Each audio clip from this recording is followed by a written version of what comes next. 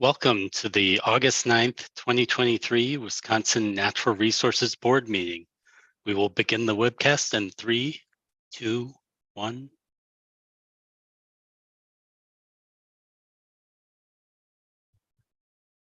Good morning and welcome to the Natural Resource Board meeting of 9 August here in Viroqua. Please join me in saying the Pledge of Allegiance to our great nation.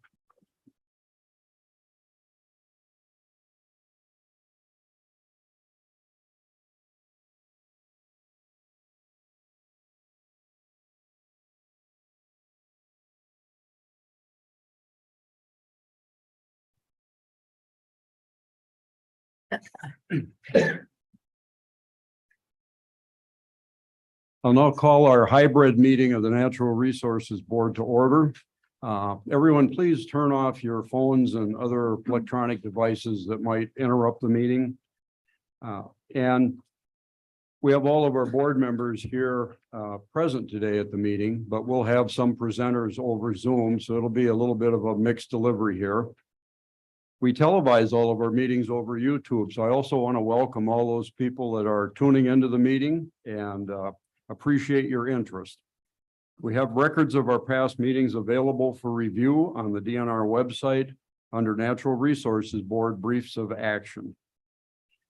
Direct public involvement in open and transparent meetings are the foundation for how this board has operated for 50 years and how we strive to operate today.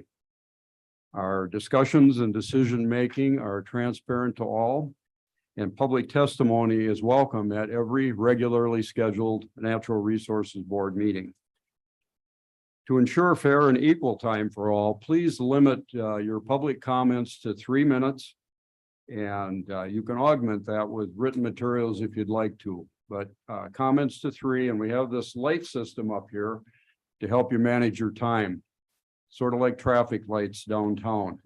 Green is go, and when it turns yellow, you're down to your last 30 seconds. So please wrap up your comments and hit your main points. And when the red light comes on, your 3 minutes are up, and we will politely ask you to wrap up your comments. We also have, as I mentioned, some staff presenters on Zoom. So make sure you're muted and your video's turned off until your item is announced. And for all participants, please be patient with the Zoom type presentation. Sometimes people can talk over one another, and we'll just have to be careful to make sure we get clear and open communications. And board members, when you ask for the floor to speak, make sure that we get your name recorded when making or seconding a motion, so our actions are recorded accurately for the record of the meeting. I'd like to thank Secretary Payne and your leadership team for your continued support of the board and your commitment to enhance collaboration between the department, the board, and the public that we serve. And a special thanks to all of our issue presenters today, DNR IT, communication staff, general counsel, and all the staff that make these meetings possible. Your time is valuable, and we very much appreciate your support. I'd like to give a special thanks to support from our field staff. We're obviously not in Madison today, and we take advantage of these meetings in the field to see firsthand some of the issues that we deal with and the resources. And yesterday we spent time in the field here in the Viroqua and surrounding area in the driftless part of Wisconsin. It was very valuable to the board and enjoyable. We get to see firsthand the issues that we're dealing with. We get to meet some of the people affected by that, and it's a very meaningful day. So a special thanks to Dan Bauman, the Secretary's representative in this part of the state, and Sue Snyder also was very important in helping with the details of the trip yesterday and the meeting in general. And thanks to all the other staff that participated in that tour yesterday. I also like to individually recognize a couple of our staff that are very familiar to us all, but to the public, sometimes they're just an email or a voice on the phone. Ashley Bistel is the administrative assistant for the Natural Resources Board. and she is your primary contact as a citizen to communicate with the board and to submit materials. So this is a chance to connect a name and a face, and thank you, Ashley, for your support. And also, Carly Zimmerman, next to Ashley, is the administrative assistant to the Wisconsin Conservation Congress. And Kari serves a similar function with the Congress to ensure that their activities are organized and communications flow. And so this is also a chance to put a name and a face together. Thank you both. Lastly, I'd like to thank all the employees, citizen volunteers, and our conservation partners of the Department of Natural Resources for your continued and tireless work to protect and enhance our natural resources and to serve all the citizens of our great state. Board members, any questions or comments? Okay, with that, Ashley, please call the roll. Sharon Adams, Present. Paul Burt, Present. Dylan Jennings, Here. Sandra D. Knox, Present. Bill Smith, Here. Jim Vandenberg. Here. And Marcy West. Here. Okay, with that, we have a quorum and we'll move on to our next item. Secretary Payne, Secretary's opening remarks. Thank you, Mr. Chairman, and good morning, everybody. It is a pleasure to be in Viroqua. I think some of you know that I grew up in the Stevens Point area and I raised my family in Sheboygan County, where I continue to reside. But 64 years ago, my in-laws, Con Favor and Rachel Schoenberg, were married in Westby. And this is their backyard. And I haven't had a lot of opportunity to spend here, but every time I come here, I'm just blown away with how beautiful it is and what a tremendous part of the state it is. So thank you for hosting this, and thank you, Marcy, for taking a lead role, Dan, Sue, and now there's all our staff that had to pull together to make this happen. But what a treat to come over to Viroqua and spend some time in the valleys and Rush Hollow. And I enjoyed interacting with my in-laws last week and talking about some of their experiences in this area, and they have wonderful memories. Yesterday, we went to Weister Creek and saw our staff and the professionalism, the expertise of our fishery staff in that water, and talk about the habitat development, the improvement, the collaboration that it took to restore that area, and just was so impressed, not only with their knowledge and what's happened in this area, but all the people that had to come together to make it happen. This area is an example of collaboration.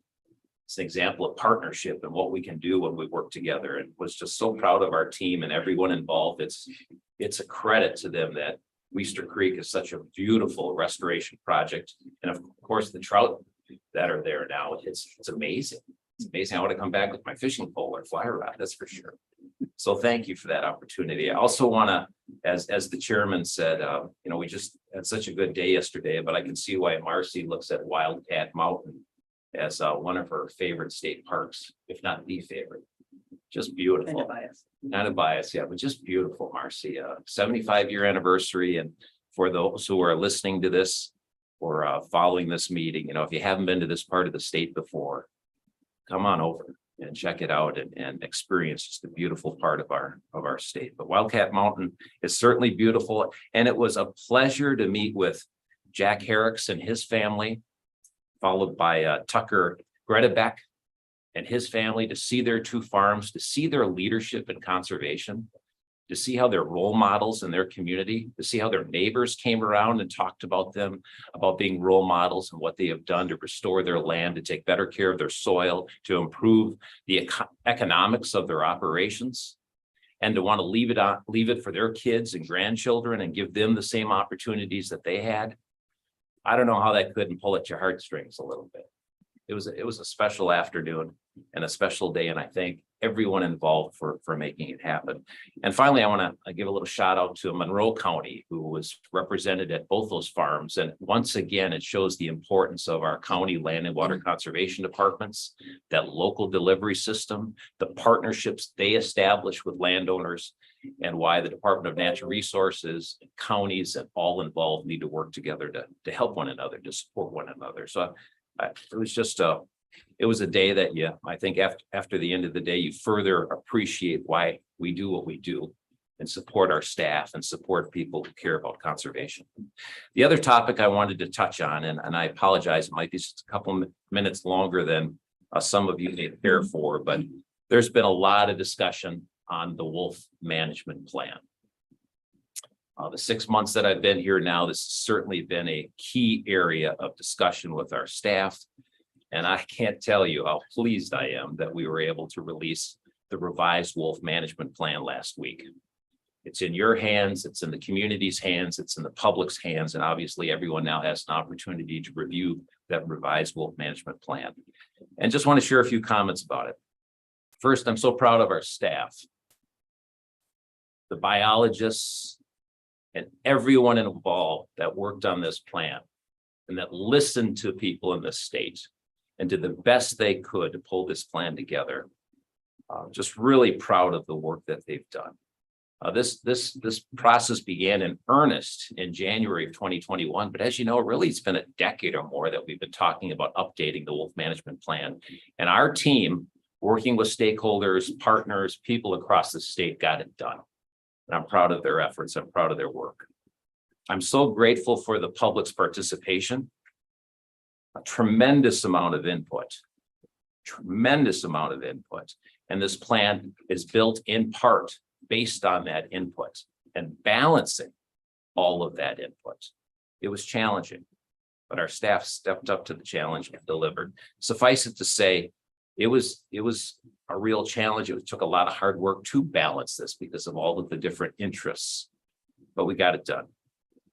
The revised wolf management plan serves to outline priorities and guide wolf management actions within the context of current state law and federal law for years to come. And as I mentioned, the public involvement was key to where we are today. For example, the department completed scientific survey throughout the state seeking opinions of the public on their preferences related to wolves.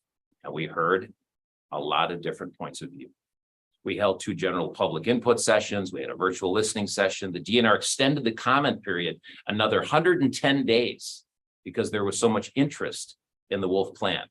Another 110 days to receive more comments. And in total, we received, as I'm sure many of you know now, around 3,500 public comments. To put that in perspective, when the bear plan was completed in 2019, we received about 300 comments. There were a lot of comments for our staff to go through and thoughtfully discuss and consider. We had over 10,000 views of our website of folks looking to read the plan. A lot of interest. We engaged our Wisconsin tribal nations through government to government consultation, technical meetings with natural resources staff. We established a diverse 29-member advisory committee, which provided input on the wolf management plan. The wolf management plan had representation from hunting and trapping organizations, wolf advocacy and education organizations, agriculture and ranching organizations. And additionally, we had tribes, other state agencies, Wisconsin Conservation Congress participating on this advisory committee. It was important. And they gave their time and they gave their knowledge. And again, our staff sought to balance all of those different perspectives and interests. Beyond the public involvement, the use of science to guide our decisions, to guide our discussions throughout this process, ultimately led to these recommendations. Science will continue to be a pillar of our approach and our process. We've provided a revised plan to the public that now everyone has a chance to look at, and there's time. We're looking to bring the full revised wolf management plan for consideration by the Natural Resources Board in late October. So there's time for further information to be shared, for people to ask questions, but we're proud of it. We are pleased to assert that the Wisconsin wolf population has biologically recovered, that we have a healthy and sustainable wolf population, and that the Department of Natural Resources stands ready to have full management authority returned to the state of Wisconsin. That's what's in the plan. The plan includes an executive summary. That was one of the areas of input that we received. It's about 200 pages. It takes some time to go through it, as I'm sure you're all appreciating right now. But there's an excellent executive summary in there. And for the public who doesn't want to go through 200 pages. Please take the time to read the executive summary. It's well done. It's helpful, and it talks about the major themes of the plan. We've also planned accordingly and prepared a draft rule that will be bringing to the board with the revised wolf management plan in October. And that is going to be an informational item today. So they go hand in hand. They're both very important. And of course, they're both going to be considered by the Natural Resources Board. The draft rule updates implement recommendations that are described in the revised management plan and include regulations that will improve our ability to effectively manage the wolf population. We are seeking public comment on the draft rule. Written comments will be accepted through September 15th, and there will be a virtual public hearing on the rule on September 12th. And again, we're planning to bring them both in. I think it's October 25th at Natural Resources Board meeting. So thank you, Mr. Chairman, for your patience and letting me go through that process. But again, I'm so grateful for all of the input that went into the process, the leadership of our team, tremendous amount of input, and I'm proud of this plan. It's not perfect. I've yet to meet the perfect person. I've yet to see a perfect plan, but it's well done. And I think it's going to provide helpful guidance as we go forward in the state. So thank you. Thank you for your early comments on this and to set the stage for additional public input, public review, leading up to good decisions by the board in October, and we look forward to that. So thank you very much for taking the time to explain that and your perspective on it. And lastly, are there any changes to our agenda? There are no changes to the agenda, Mr. Chairman. Okay, thank you. And it'd be appropriate that we get a motion to either approve or amend the agenda. I move for approval. Got a motion from Paul to approve. Is there a second? Second. Second from Jimmy. All those in favor signify by saying aye. Aye. Opposed, say no. Motion carries. We have an agenda. Thank you. First item on the next item on the agenda is the consent agenda. I'll read through these items. Bear with, there's quite a few on here, but I'm going to take the time to go through the details. There's some very significant donations here, and I want to make sure those are recognized and read into the record. The consent agenda consists of item A, which is approval of our brief of action from the June 28th, 2023 meeting of the Natural Resources Board. Item B, requesting the board authorize a preliminary public hearing and comment period for statement of scope for emergency board order FR 0623 sub E for proposed rules affecting chapter NR 47. Relates to federal funding for the urban and community forestry grant program. Item C, acknowledgement of a donation. Bob A. Stryker donated $25,000. This donation will be used to support the fisheries and aquatic vegetation assessment project. Item D, acknowledgement of another donation. Newport Wilderness Society will donate $22,910 to Newport State Park. This donation will be used to pay for the Newport Natural Resources Educator, Naturalist, and corresponding programs at Newport State Park for fiscal year 2024. And sub item E, acknowledgement of another donation by Equestrian Friends of Governor Knowles State Forest will donate $21,237 for construction of a 20 feet by 20 feet open air shelter to be built at the Trade River Day Use area at Governor Knowles State Forest. Any questions on the consent agenda? The board want any items moved out of there for further discussion into item 3? Hearing none, a motion would be in order. Move to approve.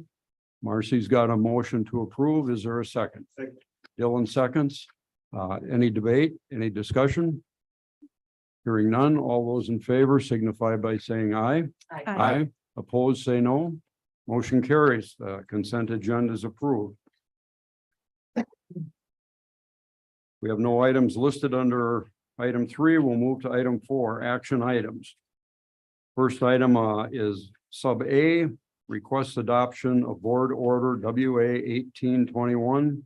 Proposed rules affecting chapters NR 500 and 520 related to disposal of material dredged from the Great Lakes. Good morning, Kate. Hi, good morning, Chair Smith, Secretary Payne, and board members. I'm Kate Strom Hirons. I'm our Recycling and Solid Waste Section Chief in the Waste and Materials Management Program. Where should I aim the? There we go. We'll do a few now, so. All right. So under legislation that became effective in July 2022, we were directed to write rules related to the disposal of dredge material from certain projects in Lake Michigan and Lake Superior. An emergency rule is already in place that was approved by the Natural Resources Board this past December. And it remains active until a permanent rule is fully promulgated. And so that's why I'm here today to ask to request your adoption of this matching permanent rule WA-18-21. So for Wisconsin municipalities and counties that conduct dredge projects in the Great Lakes, the new exemption in statute allows them to dispose of that dredge material in an unlicensed solid waste facility for up to 10 years or up to 35,000 cubic yards of material, whatever might come first. They must submit an application and the department determines whether all exemption requirements are followed. And those include ensuring the dredge material placement will not injure public or riparian rights, that it's done at least 100 feet from wetlands or critical habitat area and is outside of a floodplain, and that the sampling of the dredge material is done to test that the material is relatively clean and will not cause environmental pollution. And some of the examples that might be used for these smaller projects might be used to fill under a parking lot or a building, or some for beach nourishment, creating a berm, things like that, or land spreading. So this proposed permanent rule incorporates statutory requirements and adds detail to help municipalities and counties easily determine whether the exemption could apply to their project. The exemption in the rule would apply to fairly small dredging projects involving material that has low levels of contamination. It is designed to help communities with harbors finalize their dredging projects by having a streamlined application and approval method for disposing of the sediment removed from their harbors. And the goal is overall to have a streamlined and largely self-implementing process. So as noted, the emergency rule is already in effect, and we held a public meeting during development of that rule with no opposition. An economic impact comment period and public hearing were held during development of this permanent rule. And again, no comments were received and therefore no edits were made to the rule since it was approved by the board in December from the emergency rule, other than minor corrections requested by the Legislative Reference Bureau. So if approved today, the next steps would be to request approval from the governor's office and then submit for legislative review. And the expected effective date would be around May 2024. And just a little bit of information, we haven't had any requests to use this exemption yet under the emergency rule, but we'll see how we'll get more information out about it and make that available to those communities. So thanks for your consideration, and I can answer any questions. Any questions or comments from the board? We have no public speakers for this item, so if you have no questions, a motion would be in order. Motion to approve. Sandra, motion to approve. Do we have a second? I'll second it. 12 seconds. Any further discussion? I just wanted to comment, as always, appreciate the briefing. And one of the things that we've been talking about in the PFAS world is the need to test for biosolids. So one of the things that Kate and I talked about is if anyone does take advantage of this, if this would be an opportunity to work with some sort of a research project or something just to get a better understanding of what's coming out of these dredge materials. There's quite a list that they already have to test for. So I don't know if you wanted to add anything to that, but I just thought it was. Sure. Yeah. A couple of the briefings asked about, what's the sampling and if there were, areas that we're concerned about PFAS or other contaminants that might be coming. There are elements in the rule that does allow us, we have the list of standards that we would be checking for. But we do have language in there that if there was recent sampling in that area that would indicate we need to test for something else, we can add that if need be. So. Thank you. Important question. Thanks. Any further comments or questions? We have a motion on the floor in a second. All those in favor signify by saying aye. Aye. Opposed, say no. Motion carries. Okay, thank you very much. Next item is to request approval of the Joel Marsh Wildlife Area Land Sale in Polk County. Jim Lemke, Real Estate Section Chief. Will be virtual. Good morning, Jim. Good morning, Chair Smith, and good morning, Secretary Payne and everybody else on the NRB. I'm sorry I can't be there in person. It sounds like I missed a fabulous day yesterday, but on to our real estate business. My name is Jim Lemke. I'm the DNR's Real Estate Section Chief. Thank you for allowing me to appear in front of you today with a short real estate ask involving the sale of 1.27 acres of state-owned land in Joel Marsh, which is in Polk County. Back in 1985, when the department purchased for Joel Marsh the 114 acres of land affected by this lot line discrepancy, all parties to that transaction believed a certain lot line to be the true border between the properties.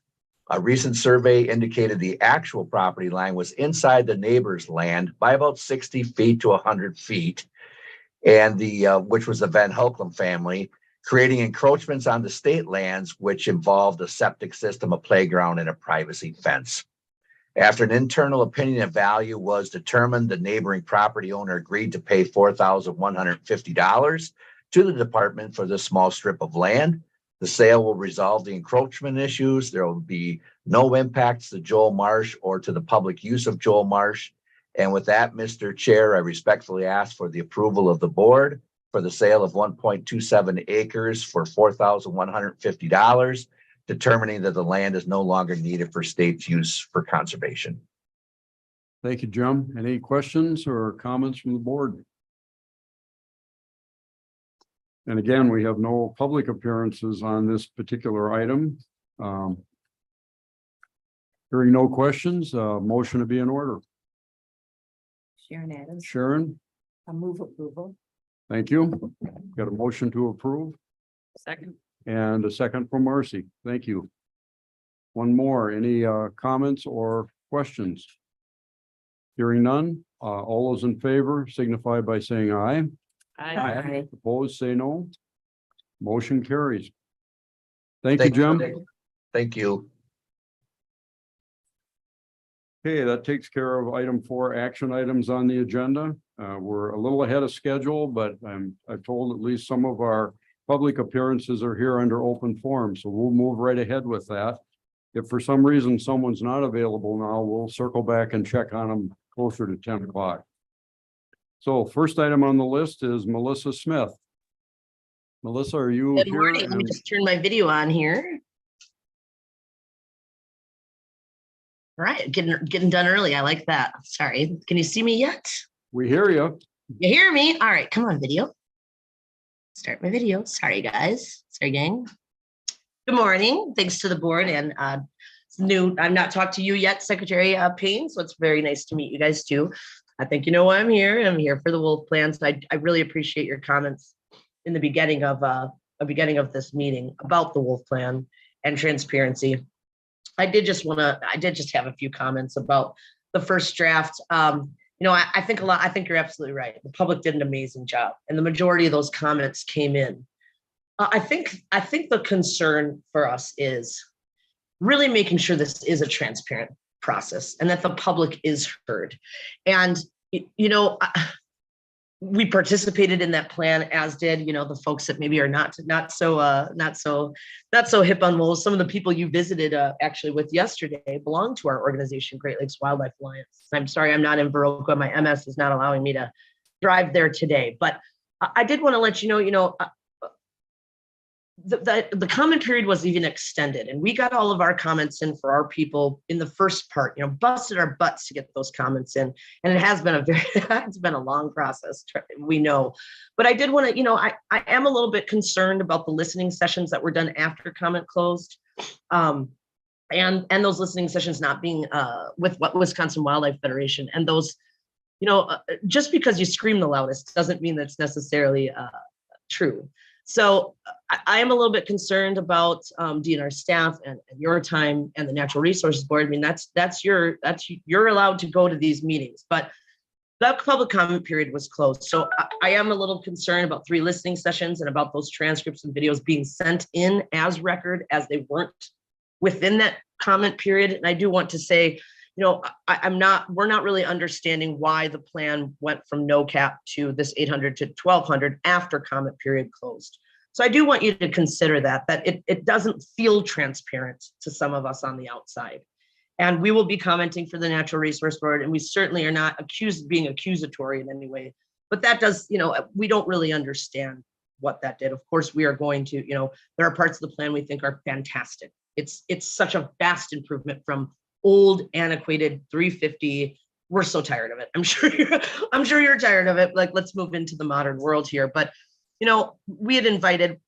we would never ask for a special listening session because we want people to follow the rules and the procedures. And so when things are done outside the rules and procedures, it's very hard to answer those questions for our supporters. So, I didn't write anything down to testify today. I'm just speaking from the heart.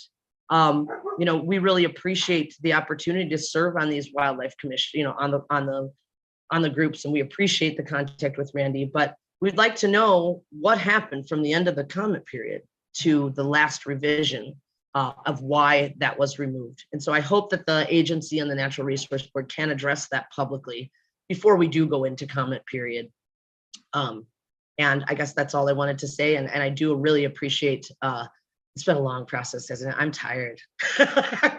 I'm sure you're all tired of talking about wolves. My favorite animal isn't even wolves, it's raccoons. If there's a raccoon management plan, we'd be here for 8 hours. But I do want to thank you guys, but I do, howl more and whine less. It shouldn't be necessarily those, 89% of us are not participating in hunting, fishing, and trapping.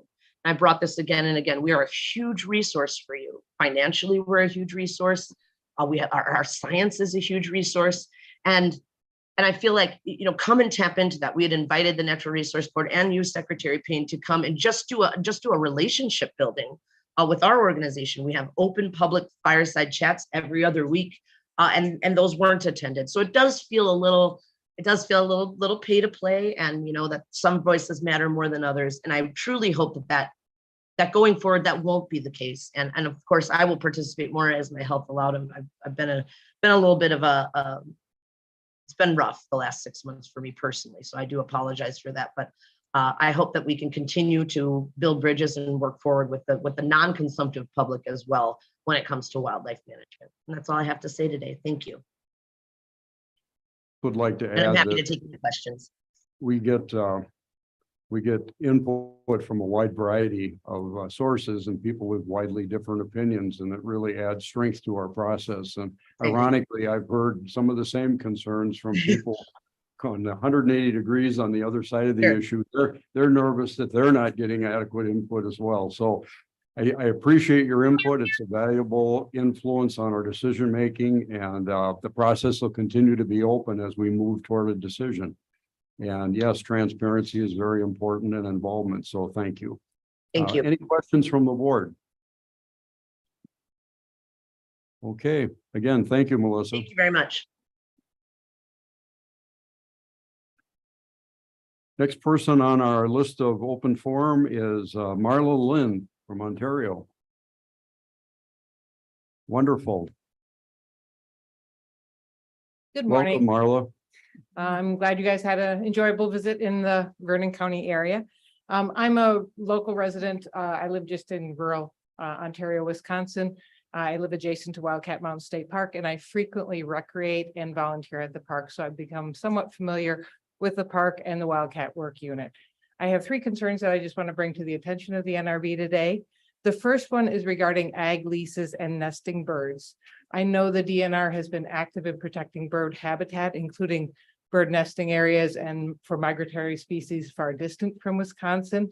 Thus, I'm a little bit perplexed by the fact that Wildcat Park, as well as I'm sure other DNR properties, still allows harvesting of hay, grass hay from DNR properties during the time period where there still might be special concern, threatened, and endangered grass sunbirds nesting. According to the DNR document, Wisconsin bird nesting dates and for species tracked by the Natural Heritage Group. 75% of these birds continue to nest beyond July 15th.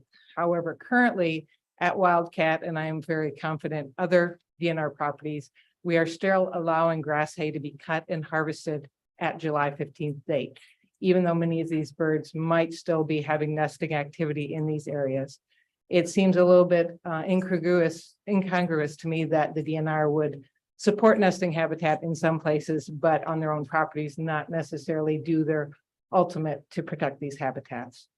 The second concern I have is unused buildings on DNR land. You had the opportunity to visit Wildcat Mountain State Park yesterday. Currently, there are 10 unused buildings on the park property. These buildings range in condition from eyesore to danger to the public. And it's a little bit difficult for me to understand how a building that was owned by a government agency in a village or a city would be either maintained or would be demolished if it's no longer useful. These buildings have not been in use for 1 to 2 decades. Some of them are right adjacent to trails and are an immediate danger to the public, could collapse at any time, provide an attractive nuisance for children and other people to explore, and could be damaged, can be harmed in those. And so I would really like to ask the DNR and the NRB to evaluate what public policies you have in place in terms of how these buildings are handled. I understand that there's always a financial issue, but I think that there also should be a policy in place to say, okay, can the park staff, can other people deal with these in a more timely fashion? The third issue that I want to mention is I know that the DNR and the NRB created created work units to try and increase efficiency. Currently at Wildcat, there are 4 state parks and there are 3 state trails. These units require up to 3 hours of travel time to maintain grass, mowing, bathrooms, that kind of thing. I'd like to encourage the NRB to evaluate policies about efficiency and see if you can't create policies that allow the park system to create partnerships with local government and businesses. So some of the mowing and day-to-day operations at these distant properties can be handled without involving park staff who have other priorities that might be higher priority. So thank you very much for your time and consideration. Thank you, Marla, and I appreciate the written materials you submitted before the board meeting. There were some pictures in there, and it made your discussion of the buildings more meaningful to me to be able to see exactly what you're talking about. So I found that very helpful. Thank you. Any comments or questions from the board?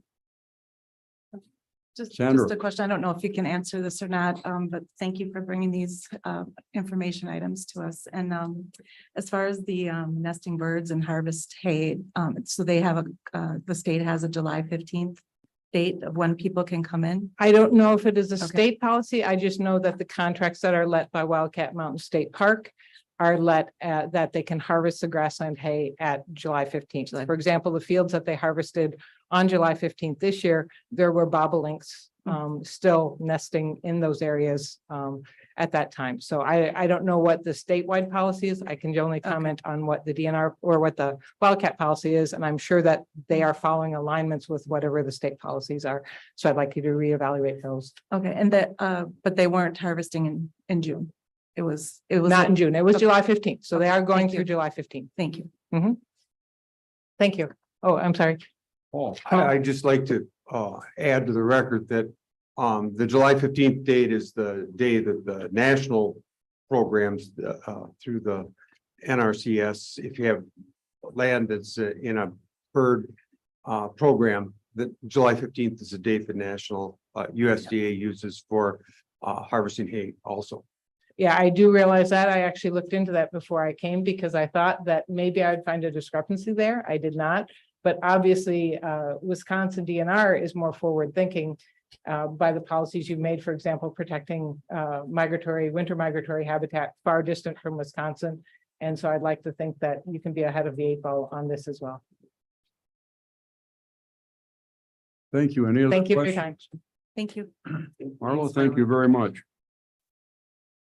Next person on the list is Lori Grosskopf, Tomahawk. Lori, are you there? Hello, board members, and welcome to beautiful Tomahawk, where we haven't even reached 90 degrees yet this year. I've been involved very heavily with wolf management for years. I moved to this location in 95 and have had personal experiences with wolves throughout the 28 years that I've lived here. And so I do have the on-the-ground experience with these animals, as well as having attended a number of major conferences, being in touch with researchers around the world. And there isn't a day that goes by that I don't actually do something on wolves. I've also been a volunteer wolf tracker for the DNR for 10 years now. And so I don't feel that the process was balanced and inclusive at all. I served on the last committee that we had and on behalf of farm agencies or farmers. And we had 29 people on that committee. Of those, 8 were tribal representatives. The tribes have made the decision to support unlimited expansion of wolves with no controls. And I don't feel that having 27.6% of the committee in that camp is very fair. 2/3 of the committee were either DNR or agencies that DNR or DNR subcontractors and partners, and also the people that support wolf expansion. I don't call them wolf protectionists because there's nothing about these plans that protects the wolves. We had 3 nutshells that I'd like to focus on. These were the goals of that committee. Pursue options to minimize human-wolf conflicts. I wanted that to say pursue options to reduce human-wolf conflicts. That got 16 votes of the 29 and was the #1 priority. And yet we've held steady with about 60 to 100 verified conflicts, and those conflicts are just the tip of the iceberg. And that seems to be acceptable to the DNR and the board because there's really nothing in the plan that addresses reducing those conflicts. And that's what needs to happen, because every conflict doesn't represent just one. It represents a whole family, a whole community, a whole township, a whole county who becomes on the negative side of the wolf feelings for wolves. And that is something we do not want to have happen. It has happened, and there's a lot of people that are on the negative side of this equation because of the number of conflicts that have happened. So we need to actually have a plan that addresses reducing conflicts. Allow wolf populations to fluctuate naturally was #3. I was disappointed that the people who managed the committee did not disabuse people of this notion that wolves actually manage their own numbers in a place like Wisconsin. All wolf scientists who are real wolf scientists know that wolves actually are managed by human interventions in areas like Wisconsin, which is the #2 wolf state in the country, and also very much #1 in density of human population in wolf recovered areas. And in those cases, and you can look in the wolf monitoring report to see this, 96% of the wolf mortalities that are known are human caused. We also have #6, consider the disproportionate impact of wolves may have on people living in wolf range.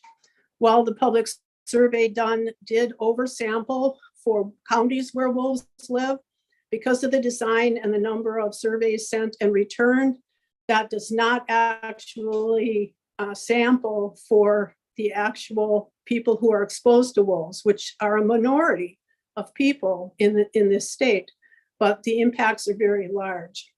So I did my own survey in 22, and I'll be sending that to the board. I hope you'll honor me by the effort I put into it. It was totally paid for out of pocket. And I have 23 years of survey experience at just one job. Wisconsin is #2 in wolves. Lori, you're I well just into the wanna red zone here over our 3 minutes. I know you can't see our lights there. Just a pleasant reminder, if you got any main points here that you've missed, please wrap them up quickly. I just want to say that we have more wolves in Montana. We have more wolves in Idaho. Every state except for Minnesota has less wolves than us. And I don't feel that 60 to 100 verified wolf conflicts is acceptable to the state. My main objective is not just the people of Wisconsin, but also the wolves themselves, because they are bearing the brunt of the decisions being made by a department that wants wolf expansion into central Wisconsin especially. There's no excuse for this. Thank you very much. Thank you for your comments. Any questions or comments from the board? Okay, thank you, Lori. Next person on our list is Pete Thorson from Toma. Welcome, Pete. Thank you. Did you pass? Yes. Thank you. And thank you for your materials. We did get a thick packet of supporting material. That'll be helpful to refer to. Thank you. Good morning, I'm Pete Thorson. I appreciate the board and everybody attending to take citizen input this morning on different issues. I'm from Toma, Wisconsin, been in Monroe County all my life, and have a particular property that I have now dealt almost 25 years with permitting aspects. In the early 2000s, the DNR considered it an isolated wetland long before they passed Act 6, and actually fined me $20,000 for my sand fill on, if you look at your second page, a hayfield. So I think a lot of cranberry growers and property owners, farmers would be surprised at what is truly considered a wetland.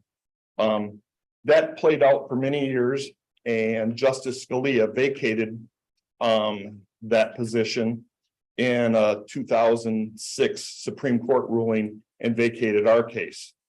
I never got that $20,000 back, but I'm an advocate of what should happen to personal property owners, farmers, ranchers, as far as when they come to deal with wetlands. No person knows the ins and outs of the 87 delineation manual. I learned it in 20 years. And the 87 manual is the only thing that references a wetland. These regional supplements that have been added, they haven't gone before this board in the last 45 years. They haven't gone to the Wisconsin legislation for approval. They've just been adopted. And the Corps has accepted now that that's a stretch, and is documented that it's not a rule and it's not, can be placed a force of law. So I would like to take and have you look at your wetland laws and participate with our group as far as what should truly be positioned as far as that.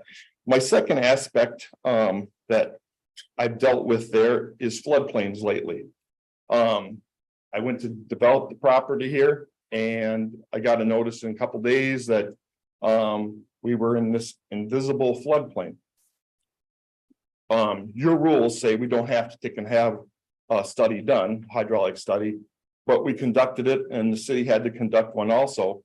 And that took 2 years to get through your department to get a response back to us.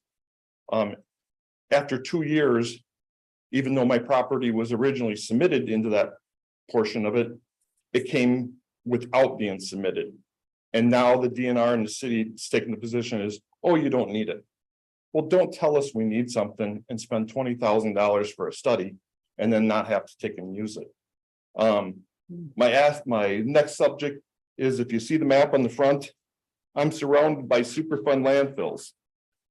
City of Toma landfill to my west and the Armory landfill to my east. I've received 12 years or 14 years of letters from the EPA and the DNR wanting to have institutional controls and restrictive covenants on my property so I can't drill wells. I live with that because, I didn't do that, because if it was a wetland, there was no need to take and have that. But, it's not a wetland now. I want water. And as you can read, DNR geologist, Miss Sakura, wrote us a letter here a year or so ago and said, go ahead and drill a well. Would you really drill a well on your property if for 20 years, a federal judge that signed a consent decree say you can't, drill a well? Ms. Sikora doesn't have the authority to take and trump Judge Crabb. I know. Judge Crabb has a consent decree against me and my wetlands. And it took me 2 years to take and have it terminated. The only person that can say, I don't have to live by no wells and so forth is Judge Crabb, not Ms. Sikora. So along with that, I'd like to take and close with as far as we need to open our offices. I mean, I've stopped how many times to take and address things, and they hide behind their cubicles, have their doors locked, and no one returns calls. And just recently, I've waited at least 4 months to take and meet Dan Ballman and I forget her name, Tanya, somebody from the floodplain management in Toma to take and show her as far as our concerns. And they came to Toma unannounced, never asked me to take and attend, met with the city, and I'll call it the city, Barney Fife, because they've approved permits across the street from me in floodways. And they want me to take and protect, so I don't, encroach on someone else. But, did nothing to the guy that's affecting me as far as volume. I met with Ballman and the DNR in 2014 about the bottleneck floodplain issues in Toma. And to date, we still have the same issues in the same water backing up when the dam lets loose and so forth, and nothing gets resolved. I would ask the secretary to take and convene a meeting in Madison with the appropriate people that I've asked for, along with the EPA, and try to resolve these issues. I'm due that right. Okay, Pete, thank you very much. We gave you a little extra time today. You have a long list of concerns, and I thought it was appropriate to be able to communicate those directly. I We appreciate got your packet of information that goes into a lot more detail, and you're way over my head personally into the nuts and bolts of the laws and the rules and the process. So appreciate the extra information to inform the board and help us out. Are there I any appreciate your help. questions or comments from the board? Thank you very much, Pete. Thank you. Thanks.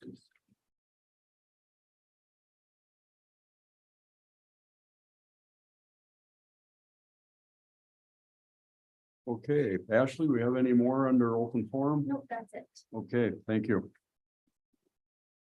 We'll move on to informational items. 6A, Creeks Meadows Wildlife Area Management Update. Eric Lobner, Wildlife Management Bureau Director. Welcome, Eric. Thank you. Is it working? All right. Chair Smith, Secretary Payne, rest of the Natural Resources Board. My name again is Eric Lobner. I'm the Program Director for the Wildlife Management Program here at Wisconsin DNR.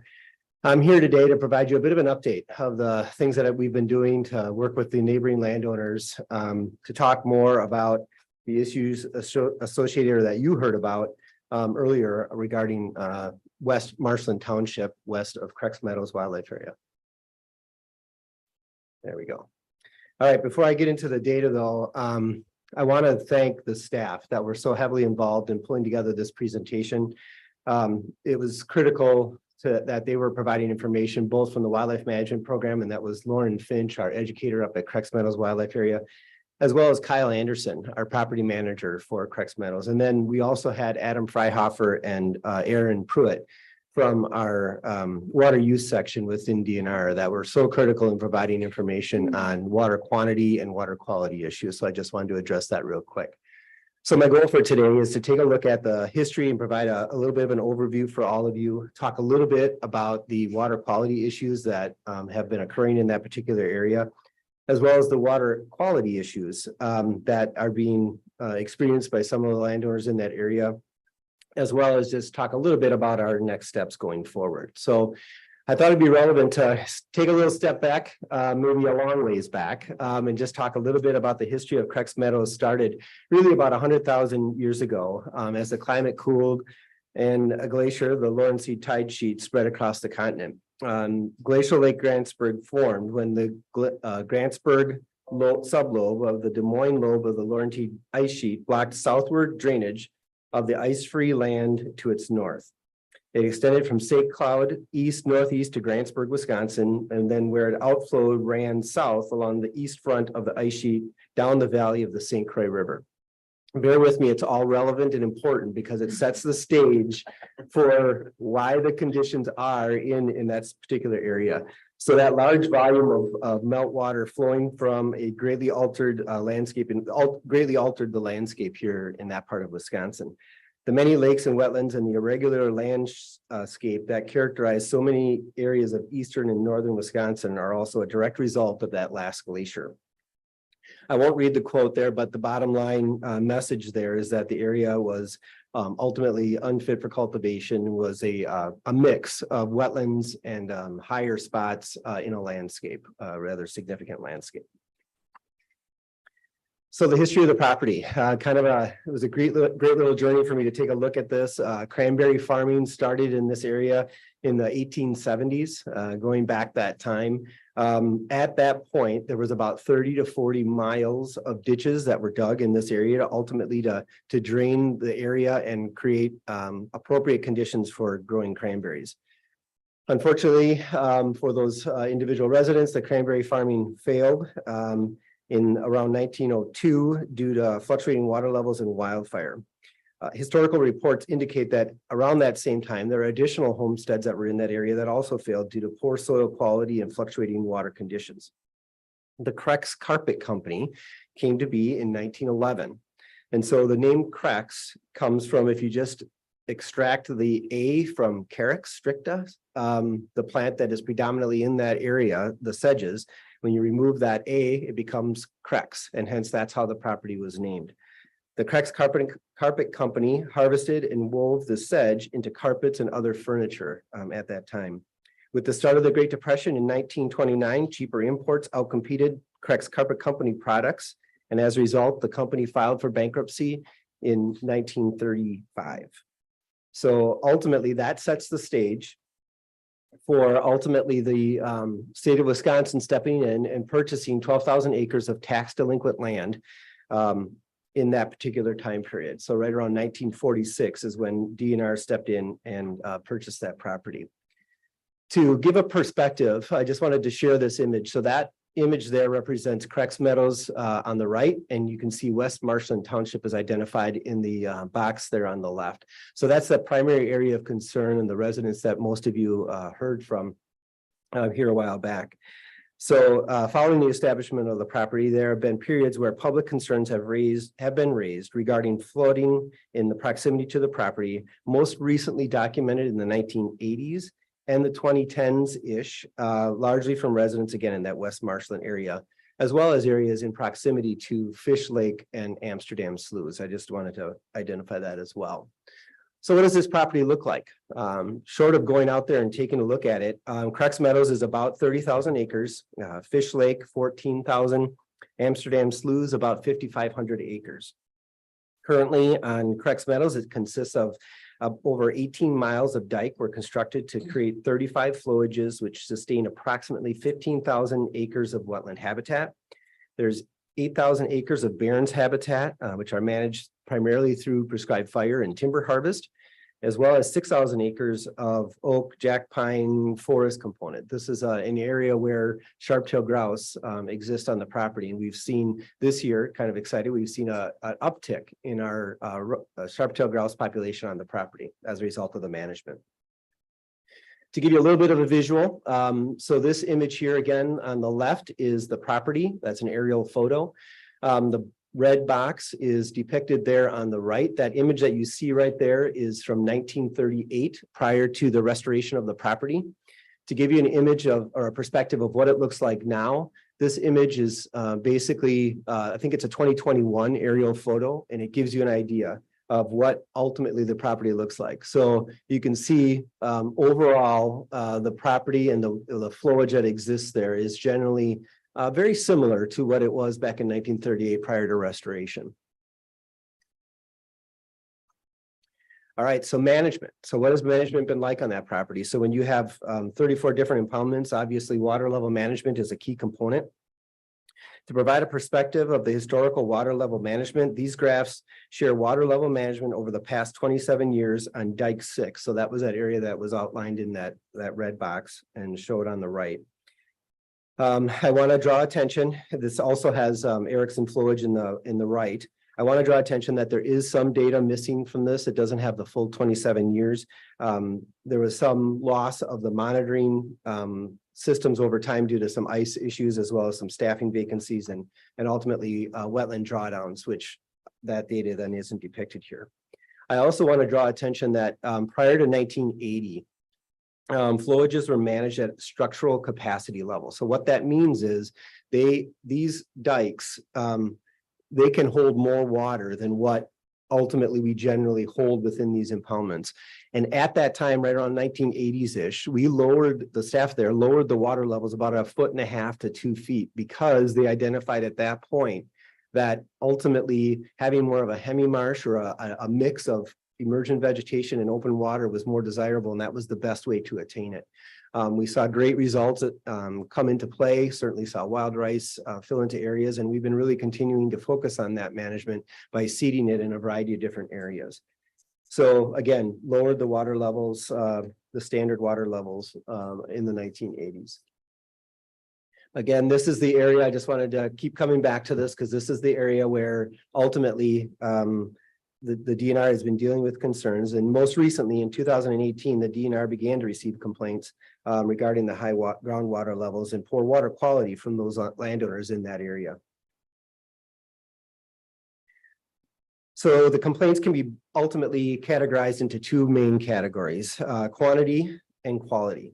Quantity is the water table rising above the land surface, causing flooded fields, basements, and roads, which is anything making the groundwater table rise and preventing the water table from falling. This is essentially what that equates to. And then quality is essentially driven by mobilized in this area, mobilized iron and magnesium, and the associated bacteria that occurs as a result of those minerals being exposed frequently to air causes bacteria in people's drinking water.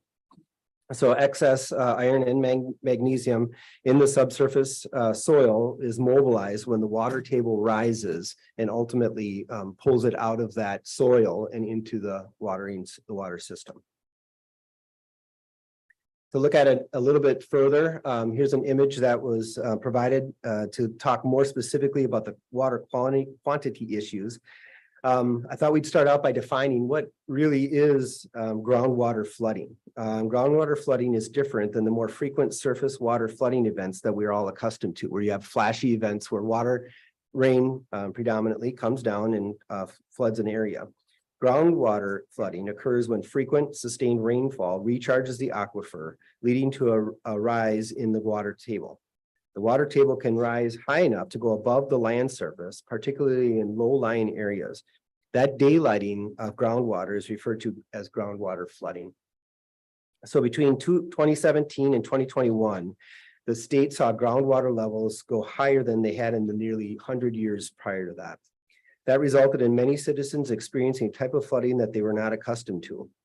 The images on the right are examples of what groundwater flooding looks like. As precipitation trends continue to rise or continue to increase from 2017 to 2020, areas with relatively shallow depth to water became inundated. So those images there, that's right along the interstate 9094. I think many people can remember that. That is a strawberry, they had a strawberry farm there. It was underwater for a number of years. Those images there are 15 months apart, just to provide you a perspective, but it held for a period of time. It is now, just drove by it yesterday. There's corn planted again in that area.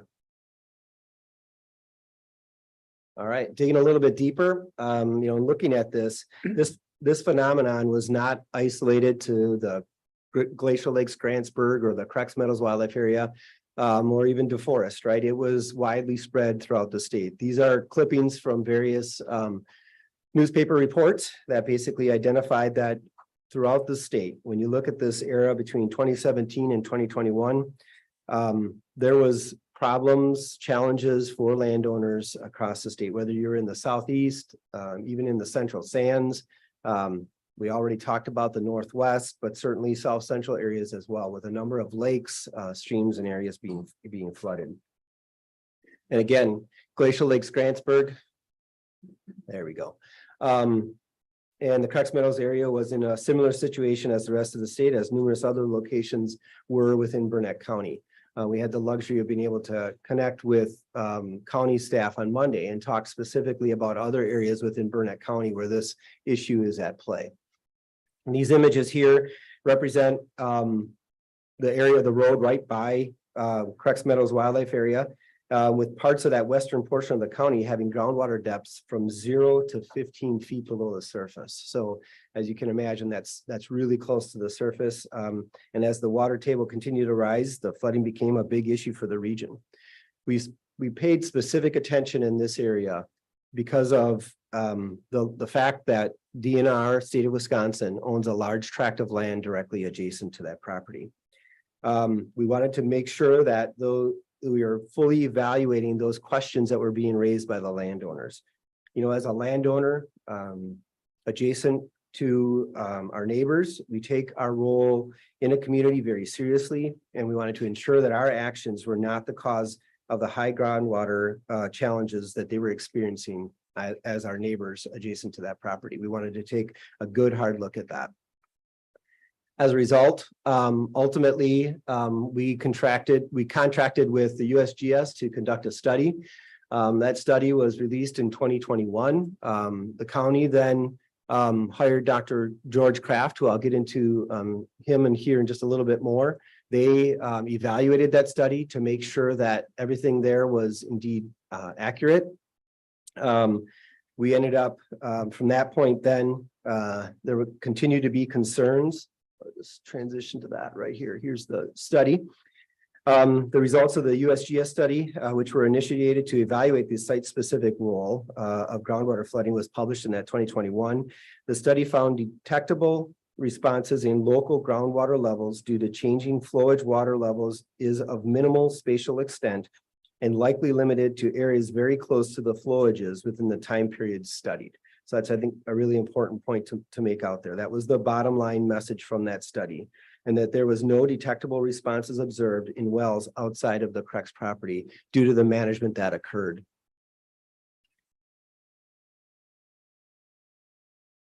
There was a slight, there we go. There was a slight reprieve in the level of concern in the years of 2020, 2021, as well as largely the result of the excessive annual precipitation amounts decreased and were about 3 to 4 inches below the long-term average. However, in 2022, that was again a year of above average rainfall with nearly 3 inches that resulted in the department contracting with 3 inches of additional rain above average, which resulted in the department contracting with Dr. George Kraft to review the data provided by adjacent landowners following the DNR's listening session in March of 2023. The goal of this effort was to complete a level and objective interpretation of the data, and it was not certainly trying to utilize somebody who is in compliance as a yes man, I'll put it, for the department. Dr. Kraft has often worked with the department during his career, but he has not shied away from giving conflicting opinion in public input proceedings or at contested case hearings. So for those maybe like me that have not met or did not have the pleasure of meeting Dr. George Kraft, he is an emeritus professor at UW Stevens Point and UW Extension. Dr. Kraft has a long and distinguished career working for Wisconsin citizens and its groundwater. He is well published on topics regarding non-point groundwater pollution and groundwater pumping impacts on Wisconsin's lakes and streams. He has a stellar academic and outreach reputation and is participating in numerous work groups and efforts to manage Wisconsin's groundwater. This includes a stint on the Groundwater Coordinating Council under both Governors Walker and Doyle. We approached Dr. Kraft because of his excellent reputation and following the lead of Burnett County, because they had also engaged him in rendering opinion on that USGS study. So I just wanted to make all of you aware we have invited Dr. George Kraft here today. in the event that after this presentation, any of you have questions on the hydrological information being shared. I am clearly not a hydrogeologist, and having his support and information is key. All right. So 4 separate studies or reviews of this issue by different hydrologists and hydrogeologists occurred, with all coming to the similar conclusions that regional precipitation is predominantly behind the challenges that the landowners adjacent to Crex Meadows Wildlife Area are experiencing. Precipitation in the Crex area, based on Grantsburg weather data, has been rising for 60 years, and the last decade or so has been particularly wet. Years 2010 through 2019 contained 4 of the 5 wettest years in the 70-year Grantsburg record, averaging 4.3 inches per year more than normal, or an equivalent of about 1.6 years worth of precipitation over those 10 years. This graph here shows water levels, in monitoring wells as well as precipitation, and is the work of the DNR, USGS, and UW Stevens Point water scientists, and they've confirmed that what we're seeing is being driven by precipitation. Again, there are 2 lines on this graph. The one in blue on the bottom is the precipitation, and the one on the top is orange. The orange line is groundwater levels not far from Crex Meadows. These measurements were taken back into the 1930s. The groundwater level trends match that of precipitation. You will note that the 2 most recent instances of large public response, circled in red, so you can see that gray bar there, represents the 1980s, and the 2010s coincide with the highest regional groundwater levels. So transitioning to water quality concerns, impacts to people's private wells are also a large concern in conjunction with that groundwater flooding. With images like this, it is easy to understand why there are questions about the link between Crex Meadows and residents' private wells for water quality. The lighting doesn't show, but that water in that image on the top right is very stained, kind of reddish, burnt red water coming through that structure. And you can certainly see the images there representing a tank for a toilet as well as somebody's sink. So the main concerns in this area are about iron and manganese. Concentrations of dissolved iron and manganese in the groundwater may vary seasonally, usually associated with an influx of oxygenated water from the surface during periods of high recharge and precipitation. Again, that Grantsburg area is located, as I mentioned earlier. This is where that lesson on the ice sheets coming down, the Des Moines lobe is a geographic area that has some of the highest and most dense concentrations of iron and manganese found in the state. So to take a look at that, while the water quality assessment, again, we had some issues that we looked at it in 1980s. The USGS conducted a study. Department publishes a report in 16, 18. There was hosting some public meetings. 2022, DNR reassesses the previous water quality studies and existing scientific information behind what was occurring out there. So talking more specifically about the recent studies, DNR hydrologists have worked on this over time. Like I said, in 1990s, there was a USGS study. In 2016, there was a DNR stream study. That study found that groundwater iron concentrations in monitoring wells down gradient of flowage is averaged 18 times higher than in up gradient wells. Iron concentrations in streams draining flowage areas contain 14 times higher than in nearby streams not influenced by flowage draining. So I just wanted to note that this 2016 DNR study did not collect any new groundwater data and relied on the same data set used in the 1990 USGS study. And it is a little bit unclear how the 2 studies used the same data set but came to opposite conclusions. So what have we been doing as of late? This is a summary of all of the public engagement. As I mentioned earlier, most recently we were up there Monday to take a look at the site, viewed the area, and ultimately did end up meeting with the county as well to just kind of talk through what their plans are. They're going to be doing a study looking at water quality issues specifically And we're just talking about what our relationship can be there. And it sounds like there are some opportunities where we can work together to continue to address these issues. It's I'm very optimistic. Going forward, hey, we have not, we had directed the staff on the property to maintain water levels at the same as what they had been last year. Their 2023 water management plan is something now that we would like to go ahead and implement. I will just be clear on that though, having literally stood in the impoundment and the water is, there is no water in Dike 6 water control structure. Even if we wanted to raise the level in a number of areas, we cannot do that. So for those recreational users, specifically those, this fall, for those folks that might be wanting to participate in the teal season starting September 1st, that's going to be very challenging. There are a number of areas where the vegetation, some wild rice in particular that we had seeded is a bit high and dry right now. And so there is concentrations in other areas. Phantom flowage, for folks that may be familiar with it, staff indicated it was a beautiful setting. I'll just say that. Swans, incredible. I've never seen that many on an impoundment like that. It's about a foot lower than desired. So again, below our boards that we had in there to try to maintain it. We're in a bit of a dry cycle up there right now. So just want to be clear, but our desire and our goal is to implement that 2023 water level management plan.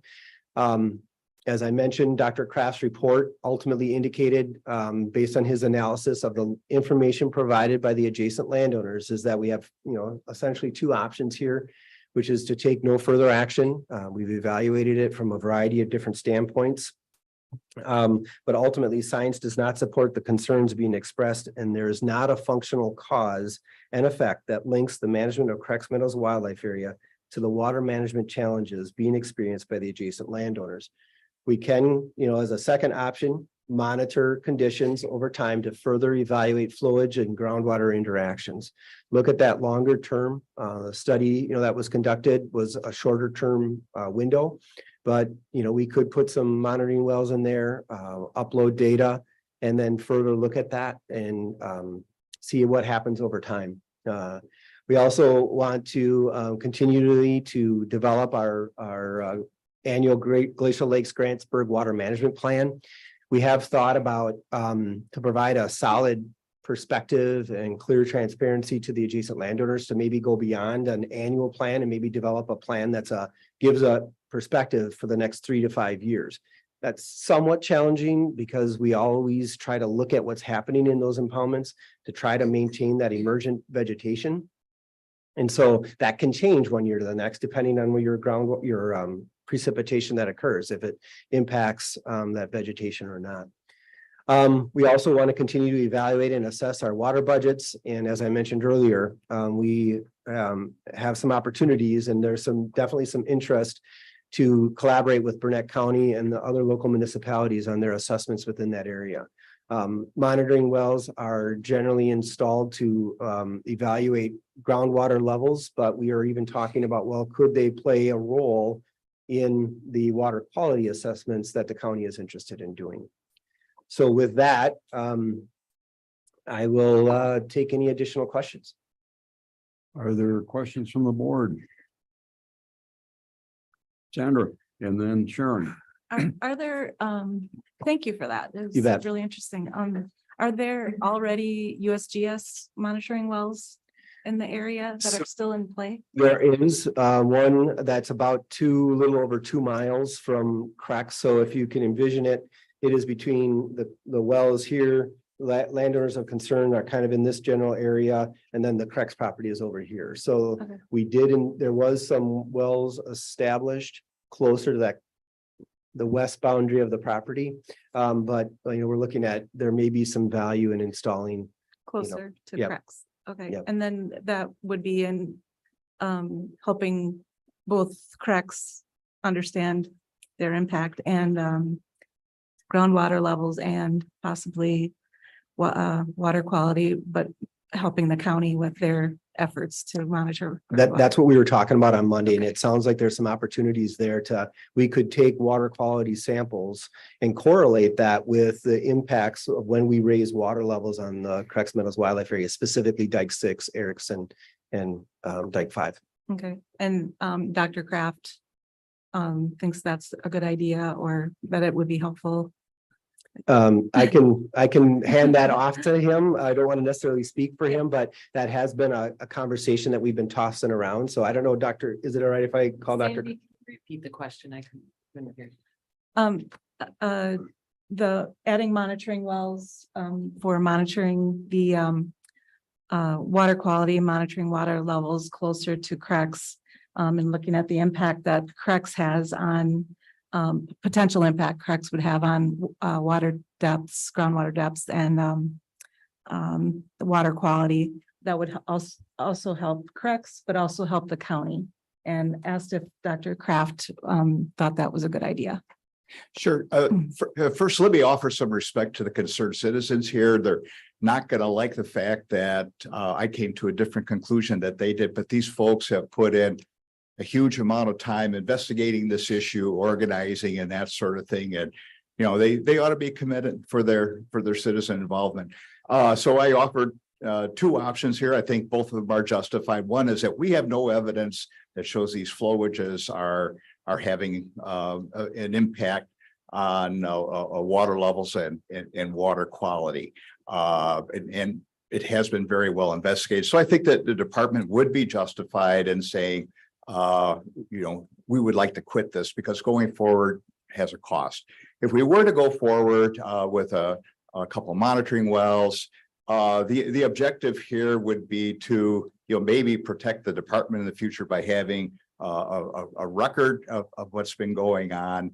But there's an important problem here. Who's going to be the arbiter of the data?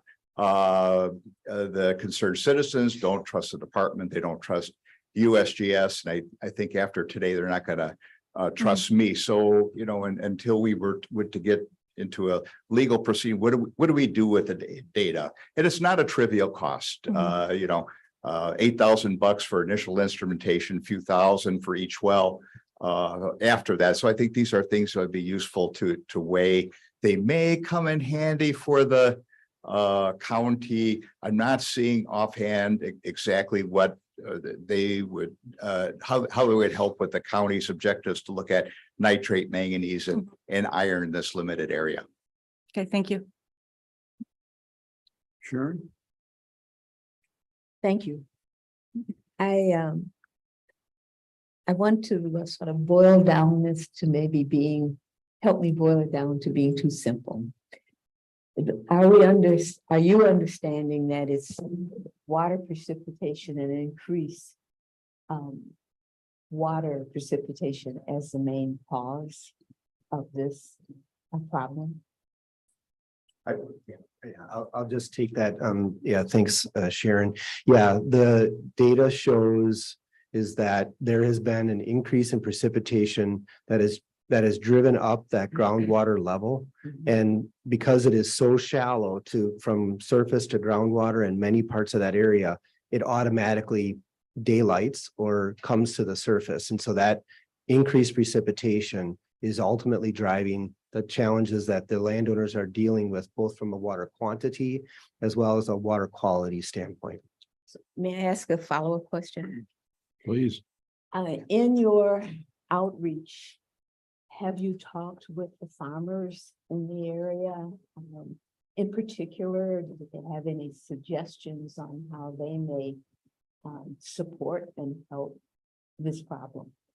Yeah, so we have had a number of, so the question, I'll repeat it just to make sure everybody heard it. Have we talked with other landowners, the farmers in particular in the area, to evaluate how can we work together on this issue? So that is something that is almost continually ongoing. We had a number of public involvement, open houses, feedback sessions where we reviewed the management plan and received input. And so that was certainly, those processes allow that feedback and that dialogue. And we also have our property supervisor and property managers on those properties.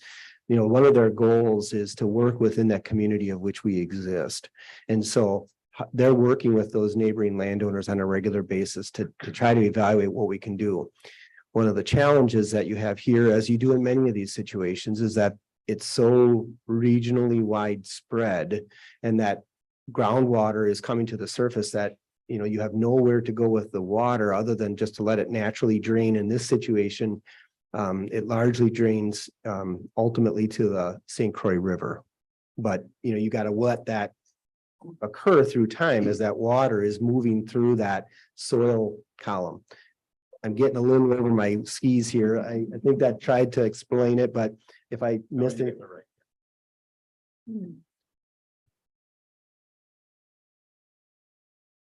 Secretary.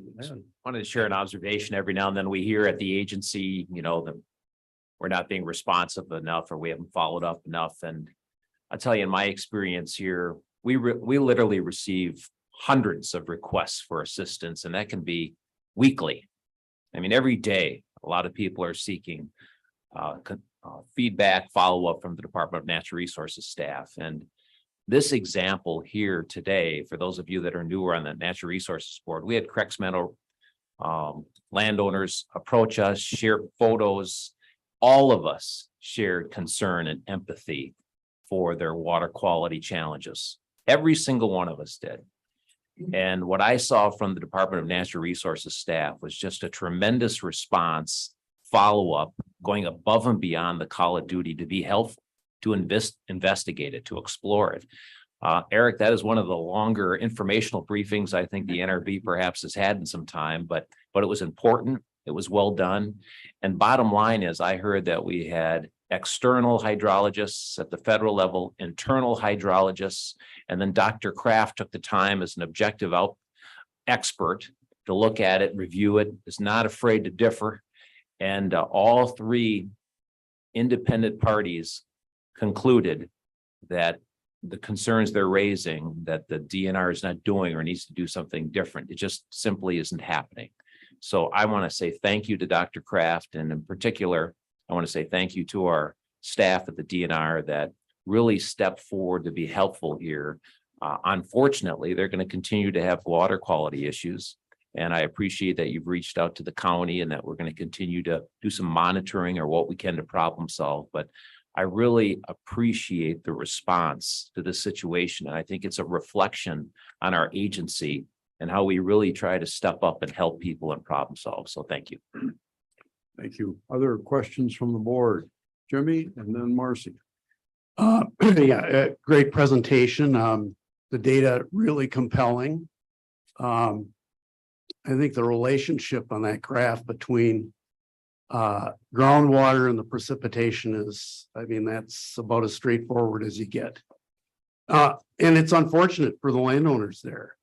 I've had a wet basement from time to time, but I haven't had my house flooded. It's terrible.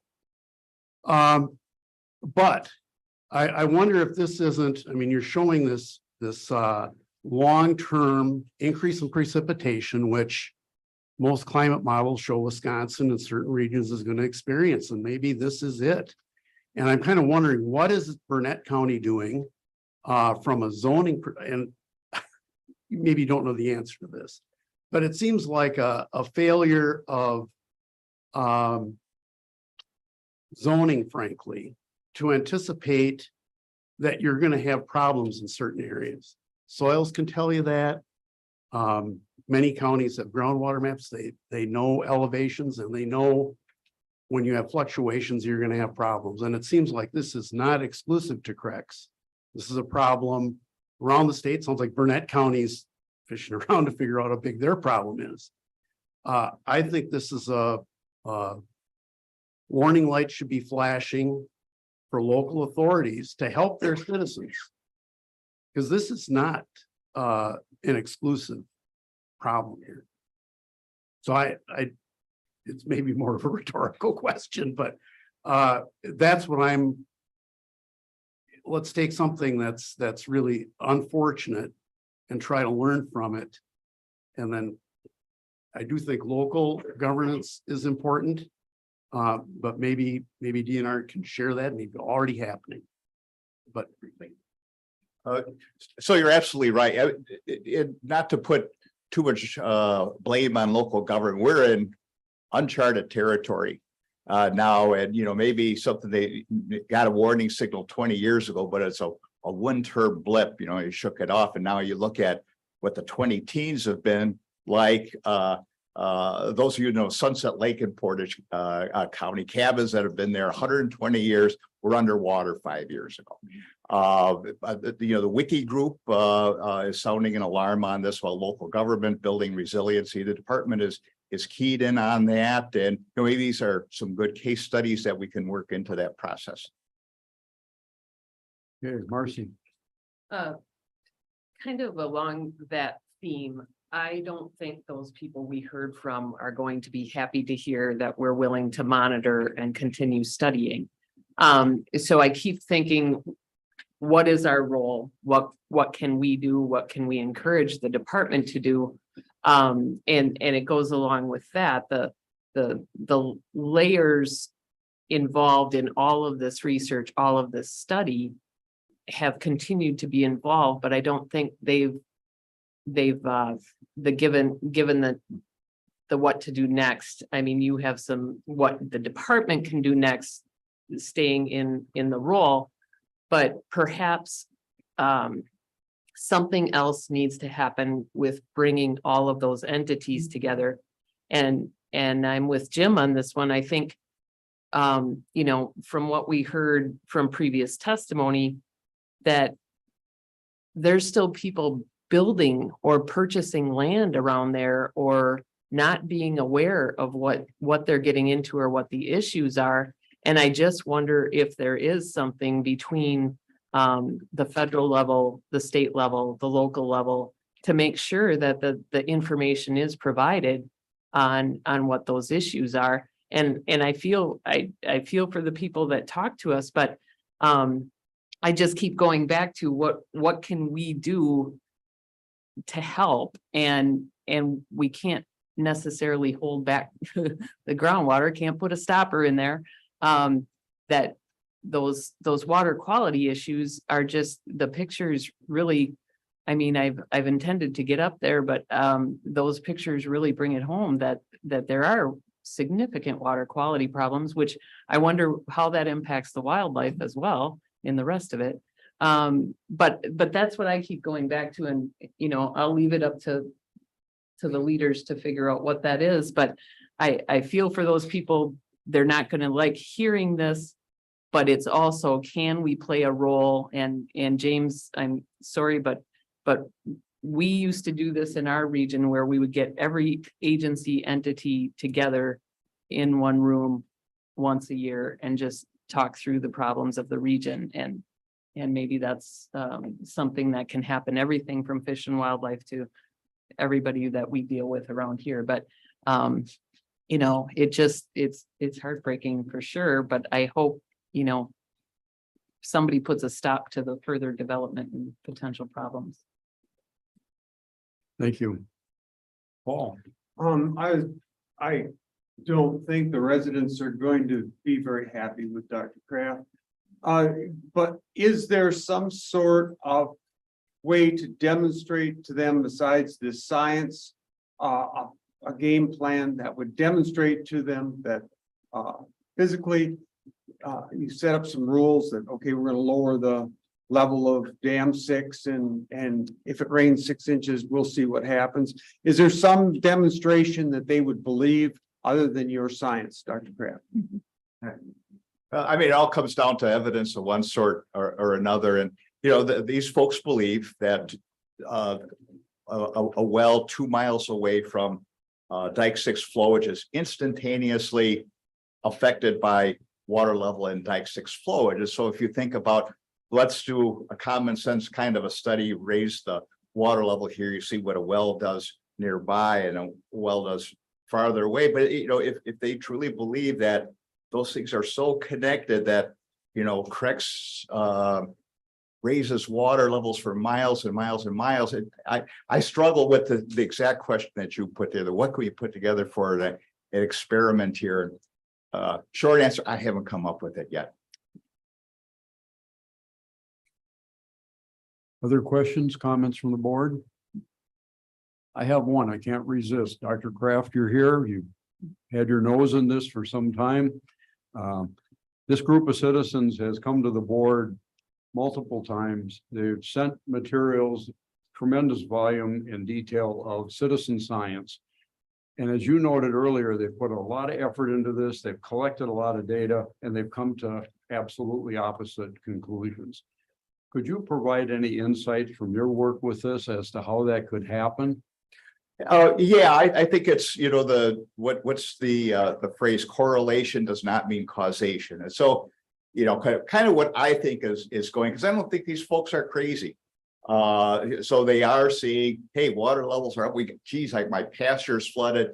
What's happening? So I think the high amount of precipitation we have has driven water levels up. So it's, you know, just slightly below the surface. And at those times of year that the Crex folks depend on runoff water to fill the flowages here, you know, we got snow melt, maybe rainfall, recharging groundwater, and there's no place for that groundwater to go except to the surface. So I think there's two things that are going together, but it's not a case where 2 + 2 is equaling 4 here. These are separate phenomena.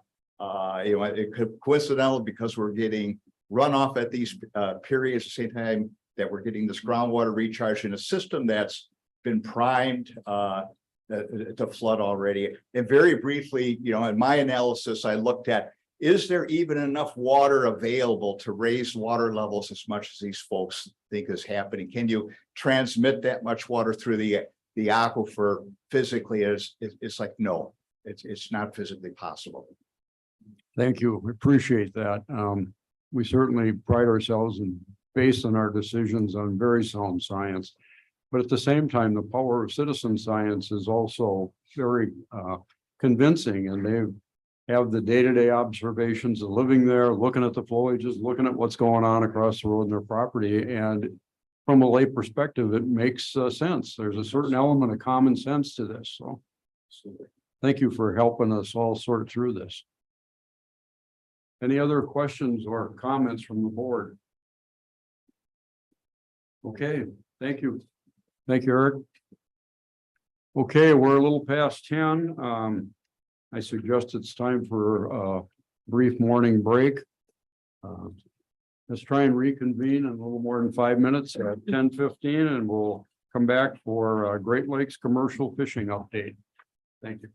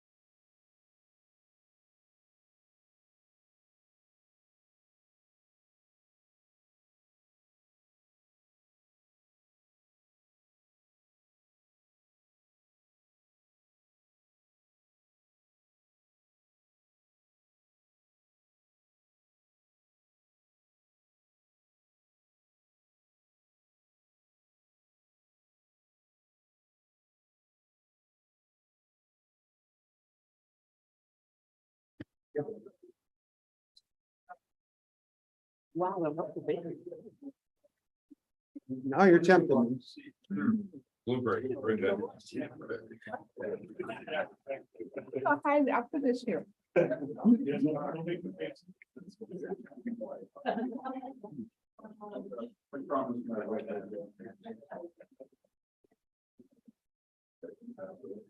Okay, thank you. We'll resume our meeting after some equipment adjustments here. On item 6B, Great Lakes Commercial Fishing Update. Brad Eggold, Great Lakes District Fisheries Supervisor, Bureau of Fisheries, and Charlie Henriksen, Lake Michigan Commercial Fishing Board. Brad, you're on. Welcome. Thank you, Chairman Smith, Natural Resources Board members, and Secretary Payne. My name is Brad Eggold. I work for the Fisheries Department, Great Lakes Fisheries Supervisor. I'm here today to give you a brief update on Lake Michigan commercial fishing activities. We normally do a joint update for both Lake Superior and Lake Michigan, but unfortunately Craig Hoopman, who's the current chairperson of Lake Superior, could not make this meeting, so I think we're going to have him on in September, hopefully, or October, for a Lake Superior update. Hopefully we can put the slides up.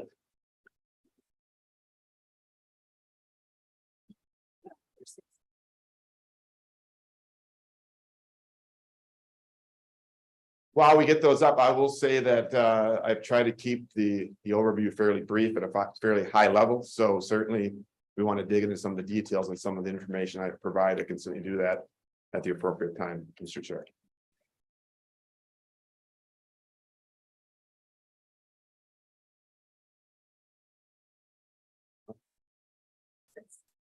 Does Charlie maybe want to say a few words I- before we go to? Well, maybe I can start and then we'll catch up once the slides come up. So right now, the Lake Michigan Commercial Fishing Board is made up of 7 members, both commercial and 1 citizen. I'm happy to say that all positions are filled currently on the board, as they have been for many years. Right now, we're working on a lot of different initiatives, both sport and commercial. And a couple of things we're working on on the commercial side is through our leftover CARES Act 2 money, we're working on a marketing campaign for not only the sport, but also the commercial fisheries of Lake Michigan and Lake Superior. And right now, maybe you've seen some of the ads, they've been on billboards, been on Facebook, trying to guide people to not only fish the Great Lakes, but also enjoy the fish that get produced and harvested by commercial fishermen. Secretary Payne and myself were out on a charter boat a couple Mondays ago on the sports side of things. And there's also a commercial component to that campaign, where we're trying to drive people to not only fish, but also buy the fish and enjoy the great fish that we have in the Great Lakes. Another thing that we're working on is economic study. Previously, some researchers from UW Green Bay and UW Whitewater had an economic study on the fisheries of Green Bay. They're doing a secondary study now on the fisheries of not only Green Bay and Lake Michigan, but also expanding it to not only sport, also, but commercial and wholesalers. So they're sort of in the beginning stages of this. Information is going out to collect the economic data. And I'm sure they'll probably have a report here in the next 4 to 6 months on what that means to the Wisconsin economy.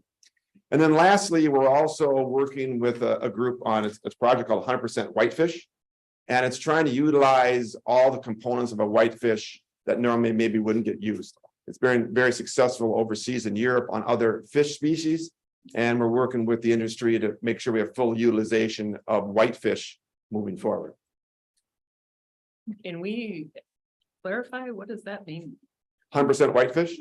Yeah. Well, it's you like, use all the. yeah, like components of it. if skin is thrown away, maybe they can use for oils out of the skin for other products. Maybe some other parts of the fish that aren't traditionally used other than fillets can be used in other products around the world. And it's been very successful having the fish be worth more than it currently is. Mr. Secretary. Thank you, Mr. Chair, as we try to buy you a couple more Thank minutes you. as we get this presentation up. You're doing a good job. But Brad, I so appreciate it spending some time with you out on Lake Michigan. And one of the things I learned was our extensive means of, clipping or monitoring the age of fish. And I was wondering if you could briefly touch on that. And also, when we talk about engaging the public and having them appreciate more what they're catching, I was just so impressed when you were able to look at the fish, look at the clipping of the fins and state that that was a 13 or 14-year-old lake trout. So could you just briefly touch on that? Yeah, sure. We were on a charter boat, and most of our lake trout and Chinook and rainbow trout right now are either fin clipped, meaning they have a fin removed, normally the adipose fin on the back of the fish. But we also insert a small wire in the snout of lake trout and steelhead or rainbow trout. And that little piece of steel, which is like as thin as your hair, carries a code on it where we can then determine, who stocked the fish, where it was stocked, and the year it was stocked. So on our trip with Secretary Payne and Dumper Dan out of Sheboygan, we ended up catching 5 lake trout. One was unclipped, so we're fairly certain that was a natural fish. We also had 2 that had a fin clip. That was the last time we fin clipped lake trout for 2010. So those fish were 13 years old. And we also caught 2 fish that had this wire inserted in its snout. And so I was able to get those heads, take them back to the office, and we determined that they were a 10 and 11-year-old lake trout. Interestingly enough, the older fish was actually a little bit bigger than the younger fish. So they were a 20-inch fish was 11 years old. And they came up on the boat like, well, how old is this lake trout? Is it 3, 5, 7 years old? And it turned out it was a lot older than we thought. So it ended up being a 10, 11-year-old lake trout that we caught on that boat. You get paid. But a lot amount of effort with our partners, U.S. Fish and Wildlife Service and other agencies across the Great Lakes, marking these fish and allowing us to get great data on them. So it was a fun time.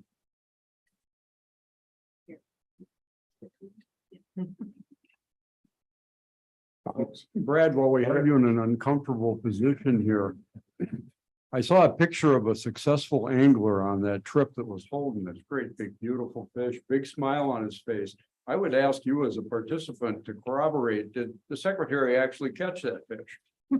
We had a rotation of anglers who were reeling in fish. I will have to say, Secretary Payne got the first 3 fish in the boat. Every time it came to me, the fish got off. So he outfished us that day. I can definitely corroborate that.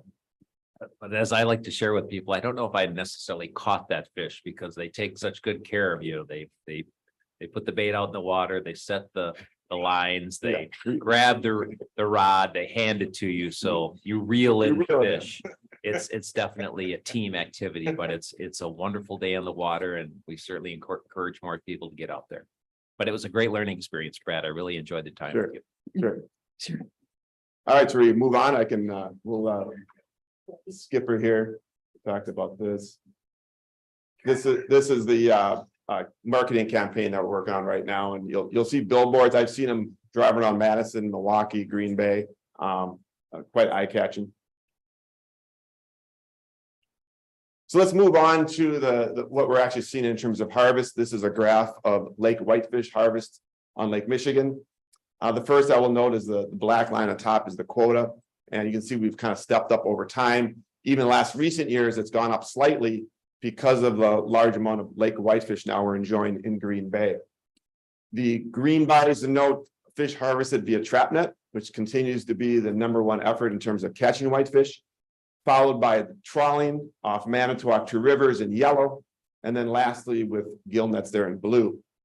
At the end of the graph there, you can see that we've been relatively steady over the last 7 or 8 years at around 1 million pounds. And while we have sort of a decreasing stock in Lake Michigan, we certainly have a fairly large, robust stock in Green Bay to make up for that. Turning our attention to Green Bay yellow perch, since you can see since 2007, we've had about a 100,000 pound quota, and we've been at or around that for the last 15 years. This last year in 22 was 68,000 pounds. And you can see on this graph where we were back in the 80s and 90s, where Green Bay was really dominated by yellow perch. It's now sort of swung around to walleyes, where we have a lot of walleye biomass in the Green Bay and a little bit less yellow perch, although certainly provides a good commercial harvest in the bay for perch. Our bloater chub fishery is still pretty low.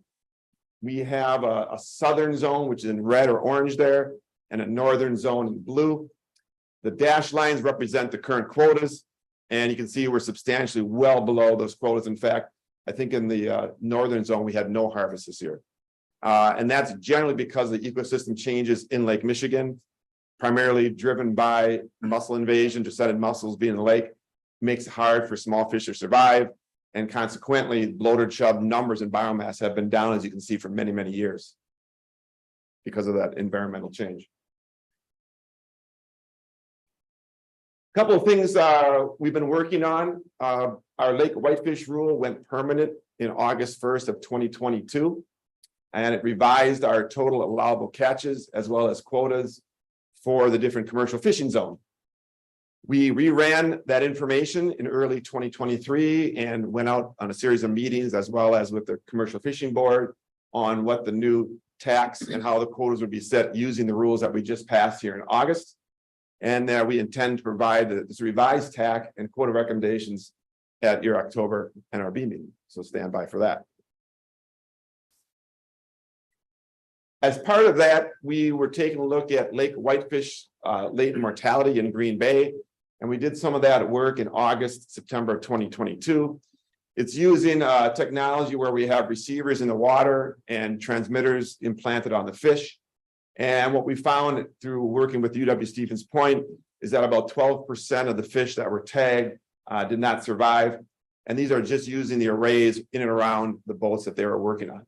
Right now, they're pulling up other receivers through their annual changeout, and we hope to see where the fish that were tagged from that effort maybe hit some other receivers in Green Bay and sort of fine tune this latent mortality in terms of what happens to a fish 1 or 2 or 3 or 7 days after it gets captured in a commercial trap net. Underwater camera is also utilized by UW Green Bay, and what they looked at is through drone coverage as well as some limited underwater coverage that most, if not all, of the whitefish that are caught that are considered bycatch or too small or not usable at the time, we're getting a high survival of those whitefish returned back to the water. Or something like 99% of the stuff they saw through the camera system showed that. We also are beginning to work on our whitefish trawling rule. That went into effect in May of 2020. Which for the first time allowed whitefish to be caught utilizing trawling gear in certain grids in Lake Michigan. Right now, they have 2 cameras on board that help monitor both the harvest and bycatch, and we're able to review that information and ground truth it with the reports that get sent in. You can see that the rule sunsets October 31st of 2025, and this board passed in April the scope statement so we could begin working on that. So I think once we clear the whitefish later this year or early next year, we'll begin working on updates to this trawling rule. And we have a lot of time in that because we're well in advance of that sunset of 2025.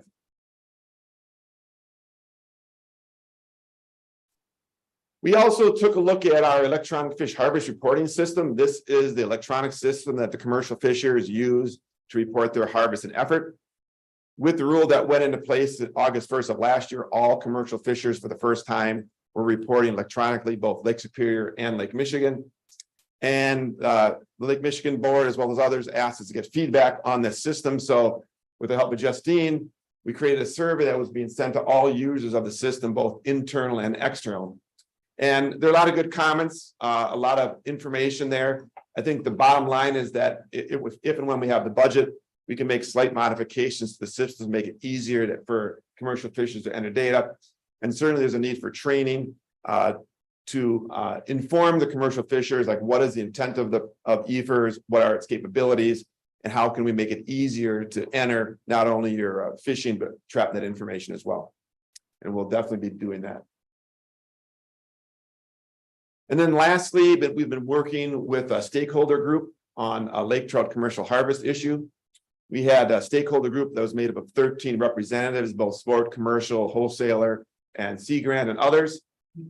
I think some of you on the board attended one or more of these meetings that were open to the public. And you can see we had 4 meetings from February through May. We learned a lot. Staff did a great job providing information, the latest lake trout information that we have. They really encompass not only Wisconsin DNR, but U.S. Fish and Wildlife Service, as well as other independent modelers that presented information on lake trout. All these meetings are posted and can be reviewed via video. So if you're really interested in what's going on with lake trout, I urge you to take a look at maybe some of these videos. The overall goal of this group was to help the department determine if we're going to move forward with a scope statement on a Lake Michigan lake trout commercial harvest. We're still working on that issue, and I'm assuming at some point we will have a decision where we're moving forward with a scope statement or not. And with that, I will either take questions now or defer to Mr. Chair. Any questions from the board? Maybe we should hear from our chair of the commercial board on Lake Michigan and then check again for questions. Welcome, Charlie. Thank you. Thank you, Chair Smith and Secretary Payne, members of the board. I'm going to be a little bit repetitive with Brad, and I'm going to talk about a few things that I think are important for our new board members to hear as we move forward, and our new secretary. So it's the first time I've appeared at this board with Secretary Payne here. My name's Charlie Henriksen. I run a commercial fishing operation in northern Door County. We fish all over Door County. We have fished out of Algoma and Kewanee over the years when there was a chub fishery, but so we have a pretty extensive reach as to what we do. I'm partnered with my son, who's 31 this year, so we've expanded our operation. We just built a new fish processing plant and retail store. So we're in this for the long haul. And sometimes that gets lost in some of these discussions that commercial fishermen are just out there to grab whatever they can, and we're really not. We have a bigger interest in the long-term sustainability of these fisheries than anyone else does. And we've been throwing some awful curveballs with the mussel invasion primarily, but other invasives also. So we're just trying to hang on. And part of that has been the whitefish in Lower Green Bay has been a savior to many of us. You know, it wasn't for all the guys who were exclusively chub fishermen, but that thriving population is amazing. And we've been talking about ways to better utilize it for the commercial fishery for 8 years. We've actually realized that we needed to use that population differently for longer than that. So we had some hiccups in getting it done. We did a tremendous study that UWGB students participated in and actually wrote a graduate thesis over a 2-year period that we helped sponsor. And that culmination of that is what's going to come back to you in October. And I think we've got it dialed in where it should be fairly non-controversial, is my understanding and talking with the department staff. So hopefully that moves forward, and that is going to be real important to our fishery. I'm going to digress here a little bit and comment on a couple things that Brad mentioned. The 100% whitefish actually started in Iceland, and it was 100% cod. And they've made lotions. The interesting thing is they make leather out of the fish skins. We have a guy from a company called Fisker in Minnesota who's coming to our grand opening of our new facility. We've been open a while, but we're having a reception and a thank you to the contractors actually tomorrow. And he's going to have some demonstration stuff. But I saw his stuff last year at the Michigan Fish Producers Convention, and it's amazing what they're doing with the fish skin. They're working here on the Great Lakes to try and put together a group. I know they're talking with the Red Cliff Band up on Lake Superior about a possible future facility, but it's all in the experimental stage. So we don't skin all the whitefish we do, but the skins we have been producing the last month or so we're saving for him. This is a project that comes through the Great Lakes governors and premiers or ministers. I'm losing the right word here, but it's a joint US-Canada group that works on Great Lakes projects. So they have a guy named David Natziger who works out of an office in Chicago and runs this organization who has facilitated this connection with us. So it's really a pretty cool thing.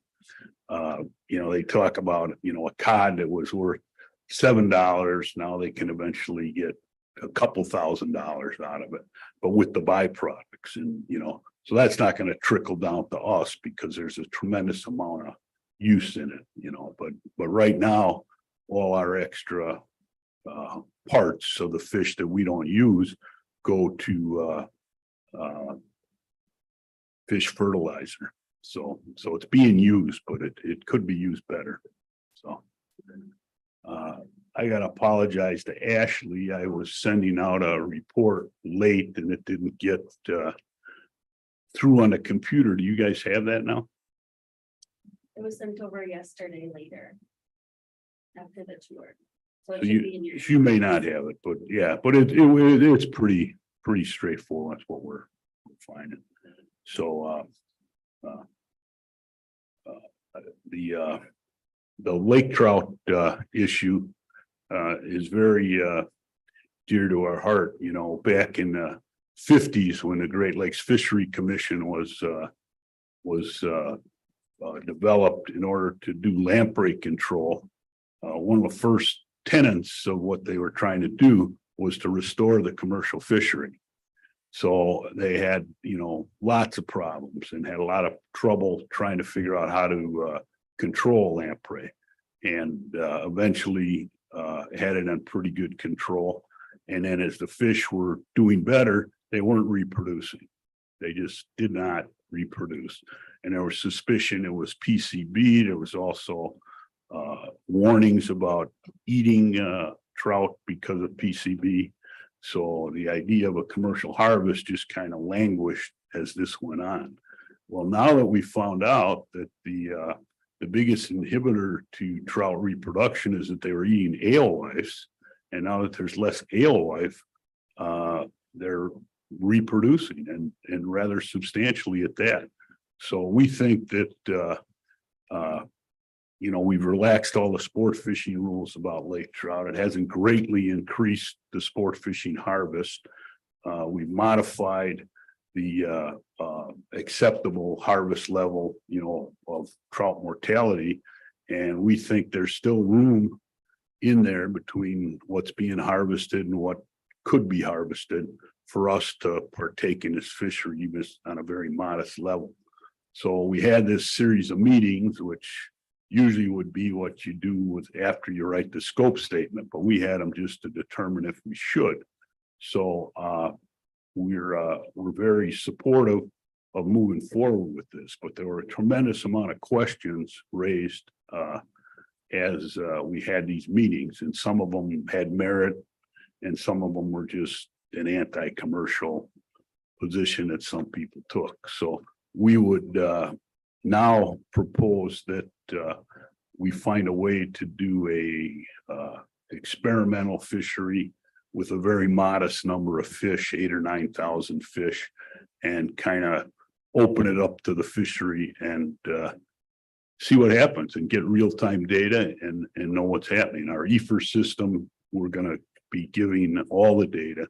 We know how many are naturally reproducing, and it would at least answer these questions as we're trying to move forward, because you could approve a scope statement next month and all the same questions that we dealt with over the last year are still going to be out there. So we think we have to find a way to do that. And Chandra and Diane have assured me that they're talking to legal about how that may or may not be possible. So that's on the table here. EFRS is a little more cumbersome than the process that we experimented with, but now it's working well. My partner can operate it much more efficiently than I can, because my old stiff thumbs just don't do it that well on the boat. But but we're making some progress and the data that's being provided has got to be tremendously helpful to the department in real time. So we think this will help in other things moving forward as we talk about it. Circling back to whitefish, the late mortality studies, we tagged fish almost a year to the day from right now, and a calm, still day with warm water in the bay. So actually the worst conditions for fish survival, there's no water circulating through the net if there's a little bit of a current or a sea. And Sea Grant tagged 30 fish on our boat. And at the same time, UWGB was there.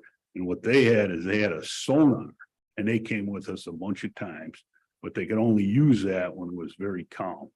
So they saw, I think they saw 3 fish go right to the bottom, which is what the same thing that UW Stevens Point researchers saw, that from their array of detectors around us. So we're anxiously awaiting their collecting those receivers right now. So yet this year we'll have some information on that. But they tagged 30 fish, mostly undersized fish. They put a little backpack on them about this big. But interestingly enough, we caught one of those fish that have been dragging that backpack around for a year in a net about a half a mile from where it was tagged last month. So we know one of them survived. So, but the receivers only transmitted for 30 days, which seemed to meet the requirements. So we're all about research and answering questions, but we'd prefer to, answer them with facts and not hyperbole or hysteria. So that was pretty cool. The limited entry system that we operate on is very complicated. And the allocations were originally done by the Commercial Fishing Board, who back in the 70s and 80s had regulatory authority. They could make rules about certain things. So when that changed, where they took regulatory authority away from a bunch of boards in the state, the DNR, under your guidance, is given the authority to allocate, but we haven't allocated any new fish. So we buy and sell percentages of the quota. So if there's a 1 million pound whitefish quota and a fisher owns 10%, then he has 100,000. But if that total quota drops, then he has the same percentage, but he has less fish. So if it's 500,000, then it's less fish. And some of those quotas, really become, they still exist, and people have bought and sold them for a lot of money, but they've become fairly with no real value in today's market. I mean, the chub quotas we have and the perch quotas in Lake Michigan we have, have no value. There's no perch, and the quota is still very high. That would take a long time to explain why that's that way, and it's unfortunate it is. But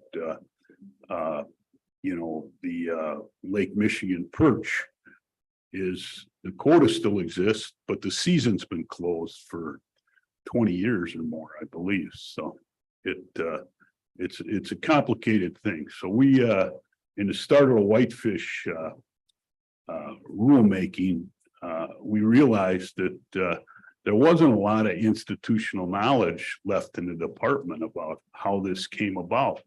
And we've been working with the legal staff and other people to try and put together a little primer to let people be able to access it. Well, we have a lawyer who's very thorough, Chandra Harvey, who works with our board.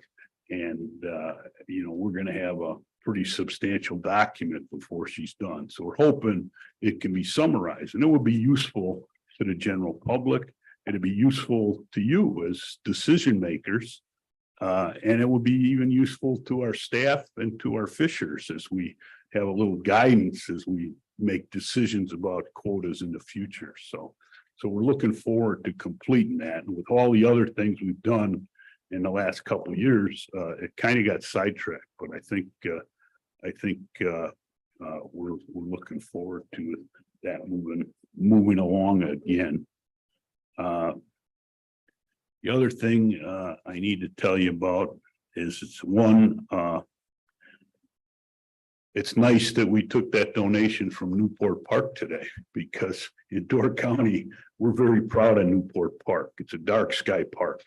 And where our dock is and where we hang out in the summertime and grill out on the end of that, the moon rises right over the point of Newport Park. So Newport Park has a special place in my heart. So that was pretty cool.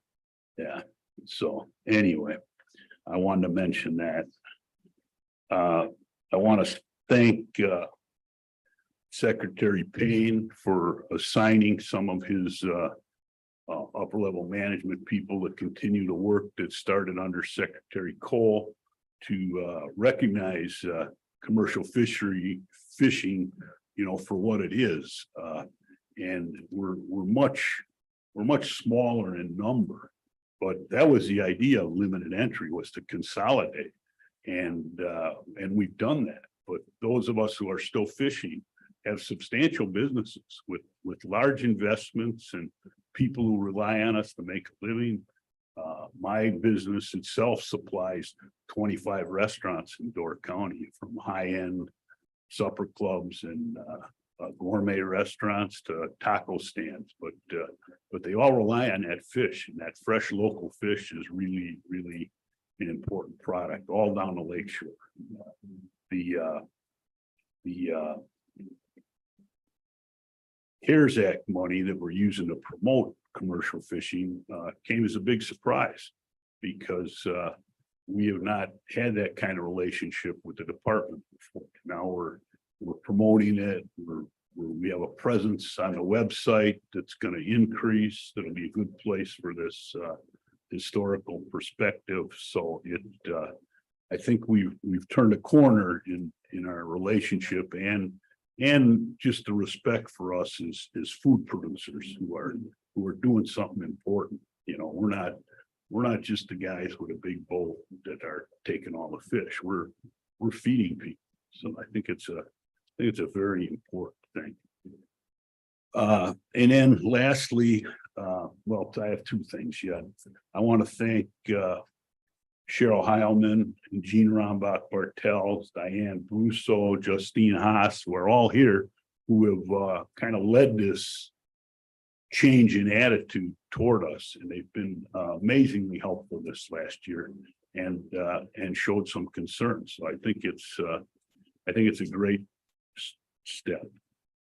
And then the last thing I want to say is that, we heard the dredging report. Well, on Lake Michigan, dredging is going to become extremely important if the water continues to decline. It's been declining an inch a month for the last 30 months. So it's not down to its average level, but it raised 6 feet in 8 years, a couple years ago. Now for 3 years it's been declining. So it's one of those things. It's probably more puzzling than the marsh you discussed at length here. So it's nobody knows about. And then we're also subject to all different regulations. I had Allison Dairyland stop by our new plant here a couple weeks ago on our way to Washington Island to go see the lavender farm.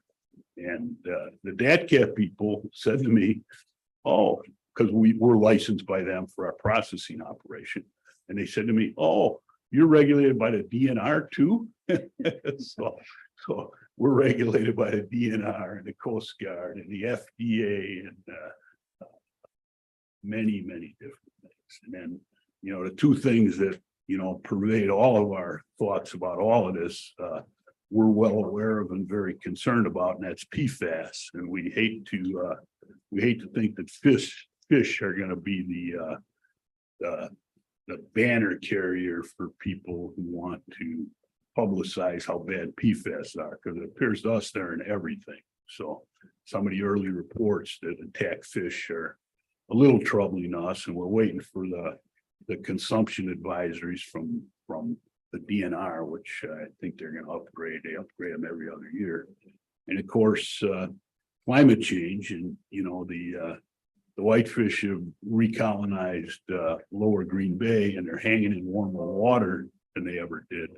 But we don't need that water to get much hotter. You know, we don't know where that limit is. So anyway, thank you very much. Appreciate your time here. Always nice to talk to this board. Thank you, Charlie.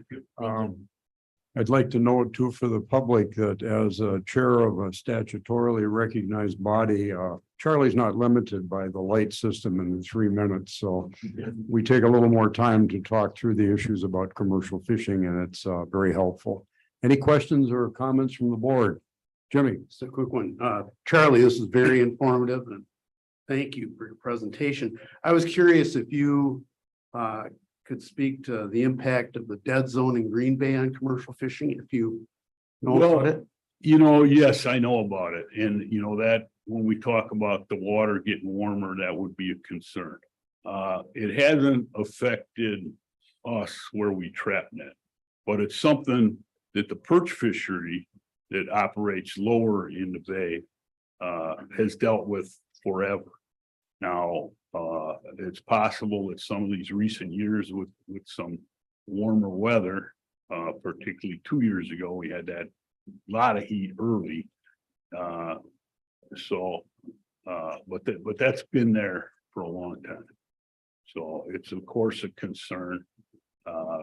You know, fish seem to be able to avoid it. So, but yeah, it's not something we're happy about. But you think that the increasing heat, you know, just biologically would have an increased. You know, I can't. You know, yes, common sense would tell me that increasing heat's going to expand it, but I don't know that anyone's really studied it. I know there's a lot of research going on in the bay. Right, water quality and fish. Thank you. Other questions? Comments? Marcy? Charlie, good to see you again, and just wonder if I was really happy to hear about the support for the research and that you allow the tagging and everything. Is there additional research specifically coming up in any other area on those now that the interns have wrapped up and others? Anything on the horizon? Well, you know, both UW Stevens Point and UWGB have fisheries departments that continually do research.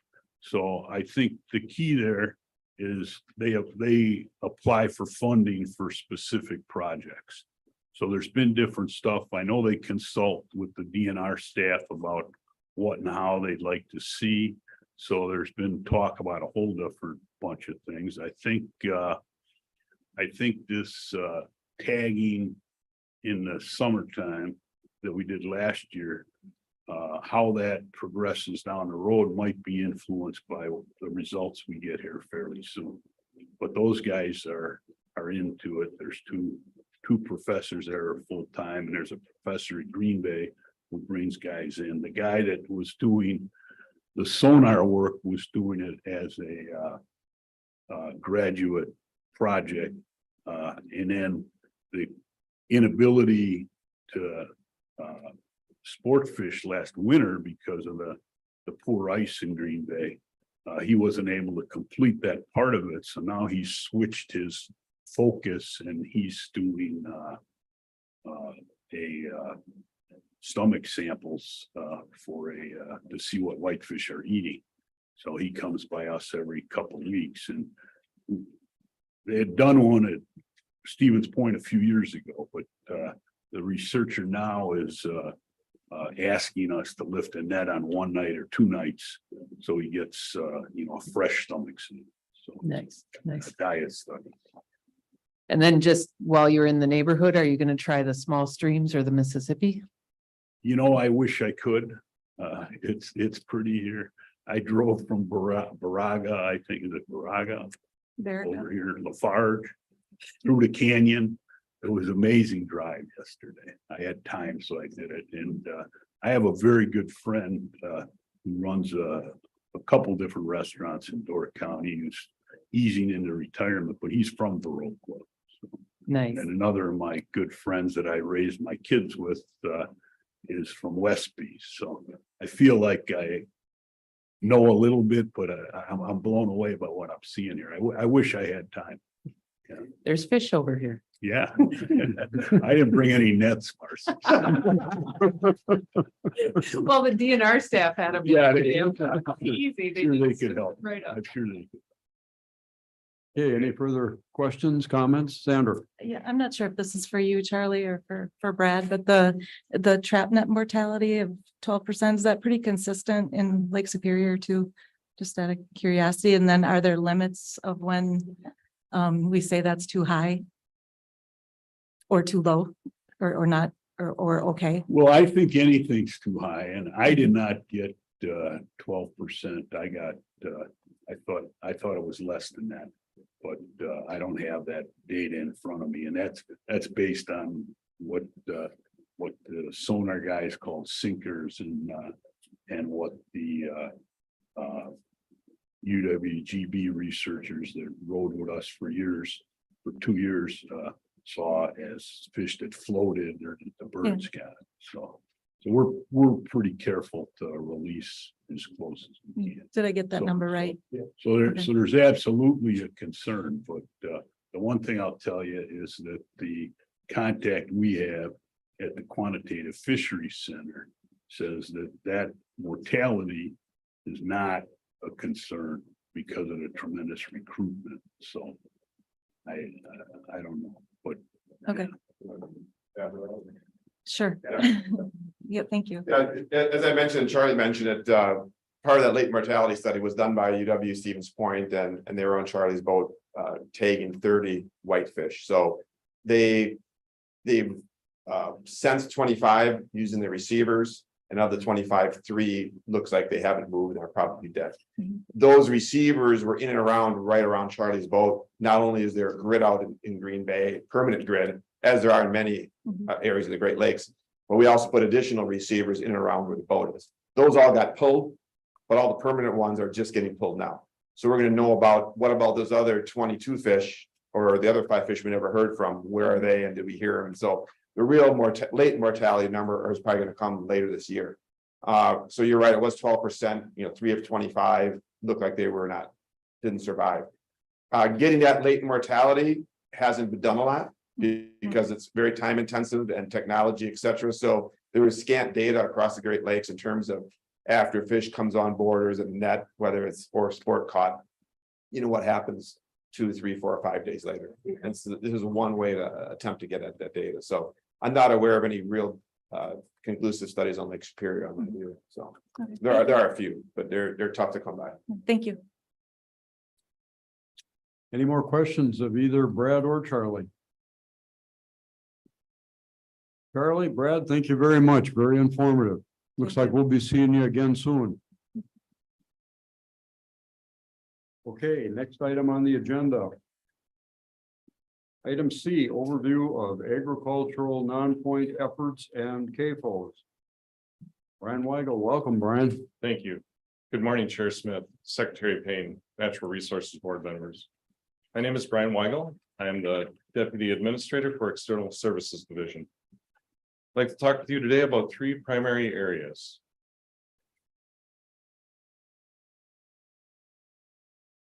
How do I go back? There we go. So the discussion points for today, I want to talk about agricultural non-point. So how we work with non-permitted farms. Then move on to working with concentrated animal feeding operations or CAFOs. And then finally wrap it up with the discussion regarding the newly created Office of Agriculture and Water Quality. We created this office 2 years ago, and I want to give you some updates and some updates on where we're going with it. I want to start off by saying too that non-point source pollution really is a ubiquitous problem in Wisconsin. It's the leading cause of impairments around the state. And the difference between point source and non-point source pollution, I should probably start there. Point source is pretty obvious to identify. It comes out of a single point or a single pipe. Municipal wastewater discharges or industrial discharges are point source pollution. In contrast, non-point source pollution is pretty much anything else. Comes from a distributed source. So it could include septics. Anytime you open up land for construction. Agriculture is a cause or source of non-point source pollution as well.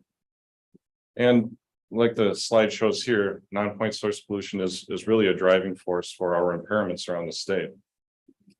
But in even non-agricultural areas, you'll see that non-point source pollution is a leading cause and that we do still have impaired waters where there are no point sources. One thing I want to really stress is that Wisconsin doesn't give the responsibility of non-point source abatement solely to any one entity, not just the DNR, not to DATCAP, not to the counties, but it truly relies upon this partnership. And you'll hear me say that an awful lot throughout this discussion because we can't go at it alone. We really truly need a partnership. And what these different entities all have are slightly different responsibilities based on statute and administrative code. So as you saw yesterday during our tours, the farmers really do rely upon the county conservationists on a regular basis. Sure, they obviously rely upon their agronomists, their nutrient management planners, their crop consultants, et cetera. But when it comes to relying upon state government or local units of government, they really tend to rely upon the county conservationists. They do have that lead role for implementation and providing some advice, technical assistance to farmers. I want to talk about DATCAP's role a little bit here. Department of Agriculture, Trade and Consumer Protection. They do provide the county's staffing funding.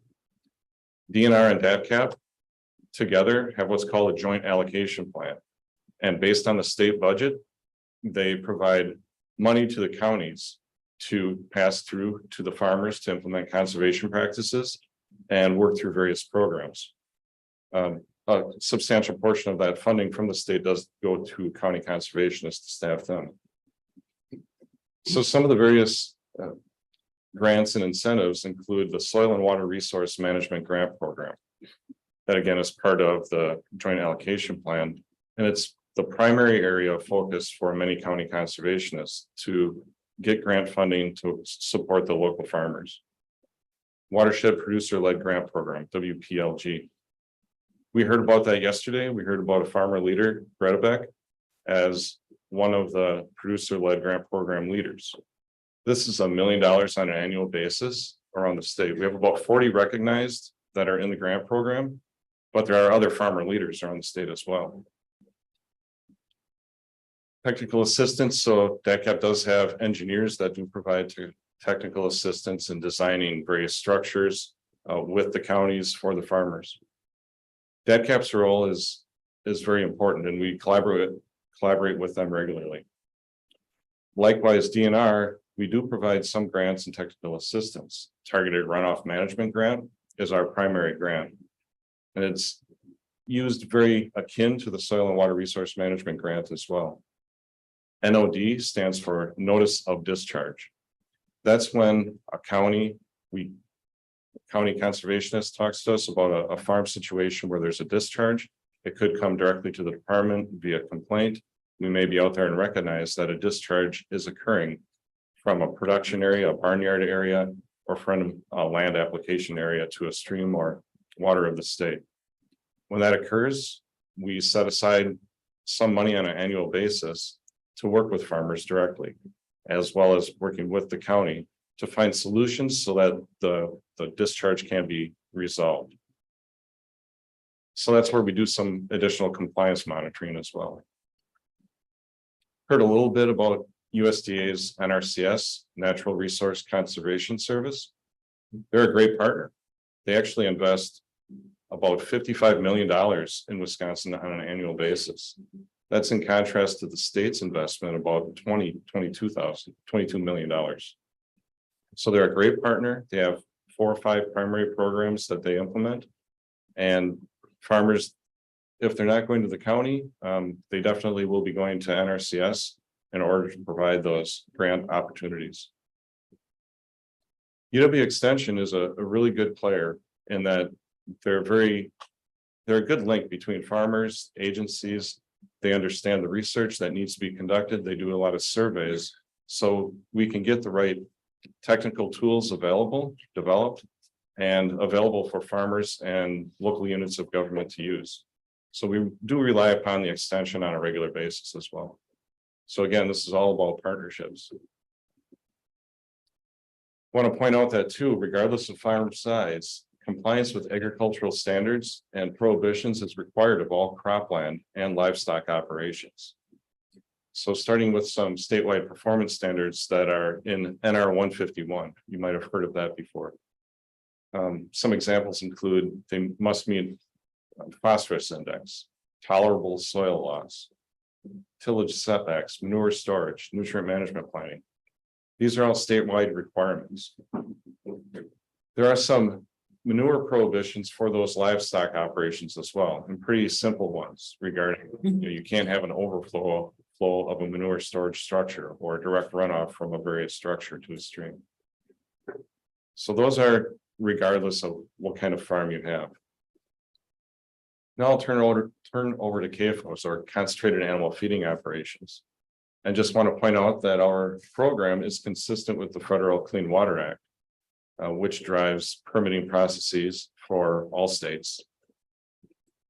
In Wisconsin, we have a requirement for those farms that have at least 1,000 animal units that they apply and acquire a CAFO permit.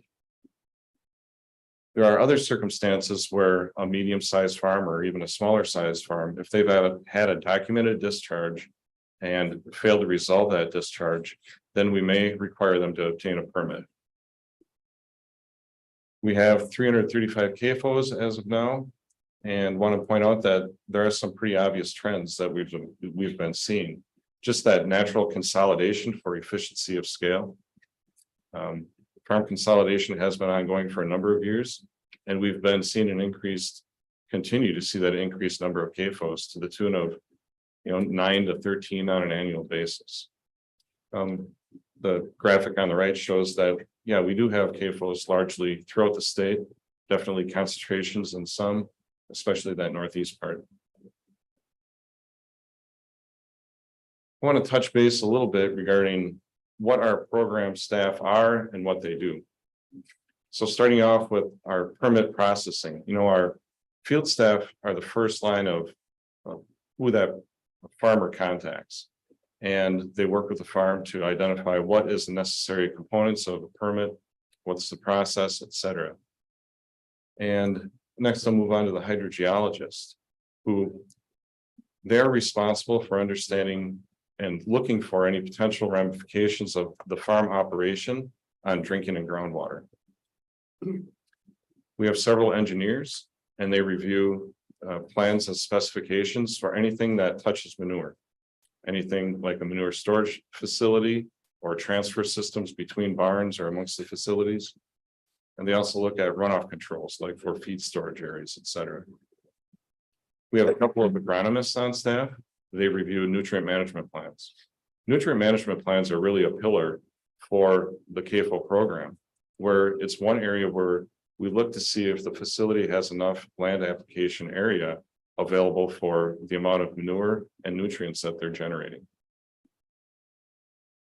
But we do have other specialists that concentrate on program policy, permit intake, etc. And ultimately, we have currently 15 staff that are out in the field. Everyone else has a highly specialized function within the program, including like engineering, for example. So next, I want to move on to the Office of Ag and Water Quality. And again, we've initiated this office about 2 years ago. And why did we start this office? Well, it comes down to largely, we needed to coordinate interagency policies and any sort of initiatives amongst our partners.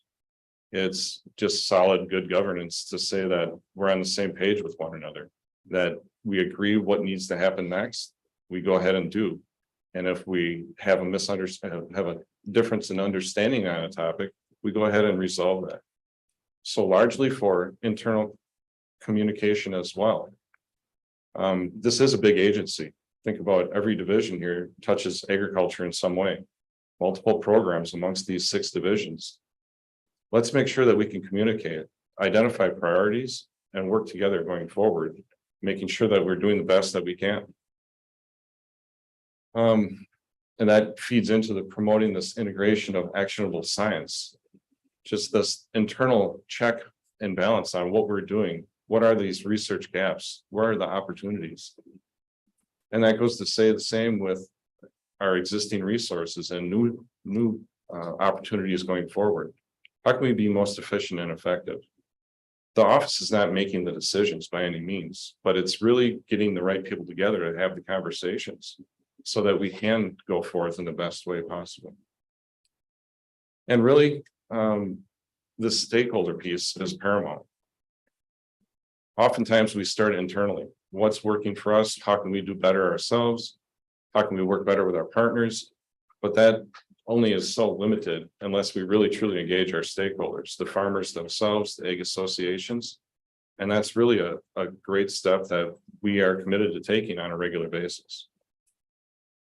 Ultimately, this is a lot about organizational effectiveness. I want to point out some of the things that we've been doing in the last couple of years. You've heard me talk a little bit about watershed producer-led grant program, farmer-led groups in general.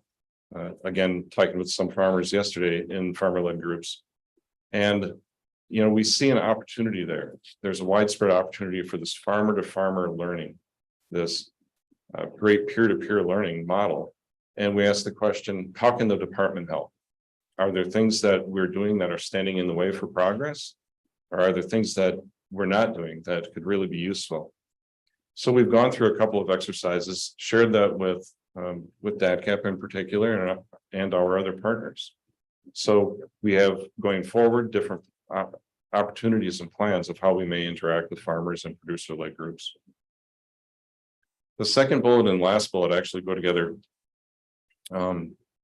Through the bipartisan infrastructure law, we've received they created this Gulf hypoxia program, which is largely intended to reduce the Gulf of Mexico dead zone. And, stemming out of that, they've acquired about $1 million per state in the Mississippi River Basin. So it's $1 million on an annual basis for the next 5 years. And we put together a work plan, ran that by some stakeholders to try to understand their perspectives on it as well.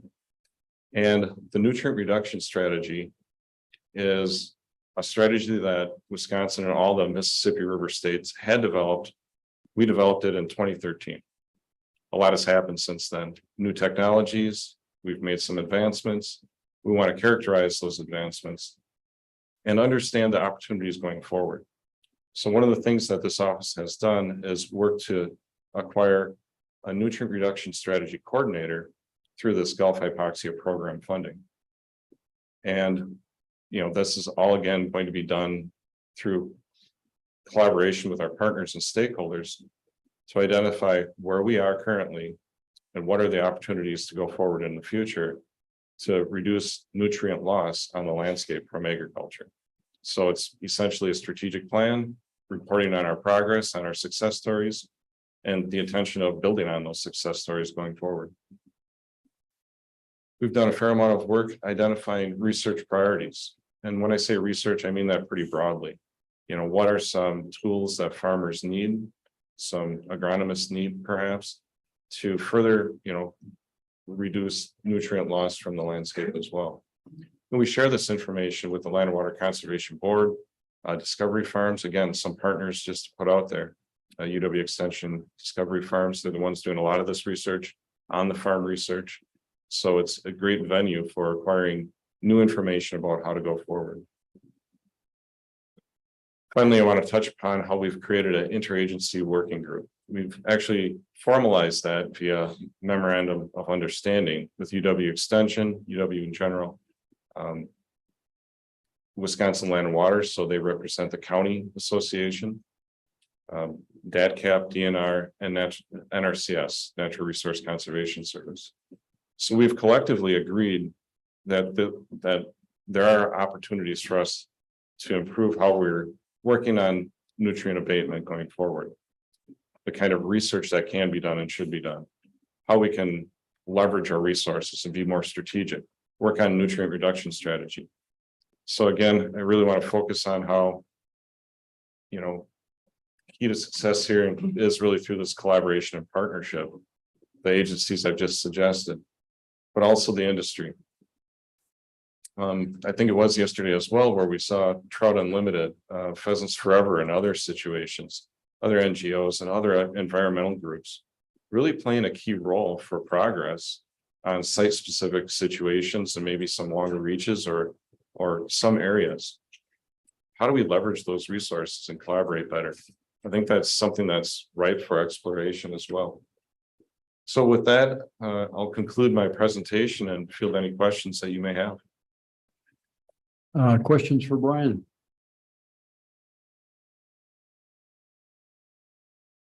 Paul? Well, thank you, Brian, and part of the reason I requested to have some information given on CAFOs is we're here in a part of the country where CAFOs is a hot topic sometimes.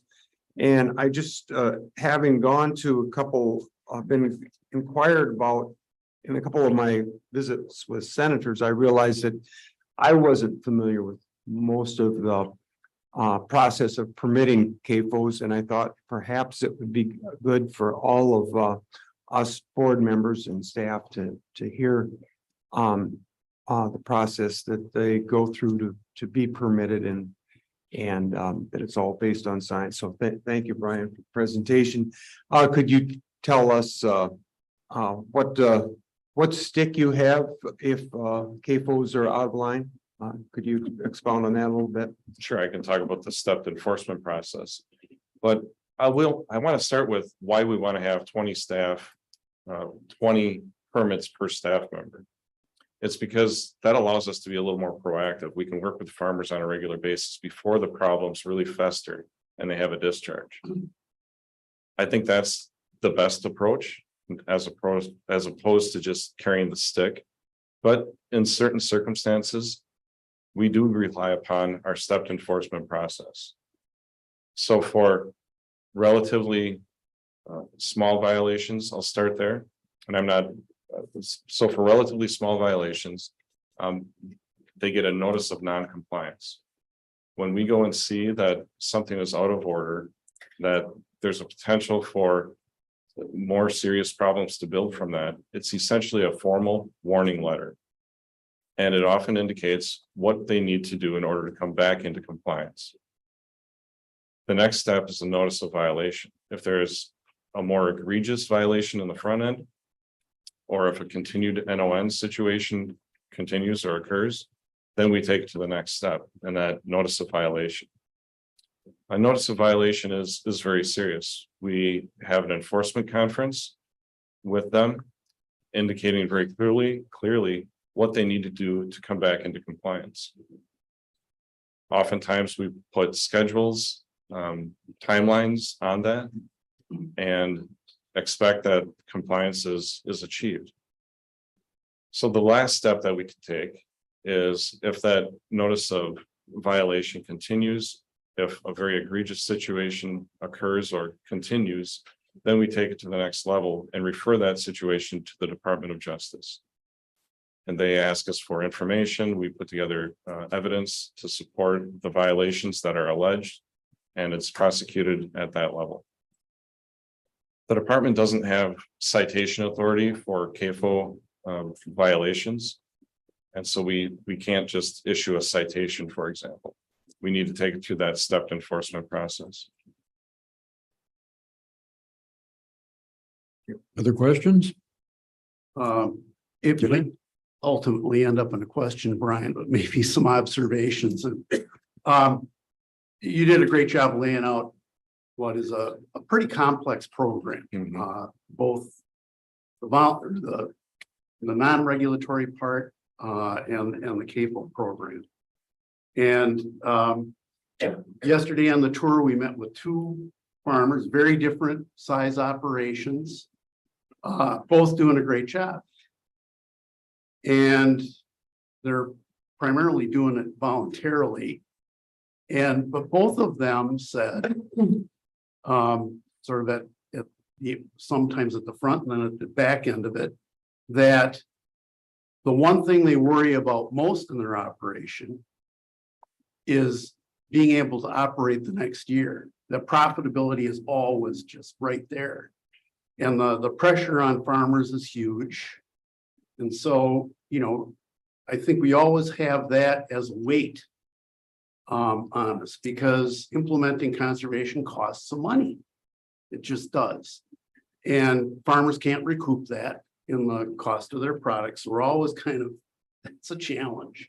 And I know we've talked about this and ways to move around it, but I think we need to keep that in mind as we move forward with that partnership you were talking about.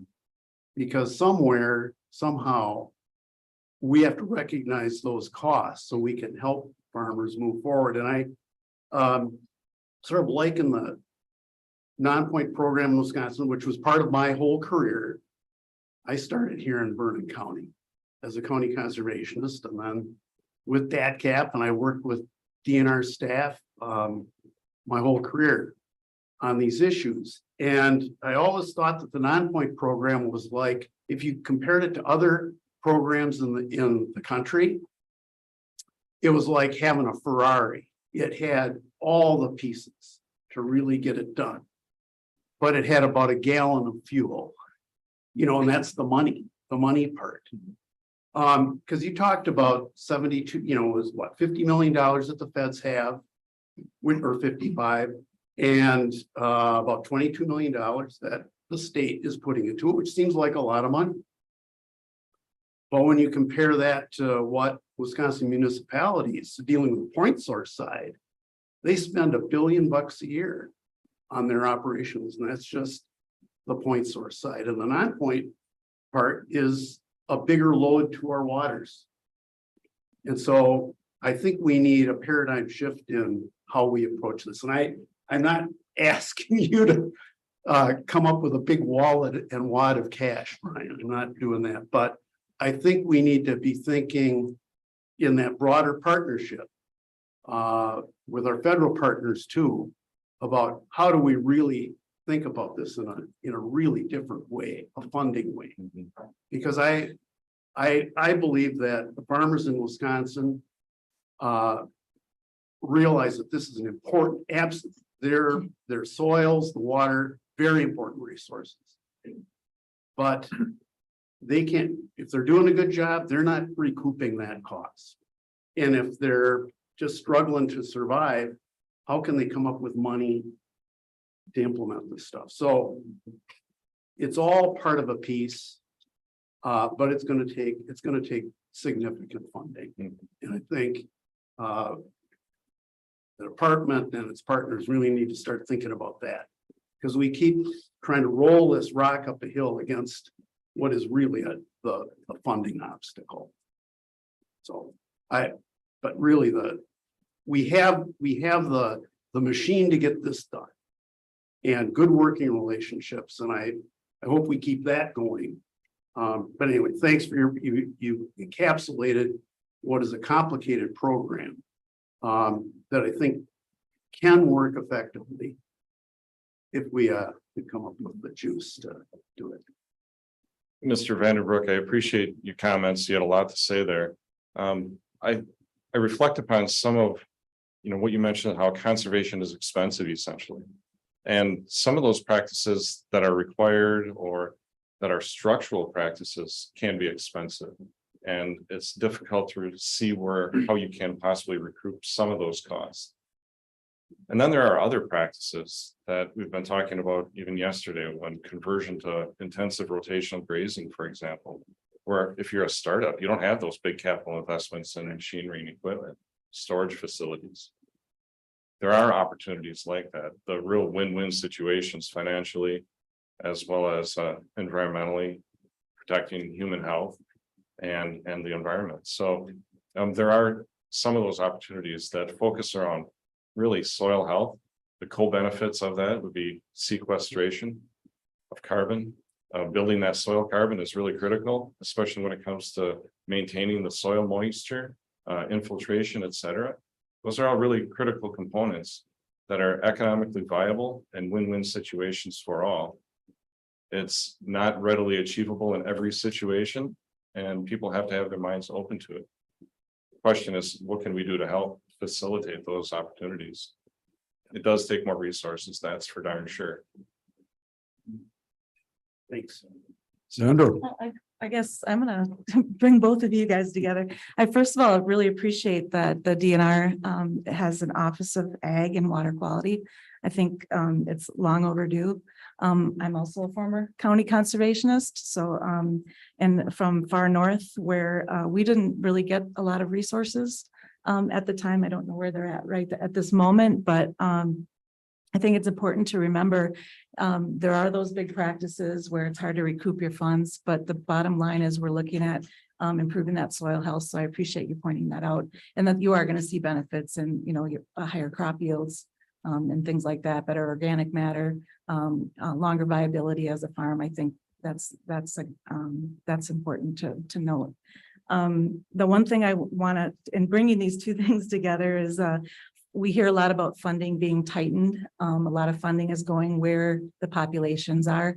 And we want to make sure that, we're losing ag agents up north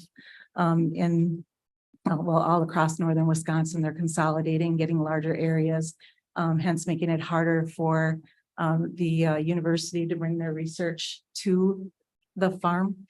We lost, I've been there long enough that we lost our research farm, our dairy farm. So those are things that I think we have to remember, and really focusing on that local level and giving them the resources they need to be that bridge, because the other bridges are disappearing from the state standpoint up in in some of those more remote areas.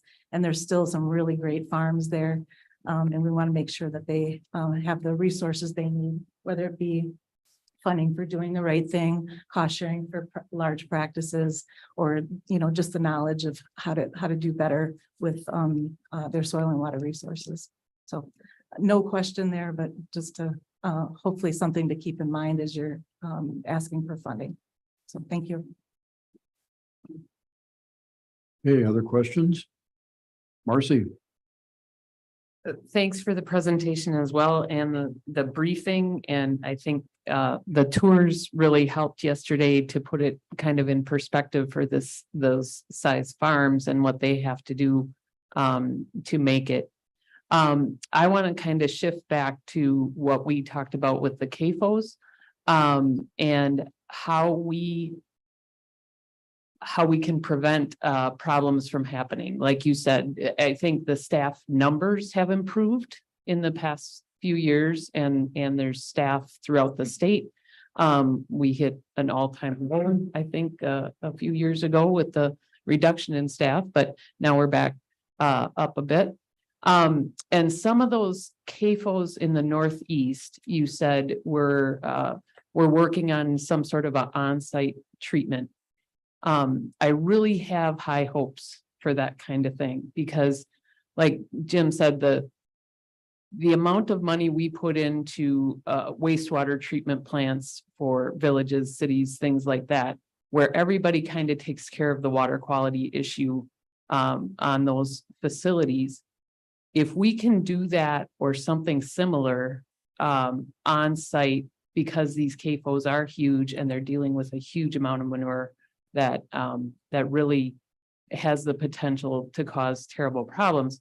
I think that would be a really interesting continuous pursuit and continuous update for this board and for others. And maybe next year when we decide where our outstate trips are, to take us to one of those state-of-the-art treatment plants and show that potentially there's something that can really make a difference.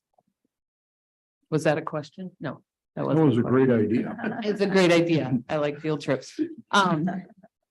But anyway, that was my encouragement for the whole CAFOs issue, because I know that there's a lot of research going on, and there's even other countries and other states that are dealing with the same issues. And like you said, as we consolidate the number of farms and they get bigger and bigger, the problem gets bigger and bigger as well. So, oh, and the other thing, in your partnership, this winter, we had an update on the carbon credits program. Right? Was that what it was called? When I spoke to the board in December, Is it- I didn't speak on carbon credits.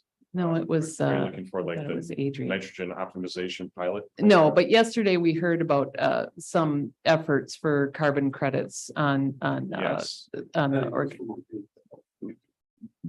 Oh, okay, but there is a state program that brokers credits. Anyway, thank you. Oh, so you're talking about water quality trading and maybe adaptive management, multi-discharger variants, that's all tied together. So. Okay. Anyway, I think your list of partnerships, there could be a few more things that would be brought into that we could continue to expand the umbrella and bring in for, again, to try and make it a little bit easier for the farmer themselves to get through these programs, or the local level, the conservation department themselves being able to know what all of the opportunities are, because I think a lot of that comes from the federal level. There's actually new legislation that had been gone through recently. Our environmental management division, water quality program, is working very strong on that in collaboration with a third-party credit bank. I Right. believe it's called. Yep. And so I don't know the status of that personally right now, but I know that the department is working on it. Okay. And yes, you're right. Municipalities are a strong partner with us, especially when it comes to multi-discharger variants. All those monies can be spent on ag non-point abatement, on the landscape, water quality trading. You're right. Those are a couple of good areas to talk more about. Thank you. Any other questions, comments? I have one, Brian, or maybe two. Yesterday on the tour, a couple of the takeaways that I got, the success of those two farms was heavily dependent upon the personal values and ethics of the farm owners and their families. And as you've mentioned today, the trends are in a direction where these farms are consolidating, they're getting bigger and reduced numbers. At some point, they become more corporate, if you will, and a little less personal. How do we have success in the future, recognizing those trends and also recognizing what has made us successful in the past and present? So that's one question.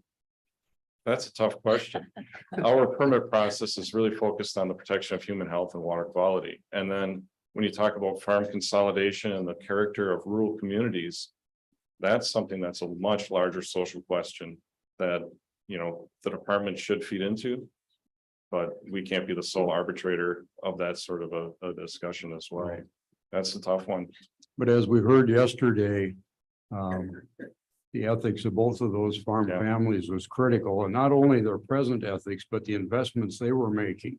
They were spending money today and putting time in for improvements that might be the next generation down the line in the farm.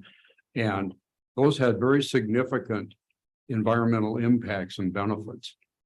And how do we incorporate that same kind of vision and commitment as the farms become less personal and less connected to the communities? I do think that's a great question. And it's something that, we've been collaborating with social scientists at UW in particular.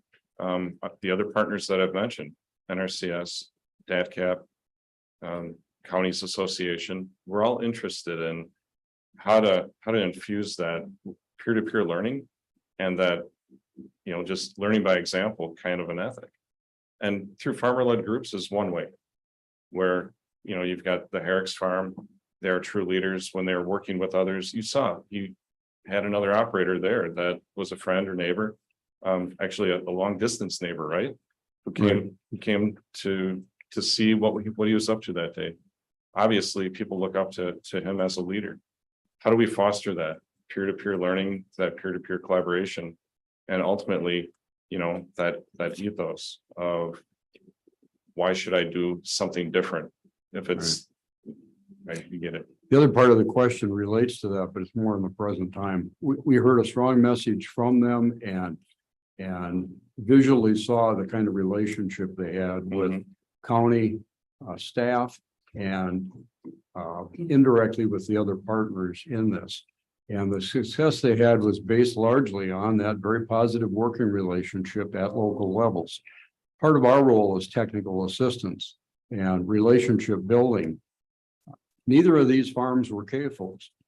And a lot of our staff effort is focused on permitting and relationships with CAFOs, and yet these successes were somewhat below that level of size. What's our presence, feet on the ground, in the field, at these local farms, in these local communities? Are we able to play the role that we should be playing of a technical assistance, one of the partners in this? Are we able to fulfill that? That's another great question. And it's not that easy because we've got 72 counties and those individuals, we have different relationship with those individuals. They have different needs. Likewise, farmers, you know, 6,000 dairy farms in the state, 60,000 other farms in the state. There's a lot of different perspectives out there. What we currently do, we might have a fisheries biologist that has a very good relationship with a farmer. You know, what you saw yesterday, you saw them going up and down the stream and we get easements on occasion. Forestry folks work with farmers on a regular basis for whether and wildlife, for DMAP, for MFL, property, programs. So regardless of what kind of a division you're in or program you're in, you likely have a touch base with farmers. Water quality program, watershed program, waterways. So I can go on, but the point is that you might have an individual in a forestry program that has a great working relationship with a farmer. And they might be only talking about forestry, which is understandable at this point, but are we missing an opportunity there to make a connection with somebody in the watershed program, for example, or water quality program that can talk to them about agricultural conservation or soil health, or get them aligned with the right people, whether it's an agronomist, whether it's a UW Extension Basin educator, et cetera, the right researchers. I think we're missing those links. We have a lot of people that work with farmers for conservation purposes on a regular basis. It's hard to pin down how many we have that are successful at it on a regular basis for water quality. Okay, that's just an example. Well, it brings me back to your earlier comments about making those internal connections within the department across those division lines and getting program staff aware of what's going on in the bigger picture and how to better connect those resources together. That's absolutely it. Excellent approach. Thank you. Yeah, thank you. Other questions, comments? Okay, thank you very much, Brian. You're Thanks, welcome. Brian. Thanks. Take care. Okay, we're coming to a point in our agenda, despite all my comments about being transparent and open, we have an agenda item that's going to require a closed session. We have some ongoing litigation the board's going to get briefed on, and a briefing on security that both are under specific authorities to do that. So with that, I'd request a motion to move into closed session under the authority of statute 19.85 sub 1 sub D for a safety and security briefing, and under the authority of 19.85 sub 1 sub G Wisconsin statutes to confer with legal counsel regarding strategy with respect to pending litigation against both the Natural Resources Board and the DNR. We'll need a roll call vote to authorize that. And first of all, we'll need the motion. So move. Got a motion to go into closed session. Is there a second? I'll second it. And a second from Paul. Any discussion? We're doing it, I thought we were gonna do it at the end of the meeting. We're gonna do the closed session in conjunction with lunch. And then we'll come back into open session. Okay. thank you. So any more questions or comments? Okay, all those in favor, excuse me, we got to do a roll call vote. Ashley, roll call, please. Sharon Adams, In favor. Paul Burt, Aye. Dylan Jennings, I, Sandra Dinas, I, Bill Smith, Yes. Jim Vandenbroek, Aye. and Marcy West. Yes. Okay, motion carries. We're going to go into closed session. And we will reconvene after our closed session and lunch. Let's make it 1 o'clock. We'll reconvene about 1 o'clock. Enjoy your lunch. Thank you.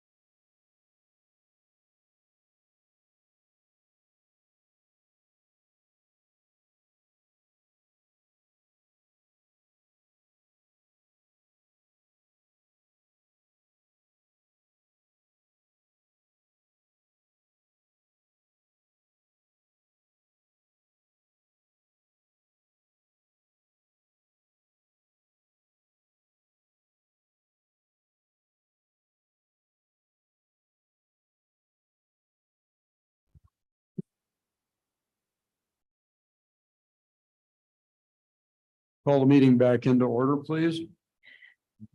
And at this time, I'd request a motion to adjourn our closed session and resume open session under the authority of 19.85 sub 1 sub D of the Wisconsin statutes. And under the authority of 19.851 G Wisconsin statutes, to confer with legal counsel regarding strategies on pending litigation and to confer with updated briefing on security matters.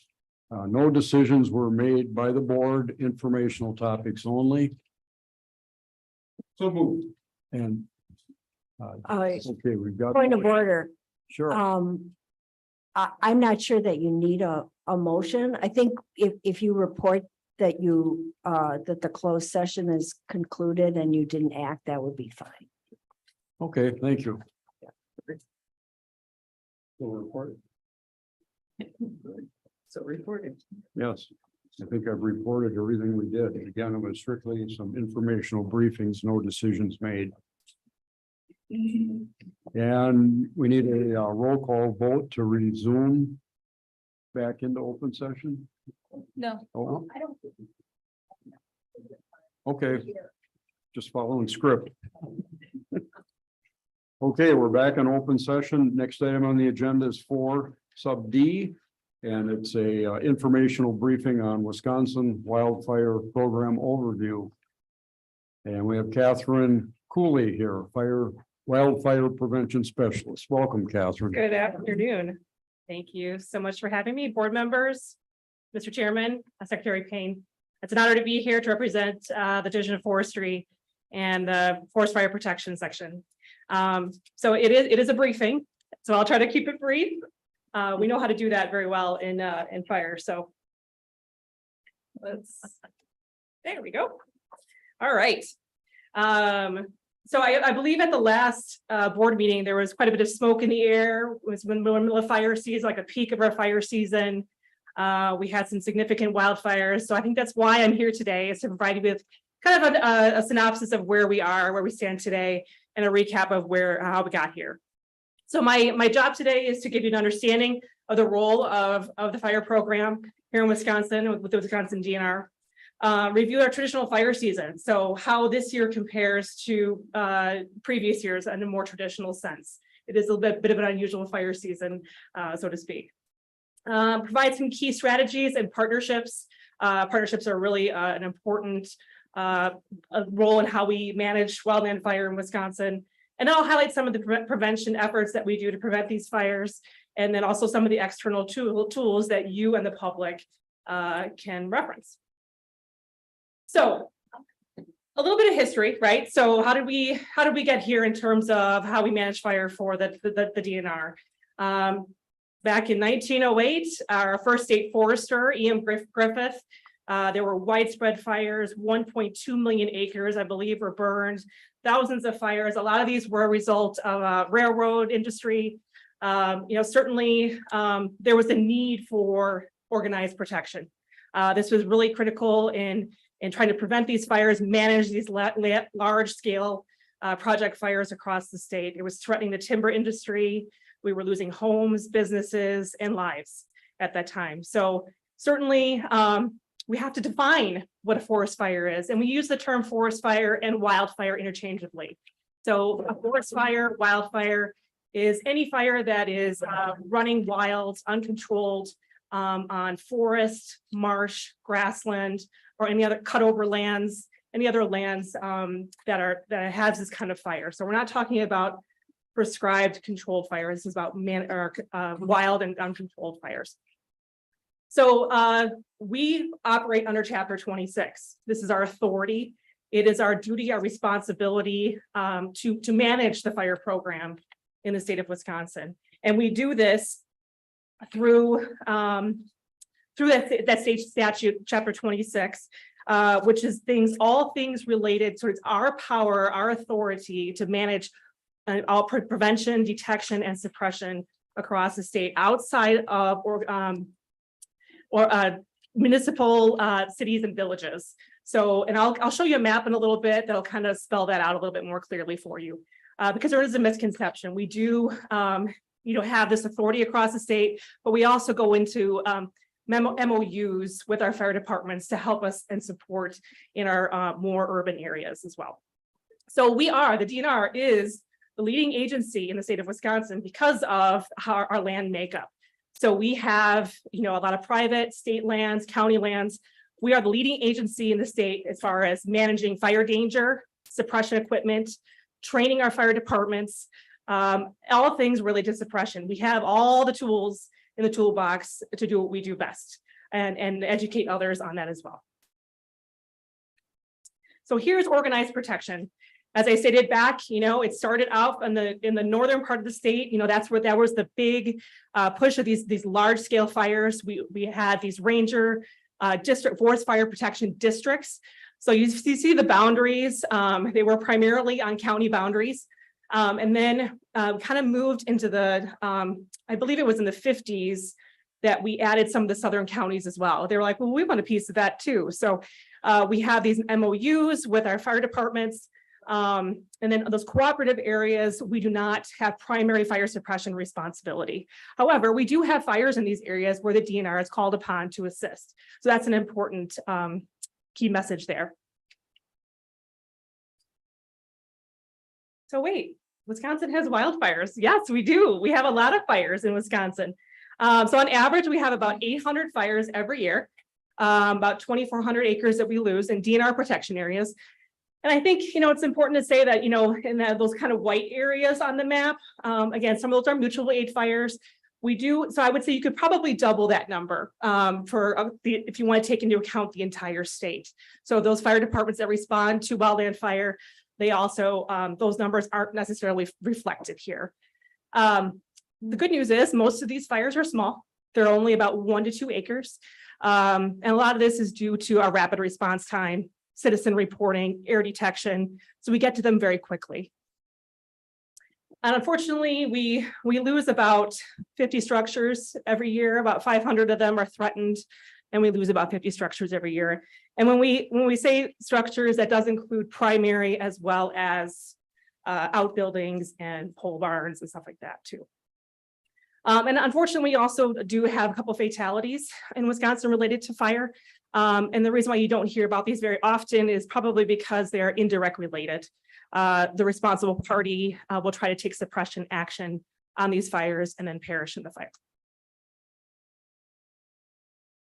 So let's talk about some of the seasonal trends. We have spring is the peak of our fire season. Right after that snow cover disappears, we have all this dead, dry vegetation on the ground, very susceptible to fire. We have the low humidity, the gusty winds, warmer temperatures, all those things coupled with that dead, dry vegetation really make it fire prone. So in addition to the fact, 98% of our fires in Wisconsin are caused by people. The good news is those can be prevented. So debris burning is the #1 cause of wildfires in Wisconsin. And when I say debris burning, that means leaves, brush, pine needles. Those are the legal materials. And there's also, folks like to slip in some garbage and some bad things as well. So trash related, that kind of thing. So it is a combination of a different, and also some of these could be related to large scale like broadcast burns as well. The prescribed fire is also part of this category. So again, 1/3 of our fires are caused by debris burning. Typically starts in the south, usually in like March-ish, and it kind of moves from the south to the north as that snow cover disappears. This year was a little different. I think we had snow cover until May, especially in the north. So certainly a little different, and I'll kind of talk about some of those comparisons in a future slide. It is not uncommon for us to see a spike in fire season in the summer if we have an extended drought period, no precipitation, then again in the fall when the leaves are on the ground. All right, I want to be clear, Wisconsin is not California.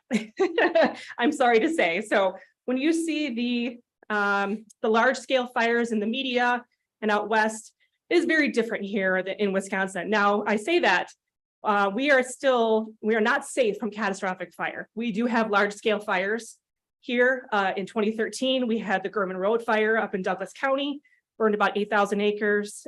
We had the Cottonville fire which was in 2005, and that burned about 3,400 acres. You know, if you want to go back further, there were some large scale fires in the 70s and 80s. Again, when we have those droughty time periods, especially in the spring. So we do have very large scale fires. They just don't happen very often. Again, some of the fire causes, you know, again, 98% of our fires are caused by people. Typically out west, you see more lightning caused fires. So it is a combination of human activity as well as natural causes out west. We do have a couple lightning fires, but most of our lightning caused fires are followed up by rain. So a lot of times they get put out right away. So you don't even realize that they're happening. You know, and we had some presenters earlier today about, you know, the water and water tables and things like that. And, you know, I've been with the department for over 20 years, and people ask me this question all the time about, you know, climate change and how has fire season, you know, evolved. And I would say in my tenure, you know, I have seen a steady decline in fire occurrence. The 30-year average, we are down, and that is good news for us. You know, a lot of this is, I think, technology, rapid response time, keeping those fires small. You know, we're having wetter springs, and that's just the reality of it. We're still in these cycles of having droughty periods. Like this year is a good example. Prior to this, I think we had kind of a drought stretch in 2012. Was the last time we were kind of in this position. But again, this year, and I'll get into it a little bit later, but it's been kind of up and down. You know, we see a little bit of rain, the grasses kind of green up a little bit, and then it dries out again. So we've been kind of on this roller coaster. Again, more shade tolerant species, which are less prone to fire as well. So I would say, you know, that definitely as far as climate change goes, in Wisconsin, we are definitely seeing a shift that is aiding in our fire situation. But let's talk about this year, 2023, how it compares to kind of the traditional years. Again, we're about 200 fires more than the average year, and that's just because of that extended drought. You know, we've seen about 4,400 acres to date. Again, 1,800 is the average, and that is because of the two large scale fires that we did have this year, and I'll touch on those in the next slide. As far as fire causes, again, non-traditional in the sense, no surprise that equipment has kind of jumped up ahead of debris burning. Again, because debris burning typically occurs in the spring. When we get into the summer months and having an extended fire season, we tend to see equipment fires go up. And then obviously, people like to use fireworks around the 4th of July. So no surprise there that fireworks is kind of in the third slot. And this is a typo on this slide. I had 3 red flag warnings in May. It was actually in April, so I apologize. In my career, I have not had, we typically have red flag warnings, you know, once, twice a year. This year we had 3 days in a row. That was very, very unique for Wisconsin. And a red flag is basically extreme fire danger. We work very closely with the National Weather Service to determine the criteria for when we're going to call those days. So we did have 3 days in a row where we did meet that criteria for red flag warning. And it's really a great prevention tool to alert the public that, you know, potential for fires is very great. So with that, we had 21 fires that were larger than 5 acres this year. We had the Arcadia fire, which got a lot of media attention. That was in Monroe County, and that was on April 12th. And that burned about 3,000 acres, just up the road here. And then we also had the Pallet fire, which was in Waushara County. That was about 730 acres. And that was on July 10th. Again, unusual to have these large scale fires in July. So certainly unique in that sense. You know, we continue to kind of hover in this D3, which is like an extreme drought. There's a pocket kind of in northwestern Wisconsin currently, and then southwestern Wisconsin is still kind of hovering in extreme drought. But you know, we've certainly, this is kind of a long drawn out fire season. We staffed about 30 to 35% more than the average year. And I say staff, that means we've got firefighters on standby working fire. And that means at night, on weekends. So certainly, and they're continuing to do that. I think today is a moderate day. We're getting a little bit of a stretch here with no rain. So we're going to continue to monitor that. We've had some recent rain events. And that really does help with some of those lighter fuels, those grassy, flashy fuels, we call them.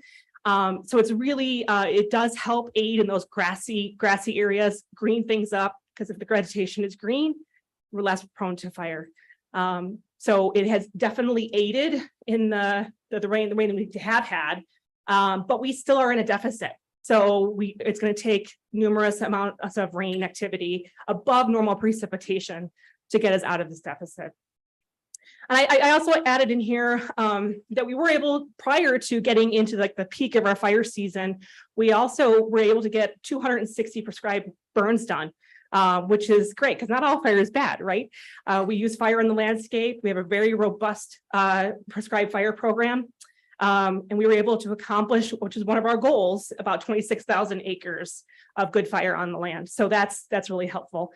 However, we aren't able to do some of those summer burns right now. And then primarily just because of the extended drought, it does put some stress on some of our more mature trees. The smoke has been a problem in allowing days to be able to conduct any burning, and then just suppression resources where it's been a long fire season, and to compound that with additional burns, and we met our goal. So we feel like we have done what we need to do in terms of that applied fire on the ground. So just some of our strategies in the forest protection section. We have preparedness, we have training. So obviously very, we have qualification standards that you have to meet in order to fight fire. Suppression, we have a lot of equipment. We use equipment in state, we use equipment out of state. We mobilize on these large project fires. Again, I mentioned the prescribed fire program. We acquired oversight of the prescribed fire program. Forestry acquired the oversight of the prescribed fire program in 2018. So that means we now handle the training, the certification, the quals, and mobilize the equipment to conduct these burns. We also have a law enforcement aspect to our fire program. There are citations, there are warnings that are given. We do have under chapter 36, or excuse me, chapter 26, citation authority for folks who cause a fire related to having the fire escape or not having proper burning permits. So that is within our scope of authority. We have agreements with fire departments, almost 800 fire departments across the state, and we have MOUs. We train them on wildland fire suppression. We administer grant funds so they can have proper protection equipment to be able to fight the fires on the landscape. We also fabricate our own equipment in Wisconsin. I don't know if anybody knew that. Seems like a great maybe field trip in the future, just saying. Up in Tomahawk, we fabricate our own equipment, which is a really neat, unique feature. Fire prevention, that's my wheelhouse. So we take fire prevention very seriously, and I'll get into some of that in the future here. We also do a lot of community planning. We work with community members to develop community wildfire protection plans. We administer grants to aid these communities in making their communities and homeowners more fire safe. All right, so what kind of toys do we have? So we have about 200 engines. So that the slide on here, the engines on the left, we have about 200 of those. We also have 5 marsh rigs, which is that marshy one on the top center. We use contract aircraft in the spring. So we contract single engine air tankers, which we utilize during our peak fire season. And those are quick strike, initial attack airplanes that can help slow down the intensity of a fire and help us get ground resources on there very quickly. We have 77 dozers or tractor plows. And I'm going to show you here in a little video of a bird's eye view of what it looks like to be in the cab of one of our dozers. So stay tuned. We also manage about 600 people, and that includes Fish, Wildlife and Parks, NHC, and Forestry. Anybody who has a qualification in fire, Forestry manages that. So about 600 personnel within the department have some sort of fire qualification. And then we also have 11 air detection planes. These are our eyes in the sky. They help us see smoke, get our resources into the fire quickly and safely. All right, you guys ready? All right, so this is a short little video clip where you can see kind of what it looks like from one of our tractor plows, and then also how we build line around a fire. So some of our fire suppression goals are rapid response. We want to get to these fires very quickly. In 13 to 14 minutes is our goal. So we want to get to these fires, initial attack very quickly, and put what we call an anchor and flank, which is we fight fire from the ground. We have an anchor point and we drive the dozer, the tractor plow, see how that line and the fire burns right up to it. The fire goes out. So we build a line around it, try to keep the fire small, try to have those fires controlled within the first 12 hours. We use air attack to slow the intensity of the fire, get those ground resources in there and knock it out from the ground. One of our goals is to have 95% of our fires under 5 acres. As I mentioned, we work very closely with our fire departments. They help us with that initial attack as well as structure protection.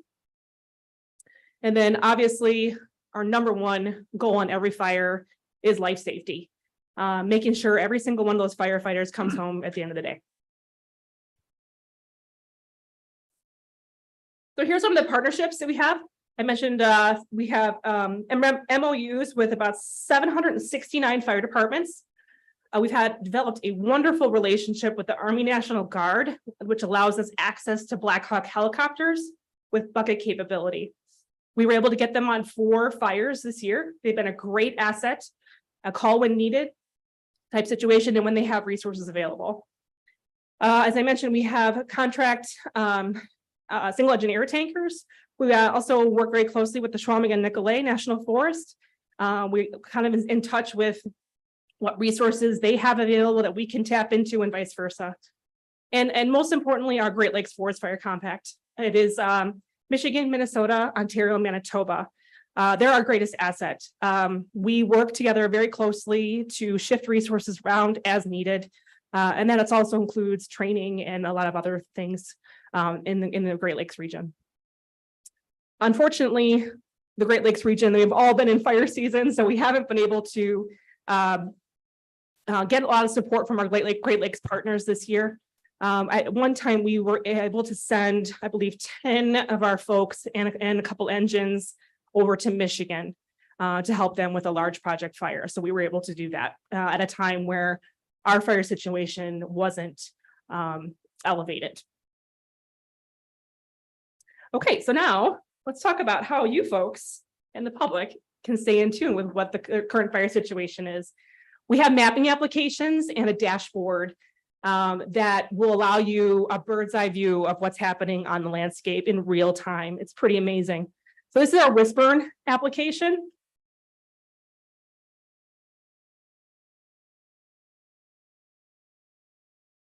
It has the current fire danger and it's live so those smoky fire danger signs.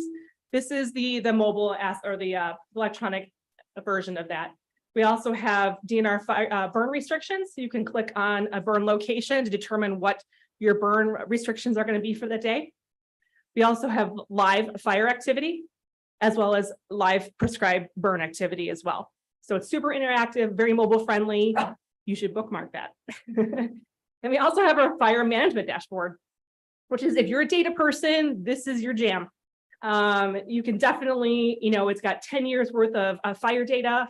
You can see what's happened yesterday. You can see what's happened in the last week, current year to date, and then all the way back to 2012, I believe.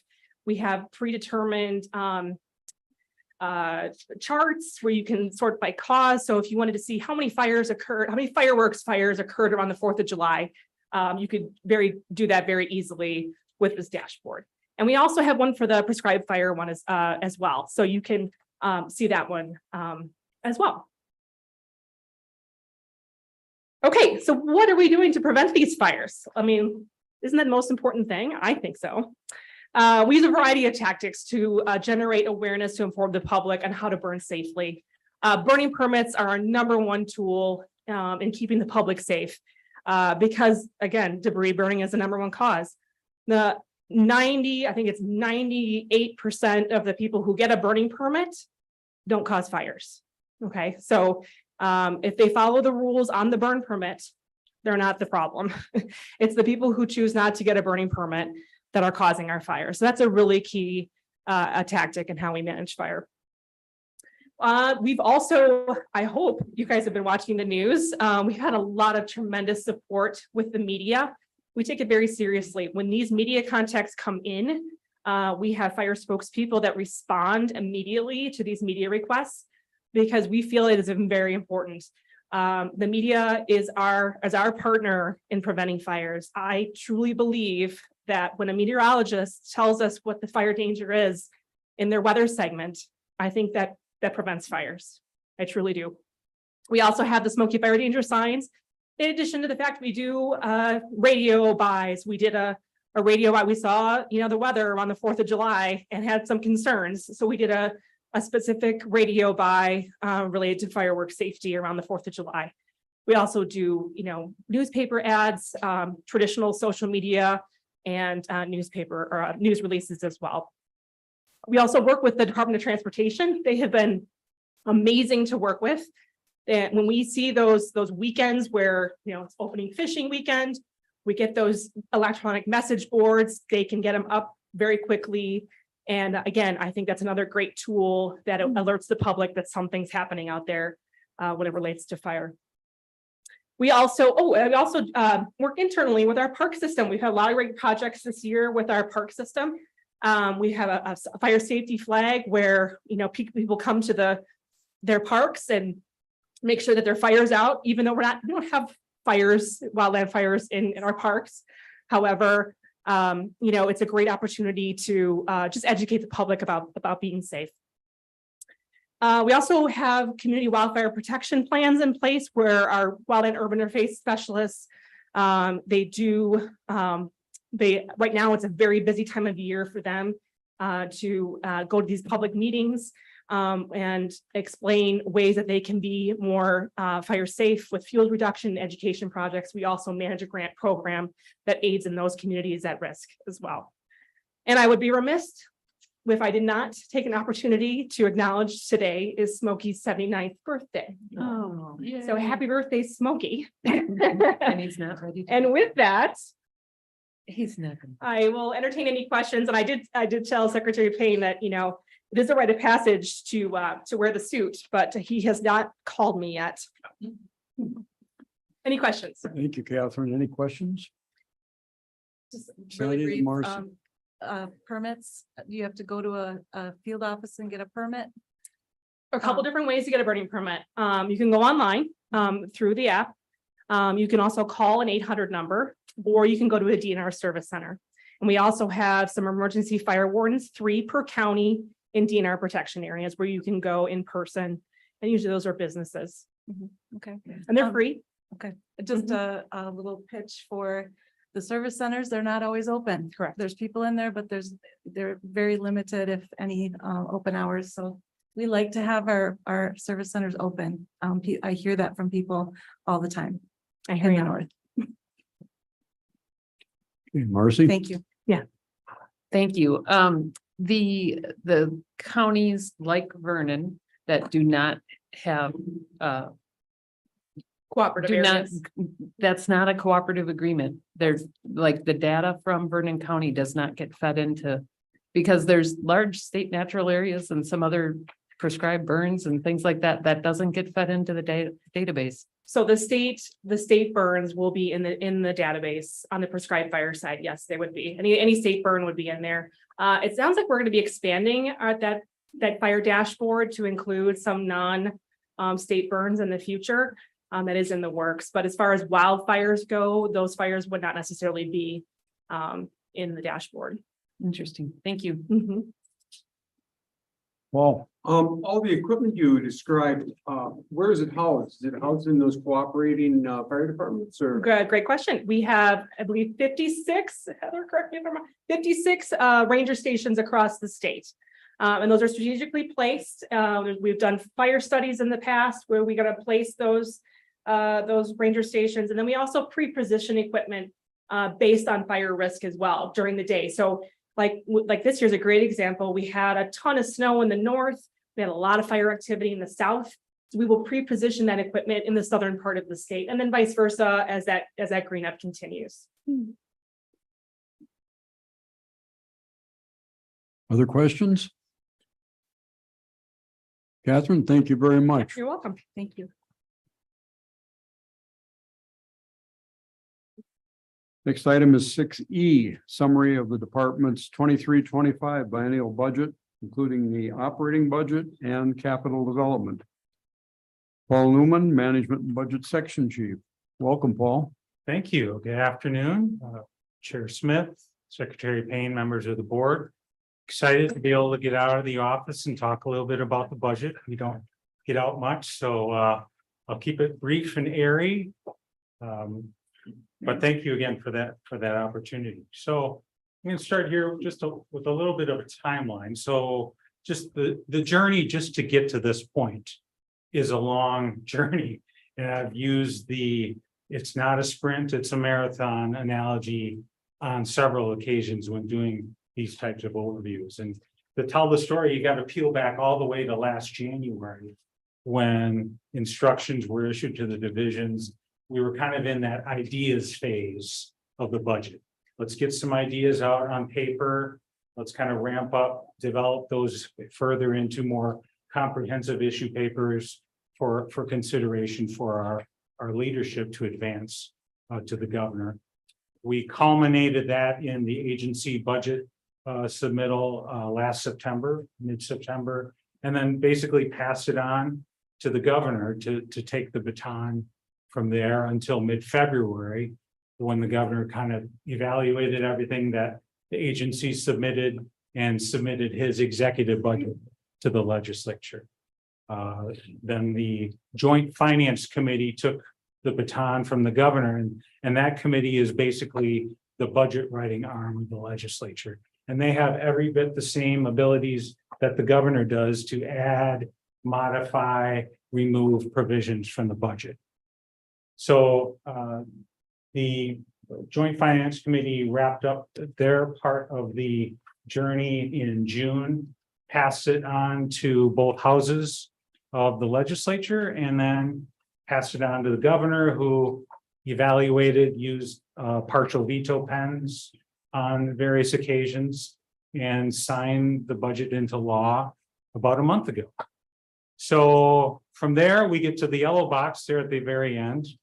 Sorry, I don't have any videos here. So spoiler alert, budgeting is not exciting video laden work, but we're basically in the implementation phase of the budget now. So we've taken it, we've analyzed the numbers and the content, and now we're kind of working with the programs to get that information out to them, especially ones, provisions that are more time sensitive in nature and just require a little bit more care and handling for them to take it on. So that's the budget journey that we are in. And I'll leave you with just a couple of big picture budget stats, both dollar wise and staffing wise. Excuse me, our 2-year budget is a little over $1.2 billion. That represents a 7.5% increase over the base budget. And just if you want to use that as a metric, by comparison, 2 years ago, our budget ended up to be about 0.1% below base. So by comparison there, we moved the needle in positive direction quite a bit as compared to 2 years ago.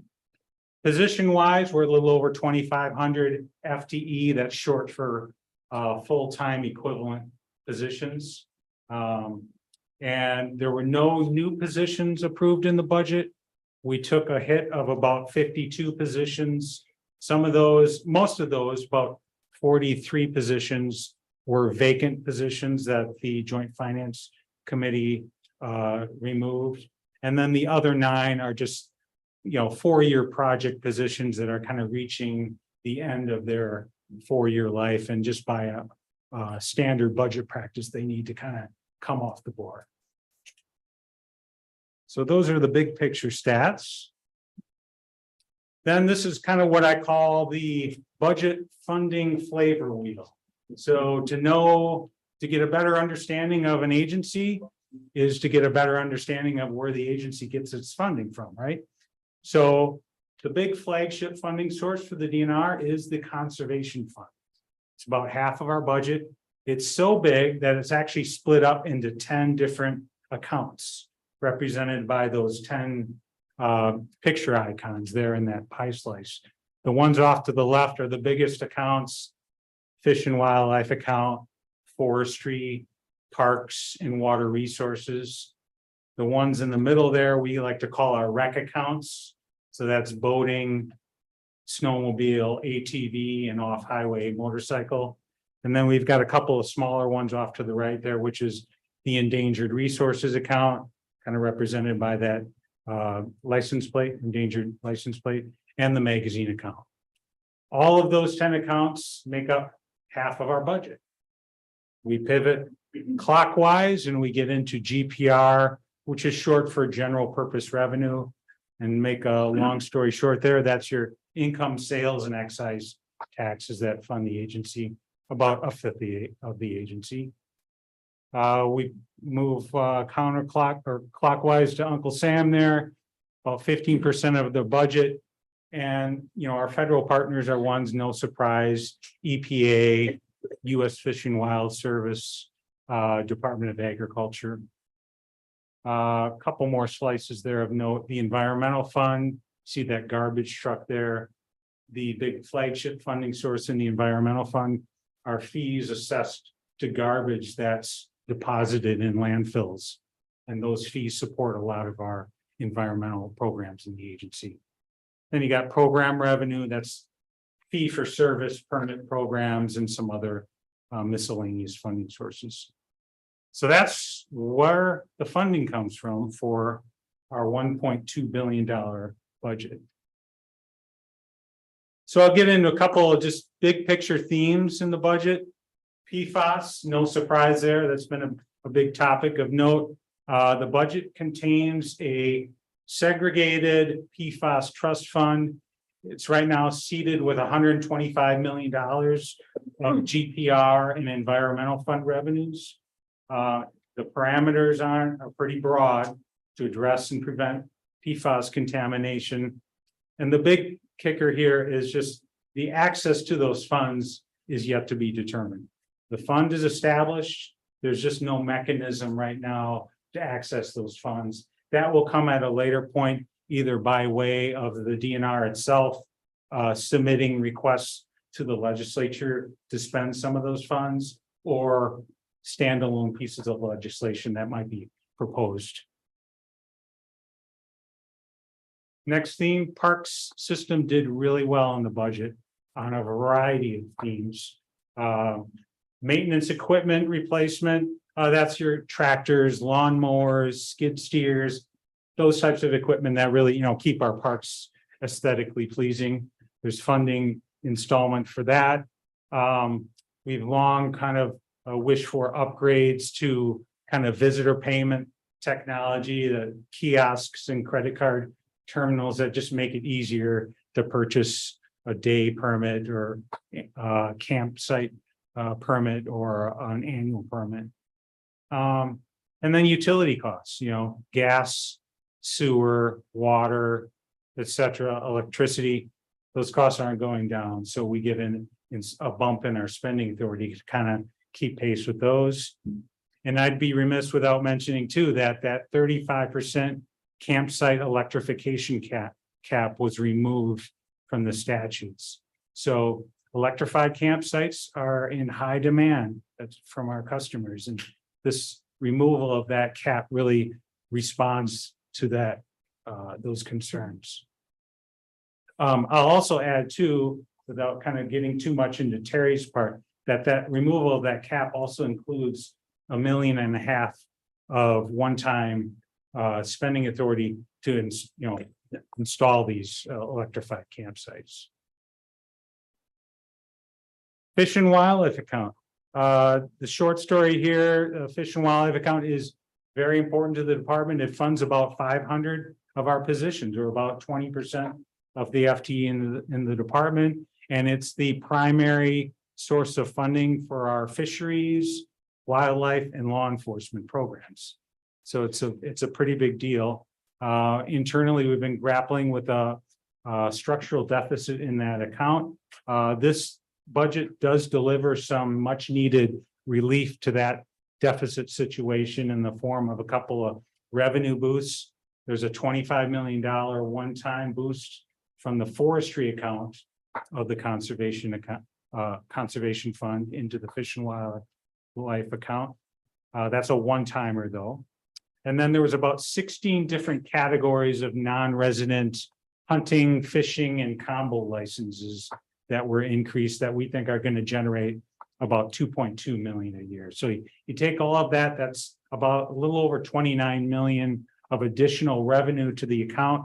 That buys us some more time with this deficit situation in the account. It's kind of a 2-year bridge that we can kind of take into consideration, evaluate, and then I guess the story is yet to be closed on that. We'll probably be looking at other options that are more long-term and sustainable to kind of plug that deficit in the account. So more to follow on that. All right, staff safety equipment. Department has always done really well.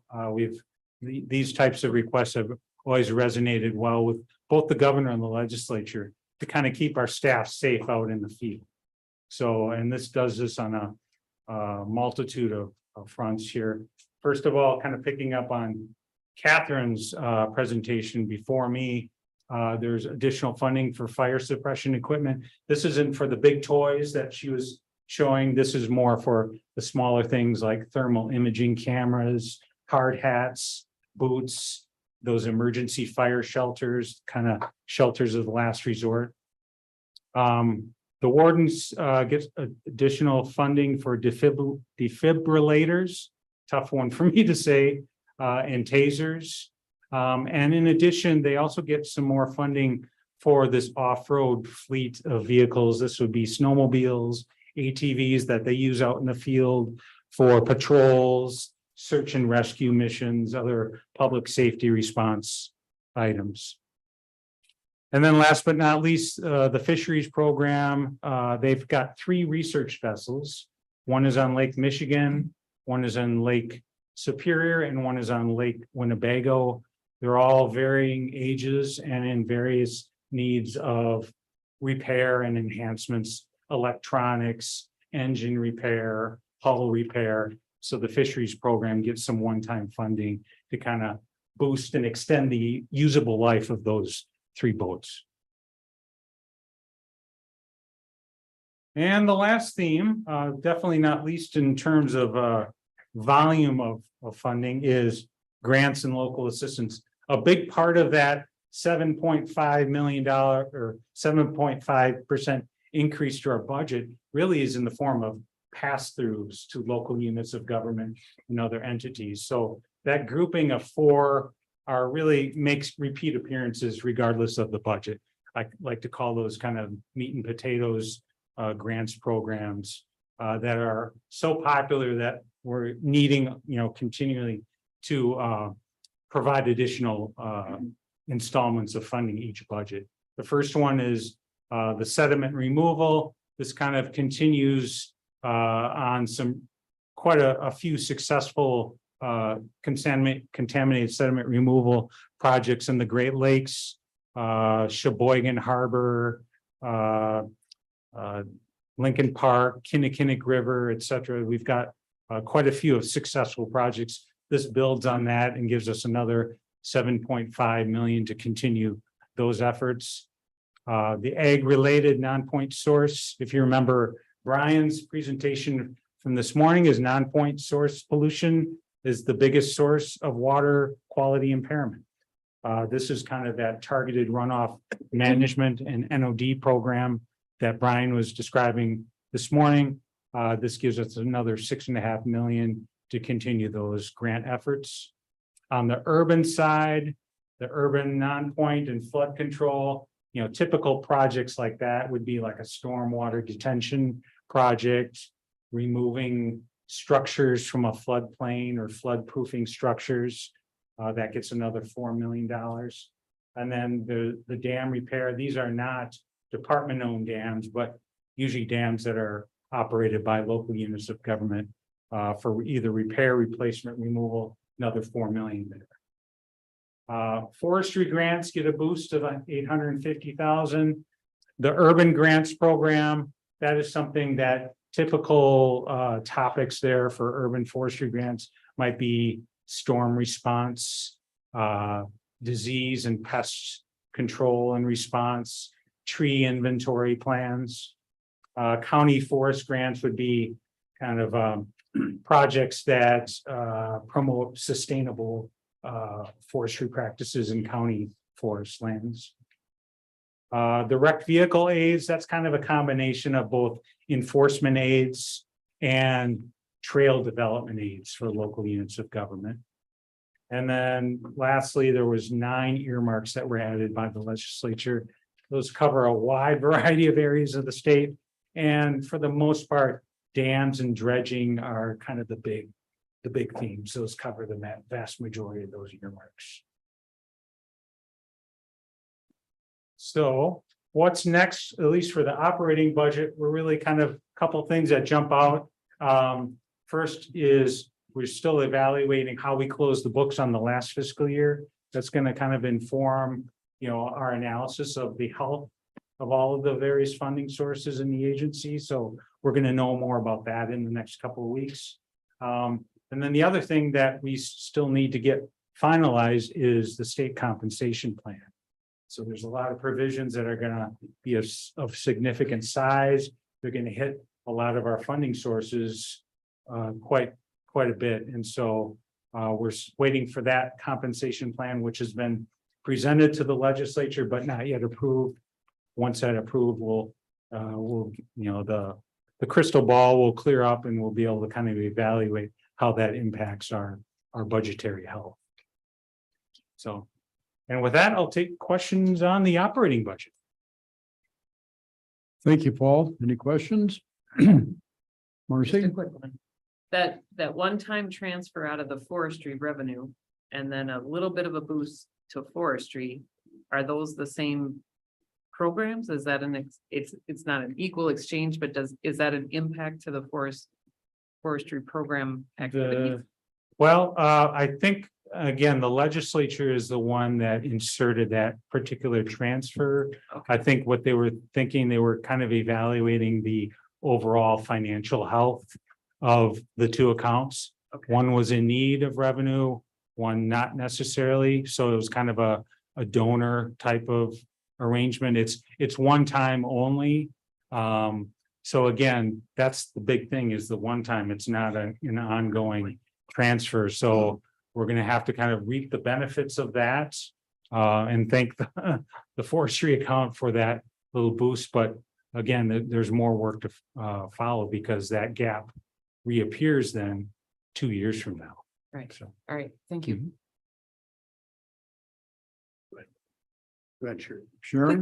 One quick question. Yes. Thank you, first of all. okay, yeah, Take you bet. $1 billion budget and make it make sense. Okay. The 52 positions, will that have a particular impact in any of the departments? Is it spread across or is it focused? It's spread across several programs, several funding sources. They were all vacant positions. I believe the legislatures have been kind of using kind of an approach here for several budgets now, is evaluating the age of vacancies and kind of making a cutoff at a certain point. I think they were using 18 months as the filtering mechanism for DNR's vacancies. And I guess I'll just kind of take that a step further, is, why so many vacancies? There's a variety of reasons. Sometimes it's an affordability issue where the funding source isn't there. to support filling positions until that is cleared up. It could be retention, recruitment and retention issues because, fact of the matter, it's a tight labor market. It's tough for us to compete, with private sector, other public sector for filling positions. And then something longer term that we think is going to be addressed a lot in the compensation plan is kind of boosting the pay levels to make us more competitive out on the labor market to, okay, you're paying this week. We think we can match this with an offer to fill positions, but yeah. So I would say more directly to your question is they were vacant positions. They were not filled, spread out over kind of a wide. I really appreciate the backstory. Yes, Because I think yes. that will have dramatic impact. Yeah. Going forward. Yeah. Thank you. It's not the first time that the agency's taken FTE cuts in the budget. It's kind of been a development over, let's say, 6 or 7 budget cycles. So. Okay, Jim. Thanks. Yes. This is specifically related to the environmental fund. Sure. I used to follow that pretty closely in my previous life. And because so many things get funded out of it, including some funding to local land conservation too, which was my interest at the time. But we had a Ledge Fiscal Bureau looked at the long-term health of it. This is 5 years ago or so, and saw that there was like a structural deficit, primarily because the fund itself had to pay for the financing of bonds, basically pay back its own bonds, which used to come out of GPR, and then that stopped. Yep. Which had an immediate impact. Yes. So is has the fund recovered? Is it still dealing with that? That's a great question, and that's a credit to you for kind of knowing the nuances of the environmental fund. But you're spot on that the fund took on some debt service that had previously been GPR supported. These are from some really dated programs back to probably 80s and 90s. To make a long story short, we're kind of nearing the end of that debt payment cycle. So that debt obligation has started to diminish quite a bit over the last few budget cycles. And that's put the environmental fund in a much better position. Good. So that's not one of the patients that we're worried about as far as financial health at this time. Okay, good. That's good to Yes. hear. Thank you. Okay, any further questions from the board? All Thank you, right, Paul. and I will turn it over to Terry Bay, who's batting cleanup on the budget. Wonderful. Terry on capital development budget. Good morning. Hey, Paul, you look a little taller. Afternoon, Terry. Good afternoon. Good afternoon, Laura. Good to see you again. Chairman Smith, Secretary Payne, Terry Bay with the Facilities and Lands Bureau. I am going to provide an update on the capital budget portion of the budget, which was approved in the overall department budget as part of that annual cycle that Paul talked about. As outlined to the board in September, the capital development portion of the budget provides the department funding necessary for maintaining and improving our public access and our public recreational facilities on DNR owned land.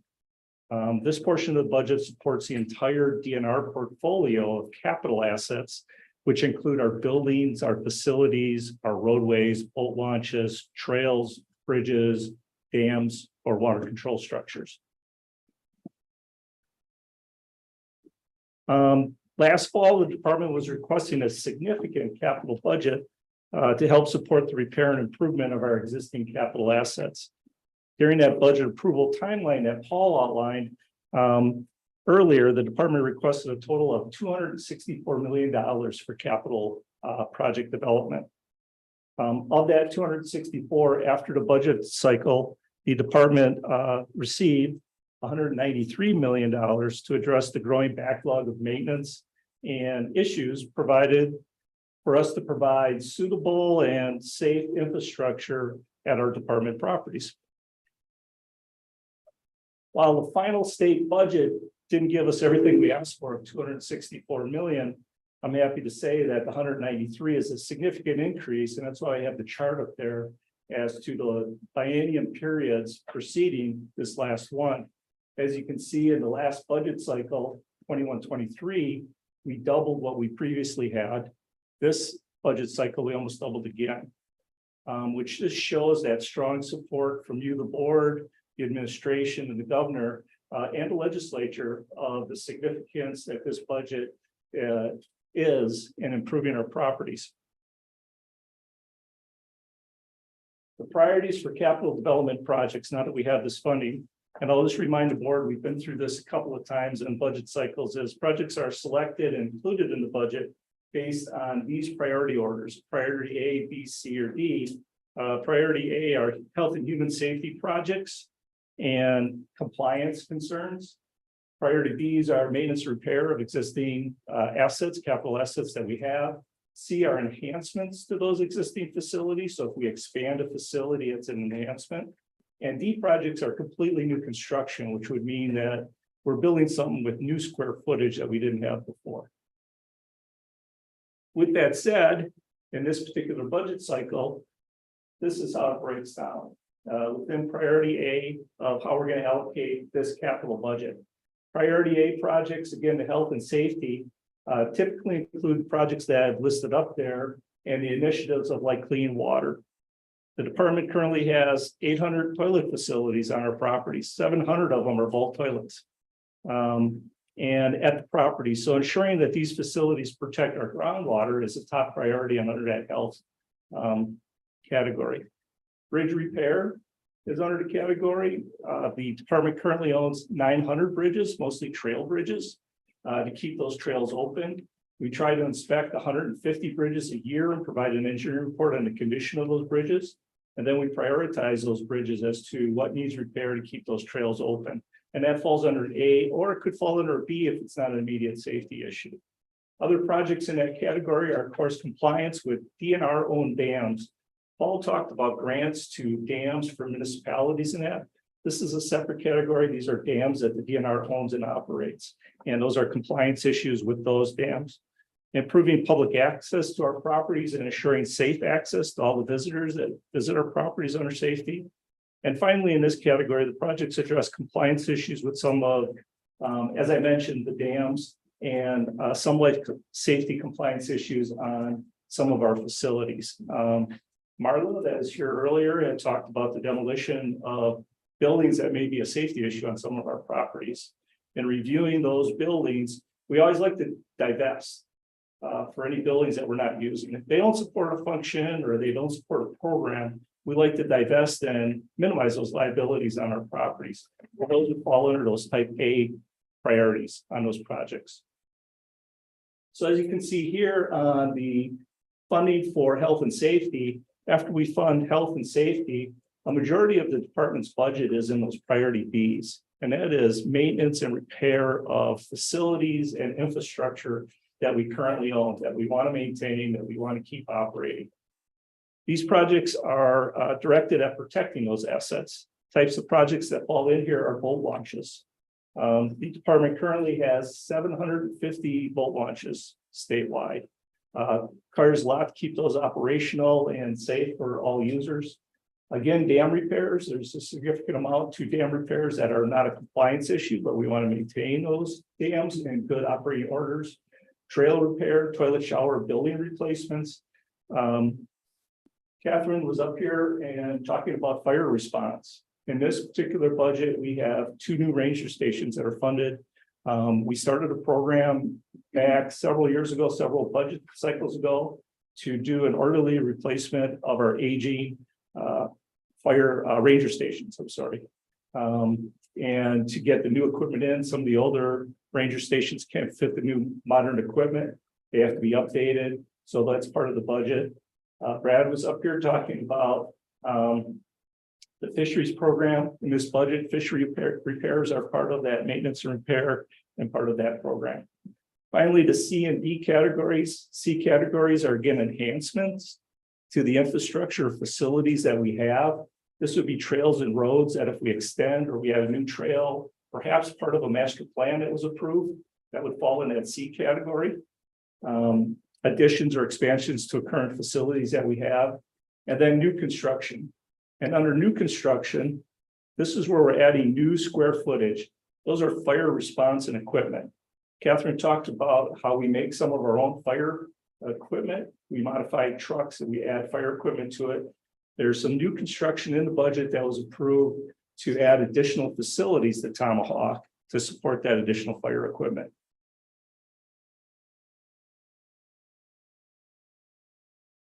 Next steps.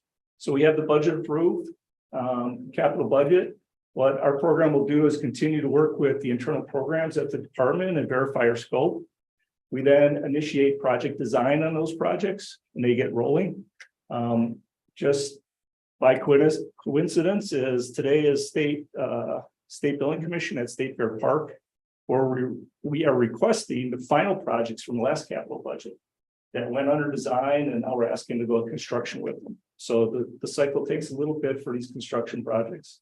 After we design it, we'll go out to bid, we'll monitor the overall budget, look for good bidding opportunities where we might have some funding become available and we could do some additional projects. We'll construct and we'll enjoy projects. With that, I always like to show what we got done over the last biennium. These are some projects that came online in 21. On the right side is the Milwaukee State headquarters. And the board's had a couple of meetings there now since it came online in 21. The very popular Eagle Tower at Peninsula State Park, which came online in 21. And those two ranger stations in the bottom left, those are the ranger stations that were completed over the last year and a half, 2 years that we brought online. I think I have them labeled there too. It's Cornell and Black River Falls. There's a couple other additional projects that we have. We talked about the bridge program and keeping our bridges maintained. There's some new bridges there, accessible fishing piers. In early 21, we brought on the CWD Processing Center up at Poinet. The very beautiful boat launch up at Merrick State Park. And then the picnic shelter over at Horicon Marsh. Those are some of those capital projects that we brought online over this last biennium. This biennium, we have more to go. So part of this biennium budget is under right there. You can see the tunnel at Stewart Tunnel at on the Badger State Trail in the south central part of the state. As you can see, the tunnel has some issues and needs repair with some falling rock. That will be part of this biennium to repair that. Potawatomi Tower up at Potawatomi State Park needs some repair to maintain that 100-year-old structure. Roads, bridges, as such, all part of this project, are all part of this budget. So with that said, I'll just give the board maybe some other statistics, and we talked about our capital assets. So within the capital assets, we have approximately 750 boat launches that we maintain, around 2,800 building facilities as part of our portfolio, 6,500 campsites. Paul mentioned that there was some funding to electrify campsites in the budget. It's very popular. We have 4,800 miles of roads that we maintain and 2,000 miles of trails with 2,700 parking lots. And that's what our portfolio looks like within the department. So this budget is significant, but you can see that the portfolio of assets that we maintain, it's very important to have this type of budget to maintain that and keep it open to our tens of millions of visitors at the parks each year and our properties. That's it. Any questions for me? Thank you, Terry. Any questions? Just quick comment, great report, funding, very much needed, great to see it. And if anybody hasn't been to Peninsula State Park and gone up the new structure there, it's amazing. It is. You walk through the canopy to get to the top. It's the coolest thing. It really is something. A lot of positive Accessibility comments is great. back to the department all the time with that tower. Absolutely. Mr. Secretary. Thank you, Mr. Chair. And just a real quick follow-up, because we had the comment about if it's a dilapidated building in a state park, right? And the safety issue concerns, and you just touched on that. You said, well, if it's a safety concern. It's priority A. We obviously have so many maintenance areas, buildings people are using that need to be safe and maintained. So do we have a comprehensive list assessment of buildings that are no longer in use, have been set aside? And I presume as one of the commenters shared, some of these probably are getting to the point where it may be a safety issue and they need to be torn down. How do we go about determining, yep, it's time for that one to go? Yeah, well, we work with the programs. Our bureau works with the program. We may have a building that doesn't look in great repair, but we may have something stored in there that doesn't need a solid roof, so to speak. So the program would like to keep it in the building and for storage. We have others, to be quite honest, with the programs where the program will say, yes, it's an old building, could be a safety hazard, so to speak, if someone got in there. However, I have a choice of either I repair my road or I remove the building. And to be quite honest, it's typically repairing the road because that's what, the public are experiencing. Thank you. I have one question for you, Terry, without going into the details, just in very general terms. Department has a backlog of maintenance on facilities. This budget's encouraging. But how does that affect the backlog and what's the big picture look like here? Yeah, excellent question. We get it all the time. And I'll speak from our bureau side is any program requesting a project, we have a system to request that project. That project comes through to us and we go through this process. We have to take a look at it. We have to make sure it's needed, that it meets program needs. Supervision within the program has to confirm it. We then go through that scoping and then it comes to us. And when it comes to us in that system right now, at my office, I have about $700 million still the feedback. So this budget greatly helps on trying to get to that. This budget, as I just outlined, didn't give us everything we needed that we already scoped. So we're $70 million short from what the department said is this is what we need to maintain our facilities right now. And then we have that backlog. Okay, sobering numbers. Very much so. Thank you. Any other questions or comments? Terry, Paul, thank you very much. Thank you. Very informative.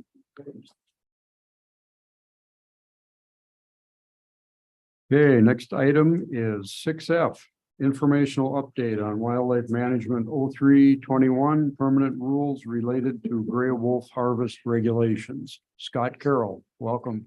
Thank you. Good afternoon, Chair Smith, Secretary Payne, members of the board. I'm Scott Carroll with the Bureau of Wildlife Management, and I'm here to update you on our gray wolf harvest rule. So first, before I get into an overview of the rule, I think it's important to talk about kind of where we've been with our wolf rules and how we've gotten to this point. So a little bit of a history lesson, but back in January of 2012, wolves were first federally delisted. And right around that same time, the legislature passed a bill that set several requirements for the department. We were supposed to mandate it to have a season, and then so we began working on rules to set harvest regulations for upcoming seasons. So in August of 2012, Emergency Rule 1210 went into effect. And an interesting thing about this rule is typically emergency rules have a duration of a little less than a year. They're meant to be short term, but the statutory provisions of the bill allow this rule to remain in effect until a permanent rule went into effect. So it didn't have an expiration date unless a permanent rule was then subsequently put into place. So during that time, the department began working on an updated wolf management plan, began working on permanent rules. And then in December of 2014, the federal protections for wolves were restored. So at that time, the department took the position to pause any additional work on a wolf management plan or rules. And as many may know, our scope statements do have a expiration date. So if you don't have a rule, I believe within 30 months of the publication of a scope statement, you're no longer authorized to work on those rules. And that's essentially what happened with the rules that were being developed under that initial scope statement. But we still had an emergency rule into effect that was still in effect, with just no permanent rules quite yet. So then in January 2021, wolves were delisted again. So the department immediately began working on getting a wolf management plan committee together, and then we started working on rules which culminated in April of 2021. We brought in this scope statement to the board for this rule, and it was approved in April. As everybody knows, wolves were again put on under federal protection, but we continue to push forward with the wolf management plan and these rules. So just a really high level overview of the contents of the rule. The rule permanently codifies that emergency rule that is still into effect to this day. It has not expired. It still exists. So it's time to put these into administrative code permanently. So a large section of this rule is just taking portions of EMR 1210 and putting it permanently into code. Another big portion of this rule is we've been working on a wolf management plan for the past several years. And out of that wolf management plan, there came several recommendations that required administrative rule changes. So this rulemaking contains these changes, and I have them just go over them real briefly.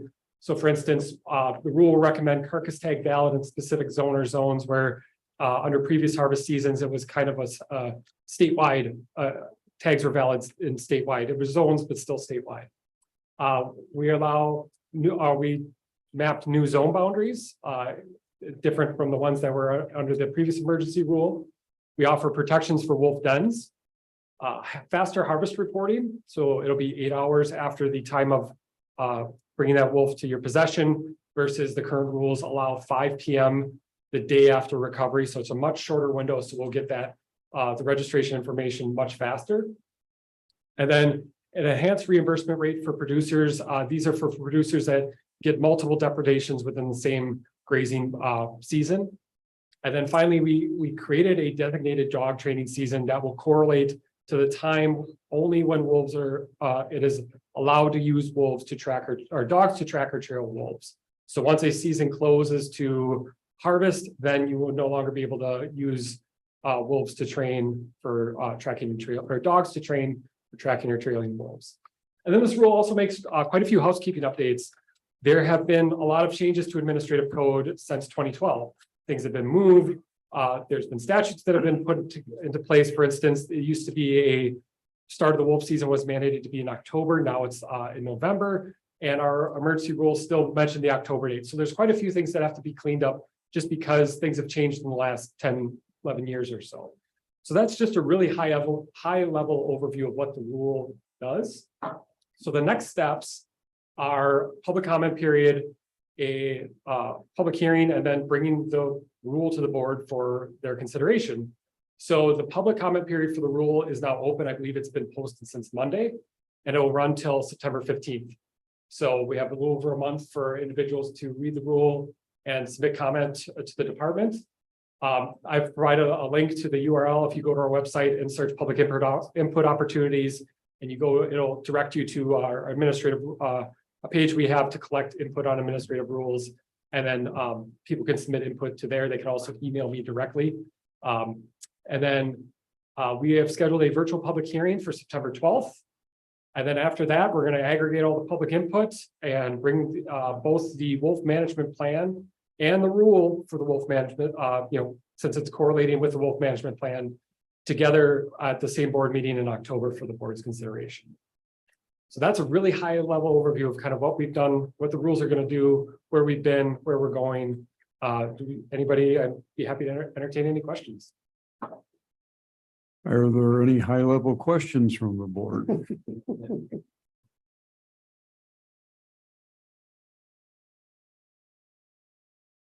Scott, this is an unusual sequence because often the management plans are done, they're complete, and then the rule process implements the plan. We're on a little more abbreviated schedule with both things proceeding together.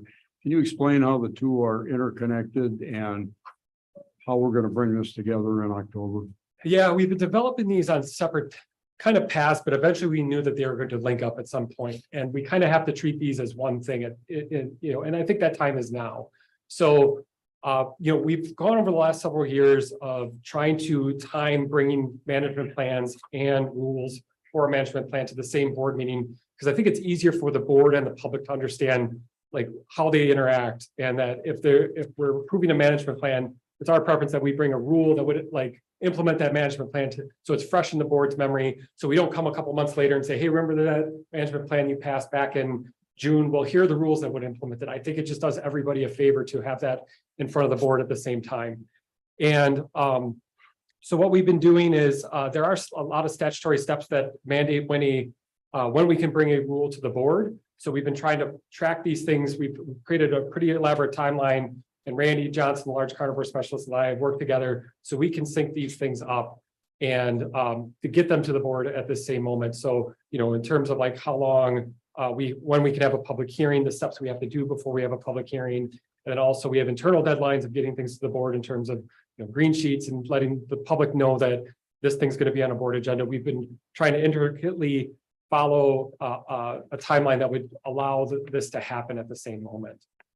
So in this case, excuse me, so in this case, the rule is proposed and the management plan is still in final draft form, so that if public input causes a change in the rule, there's still opportunity to coordinate that change with wording in the management plan and Yes. vice versa. Yep, vice versa. So Okay. again, if at a board meeting, if a change goes into the Wolf management plan, and then there's a rulemaking, then we can do that at the same time as well. So it's these are going to be linked at some point, especially the provisions that are directly result of recommendations from the management plan. Thank you. Other questions, comments from the board? Just a clarification on the two items.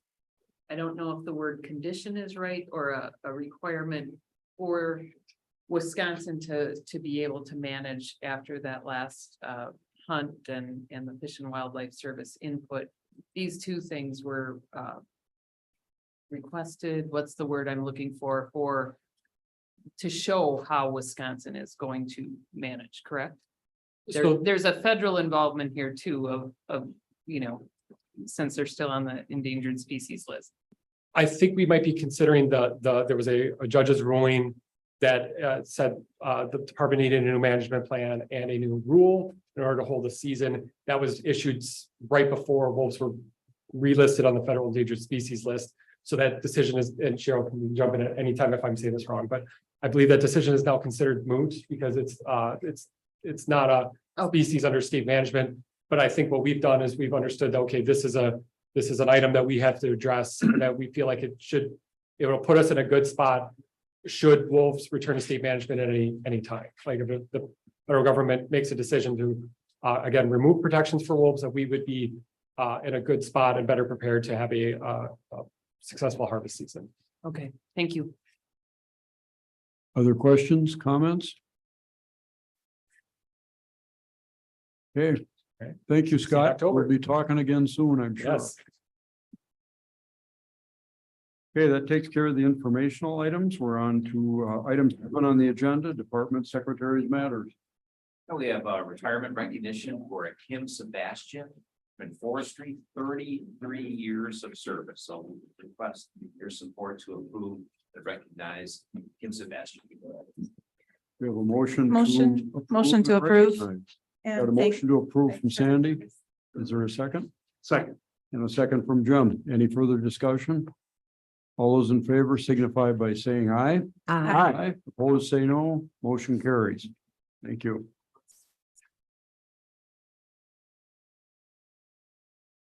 And thank you, Mr. Chair. Also, are there any questions on the real estate transactions that we had earlier? Any questions from the board? Confirm. Don't hear me. Thank you. All right, and then, Mr. Chair, I'll just very quickly under Department Secretary Matters. Obviously, I started the meeting with some comments about tour yesterday and appreciation for all involved and the wolf management plan and everyone's involvement with that. And I want to compliment all of our coworkers on the presentations today. We covered a lot of ground. Some of these informational meetings were specifically requested by members of the Natural Resources Board, and we appreciate that. But I want to thank and acknowledge our staff for some very comprehensive overviews. I appreciated Paul and Terry's presentation on the budget. I'm personally very pleased to see the agency receive the support it is from our governor and from our legislature. A 7.5% increase is significant, and we are appreciative of that. And it's an indication of the support that not only that the governor has for this agency and the people that work here, but certainly the legislature. So grateful for that. And I want to thank and acknowledge Stephen Little, our deputy secretary, as well as all the division administrators, because as Paul said, that budget process started well over a year ago, year and a half ago, and it takes good staff to pull that all together. And they did a nice job. So thank you for that.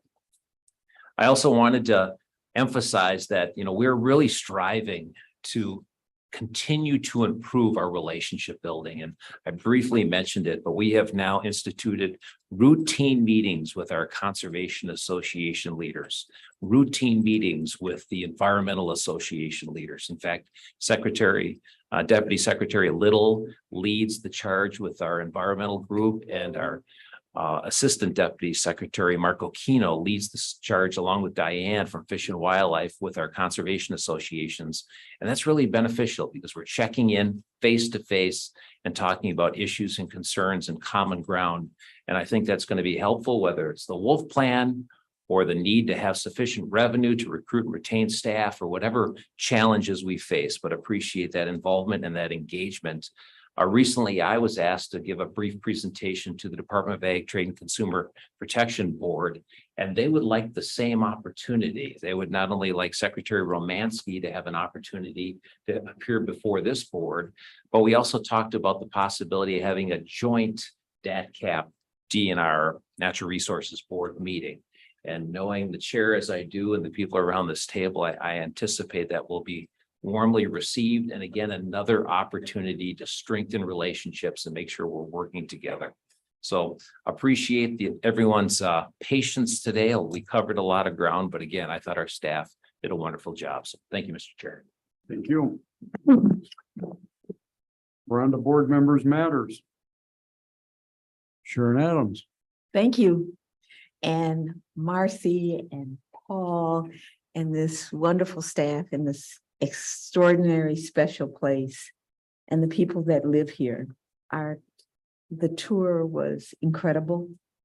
I think we do a pretty good job of understanding science and reading data, but what this tour did was boosted my heart. I met the people who make this place, who steward it, and it was incredibly wonderful.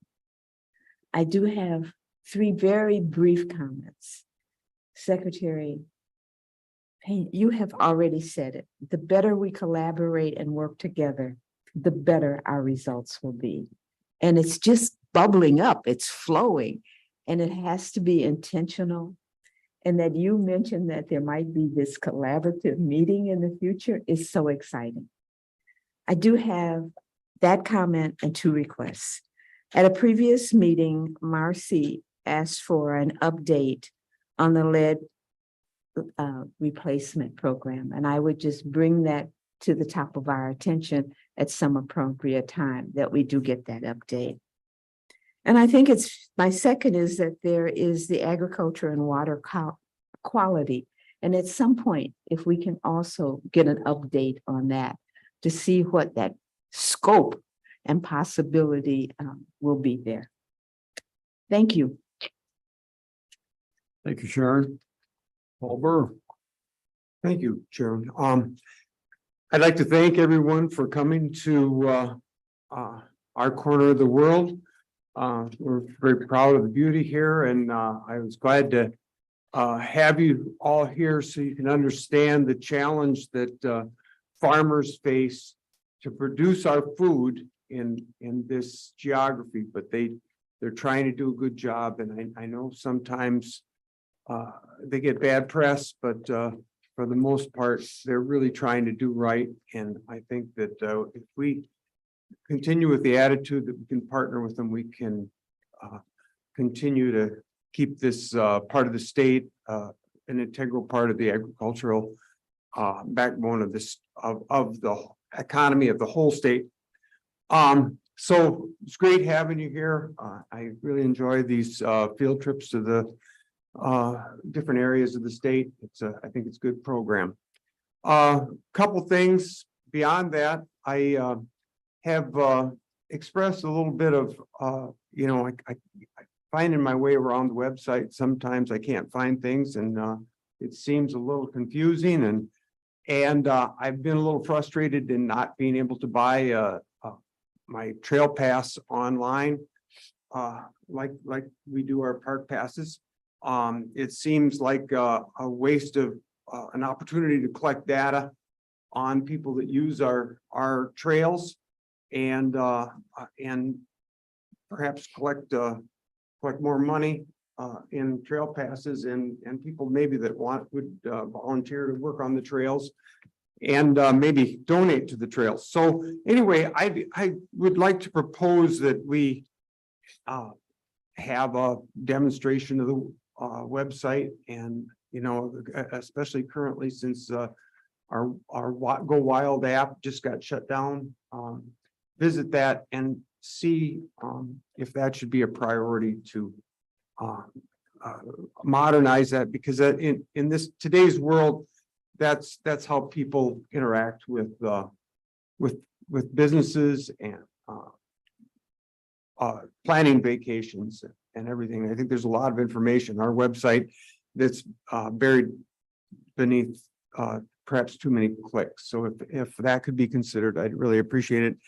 The other ask I have is I felt as the designated board member for agriculture, I was reached out to by a couple of cranberry farmers, a representative of a couple cranberry farmers after the last meeting, and they just thought that they should be able to tell their story on the Coudray situation and through the DNR liaison that they work closely with. And so I promised them that I'd mention that. So if respectfully to the staff, if they could tell the side of the story, these are a couple of families that are working hard to once again produce our food, and they felt that they want to present their side of the story. So with that, I'll turn it back to you, Chairman. But once again, thank you for coming here, and it was great having you. Thank you, Paul and Marcy, for cooperating and collaborating on the tour and the visit. It was very well done and meaningful. An entirely new depth of understanding when you can come out into the community and you can hear from real people face to face and see what they're doing. Very powerful. Thank you. Okay, Sandy Noss. Thank you for the tour. It was great. I don't think I've had this much information coming at me in this amount of time ever. So it's good though. It really puts context to things and seeing things up or face to face is really important. And then we're going to be up in our neck of the woods in September, and I look forward to seeing everyone there. Thank you. Thanks. Jim? Want to second what Sharon said about the field trips, and it was great. I started my career here 40 years ago, and it's amazing the very positive changes that have occurred on the landscape. I mean, I've kept a little bit of a track of it, but it was great to be just right down there and actually meet a bunch of old retired friends that are still hanging around. So that was great. And just lastly, I know we're anticipating dealing with one of our big issues coming up in the next, well, in October for sure, with the wolf plan and the rule. But I think it's important for everybody to realize that DNR's primary mission is to manage and steward these resources. And it does it with science. It does it with the hard science, but it also does it with the social science. And that's important. And the social sciences are pretty broad, of course. It includes economics, but it includes, how people manage, why they manage, and impacts. And I think the agency does a remarkable job balancing those things. And that's always the challenge. And I think and Secretary Payne, you've you've encapsulated that very well in your comments. We want to know what people think. The process is a good one. It's drawn in lots of information. Nobody's going to be, well, let's say nobody. It's difficult to manage all of those varied interests. But I think the direction I see looks very positive. So with that sort of management and the balance of those two sets of sciences, I think we'll be just fine. Thank you. Marcy? No specific matters, just add to the thanks for coming. And I don't know if Sue and Dan are here, but Sue, thank you so much. I gave a couple of extra requests as far as walking the talk on using compostable and recyclable materials, and I sure appreciate it. And Ashley supported that as well, and the businesses that we support in a small community like this.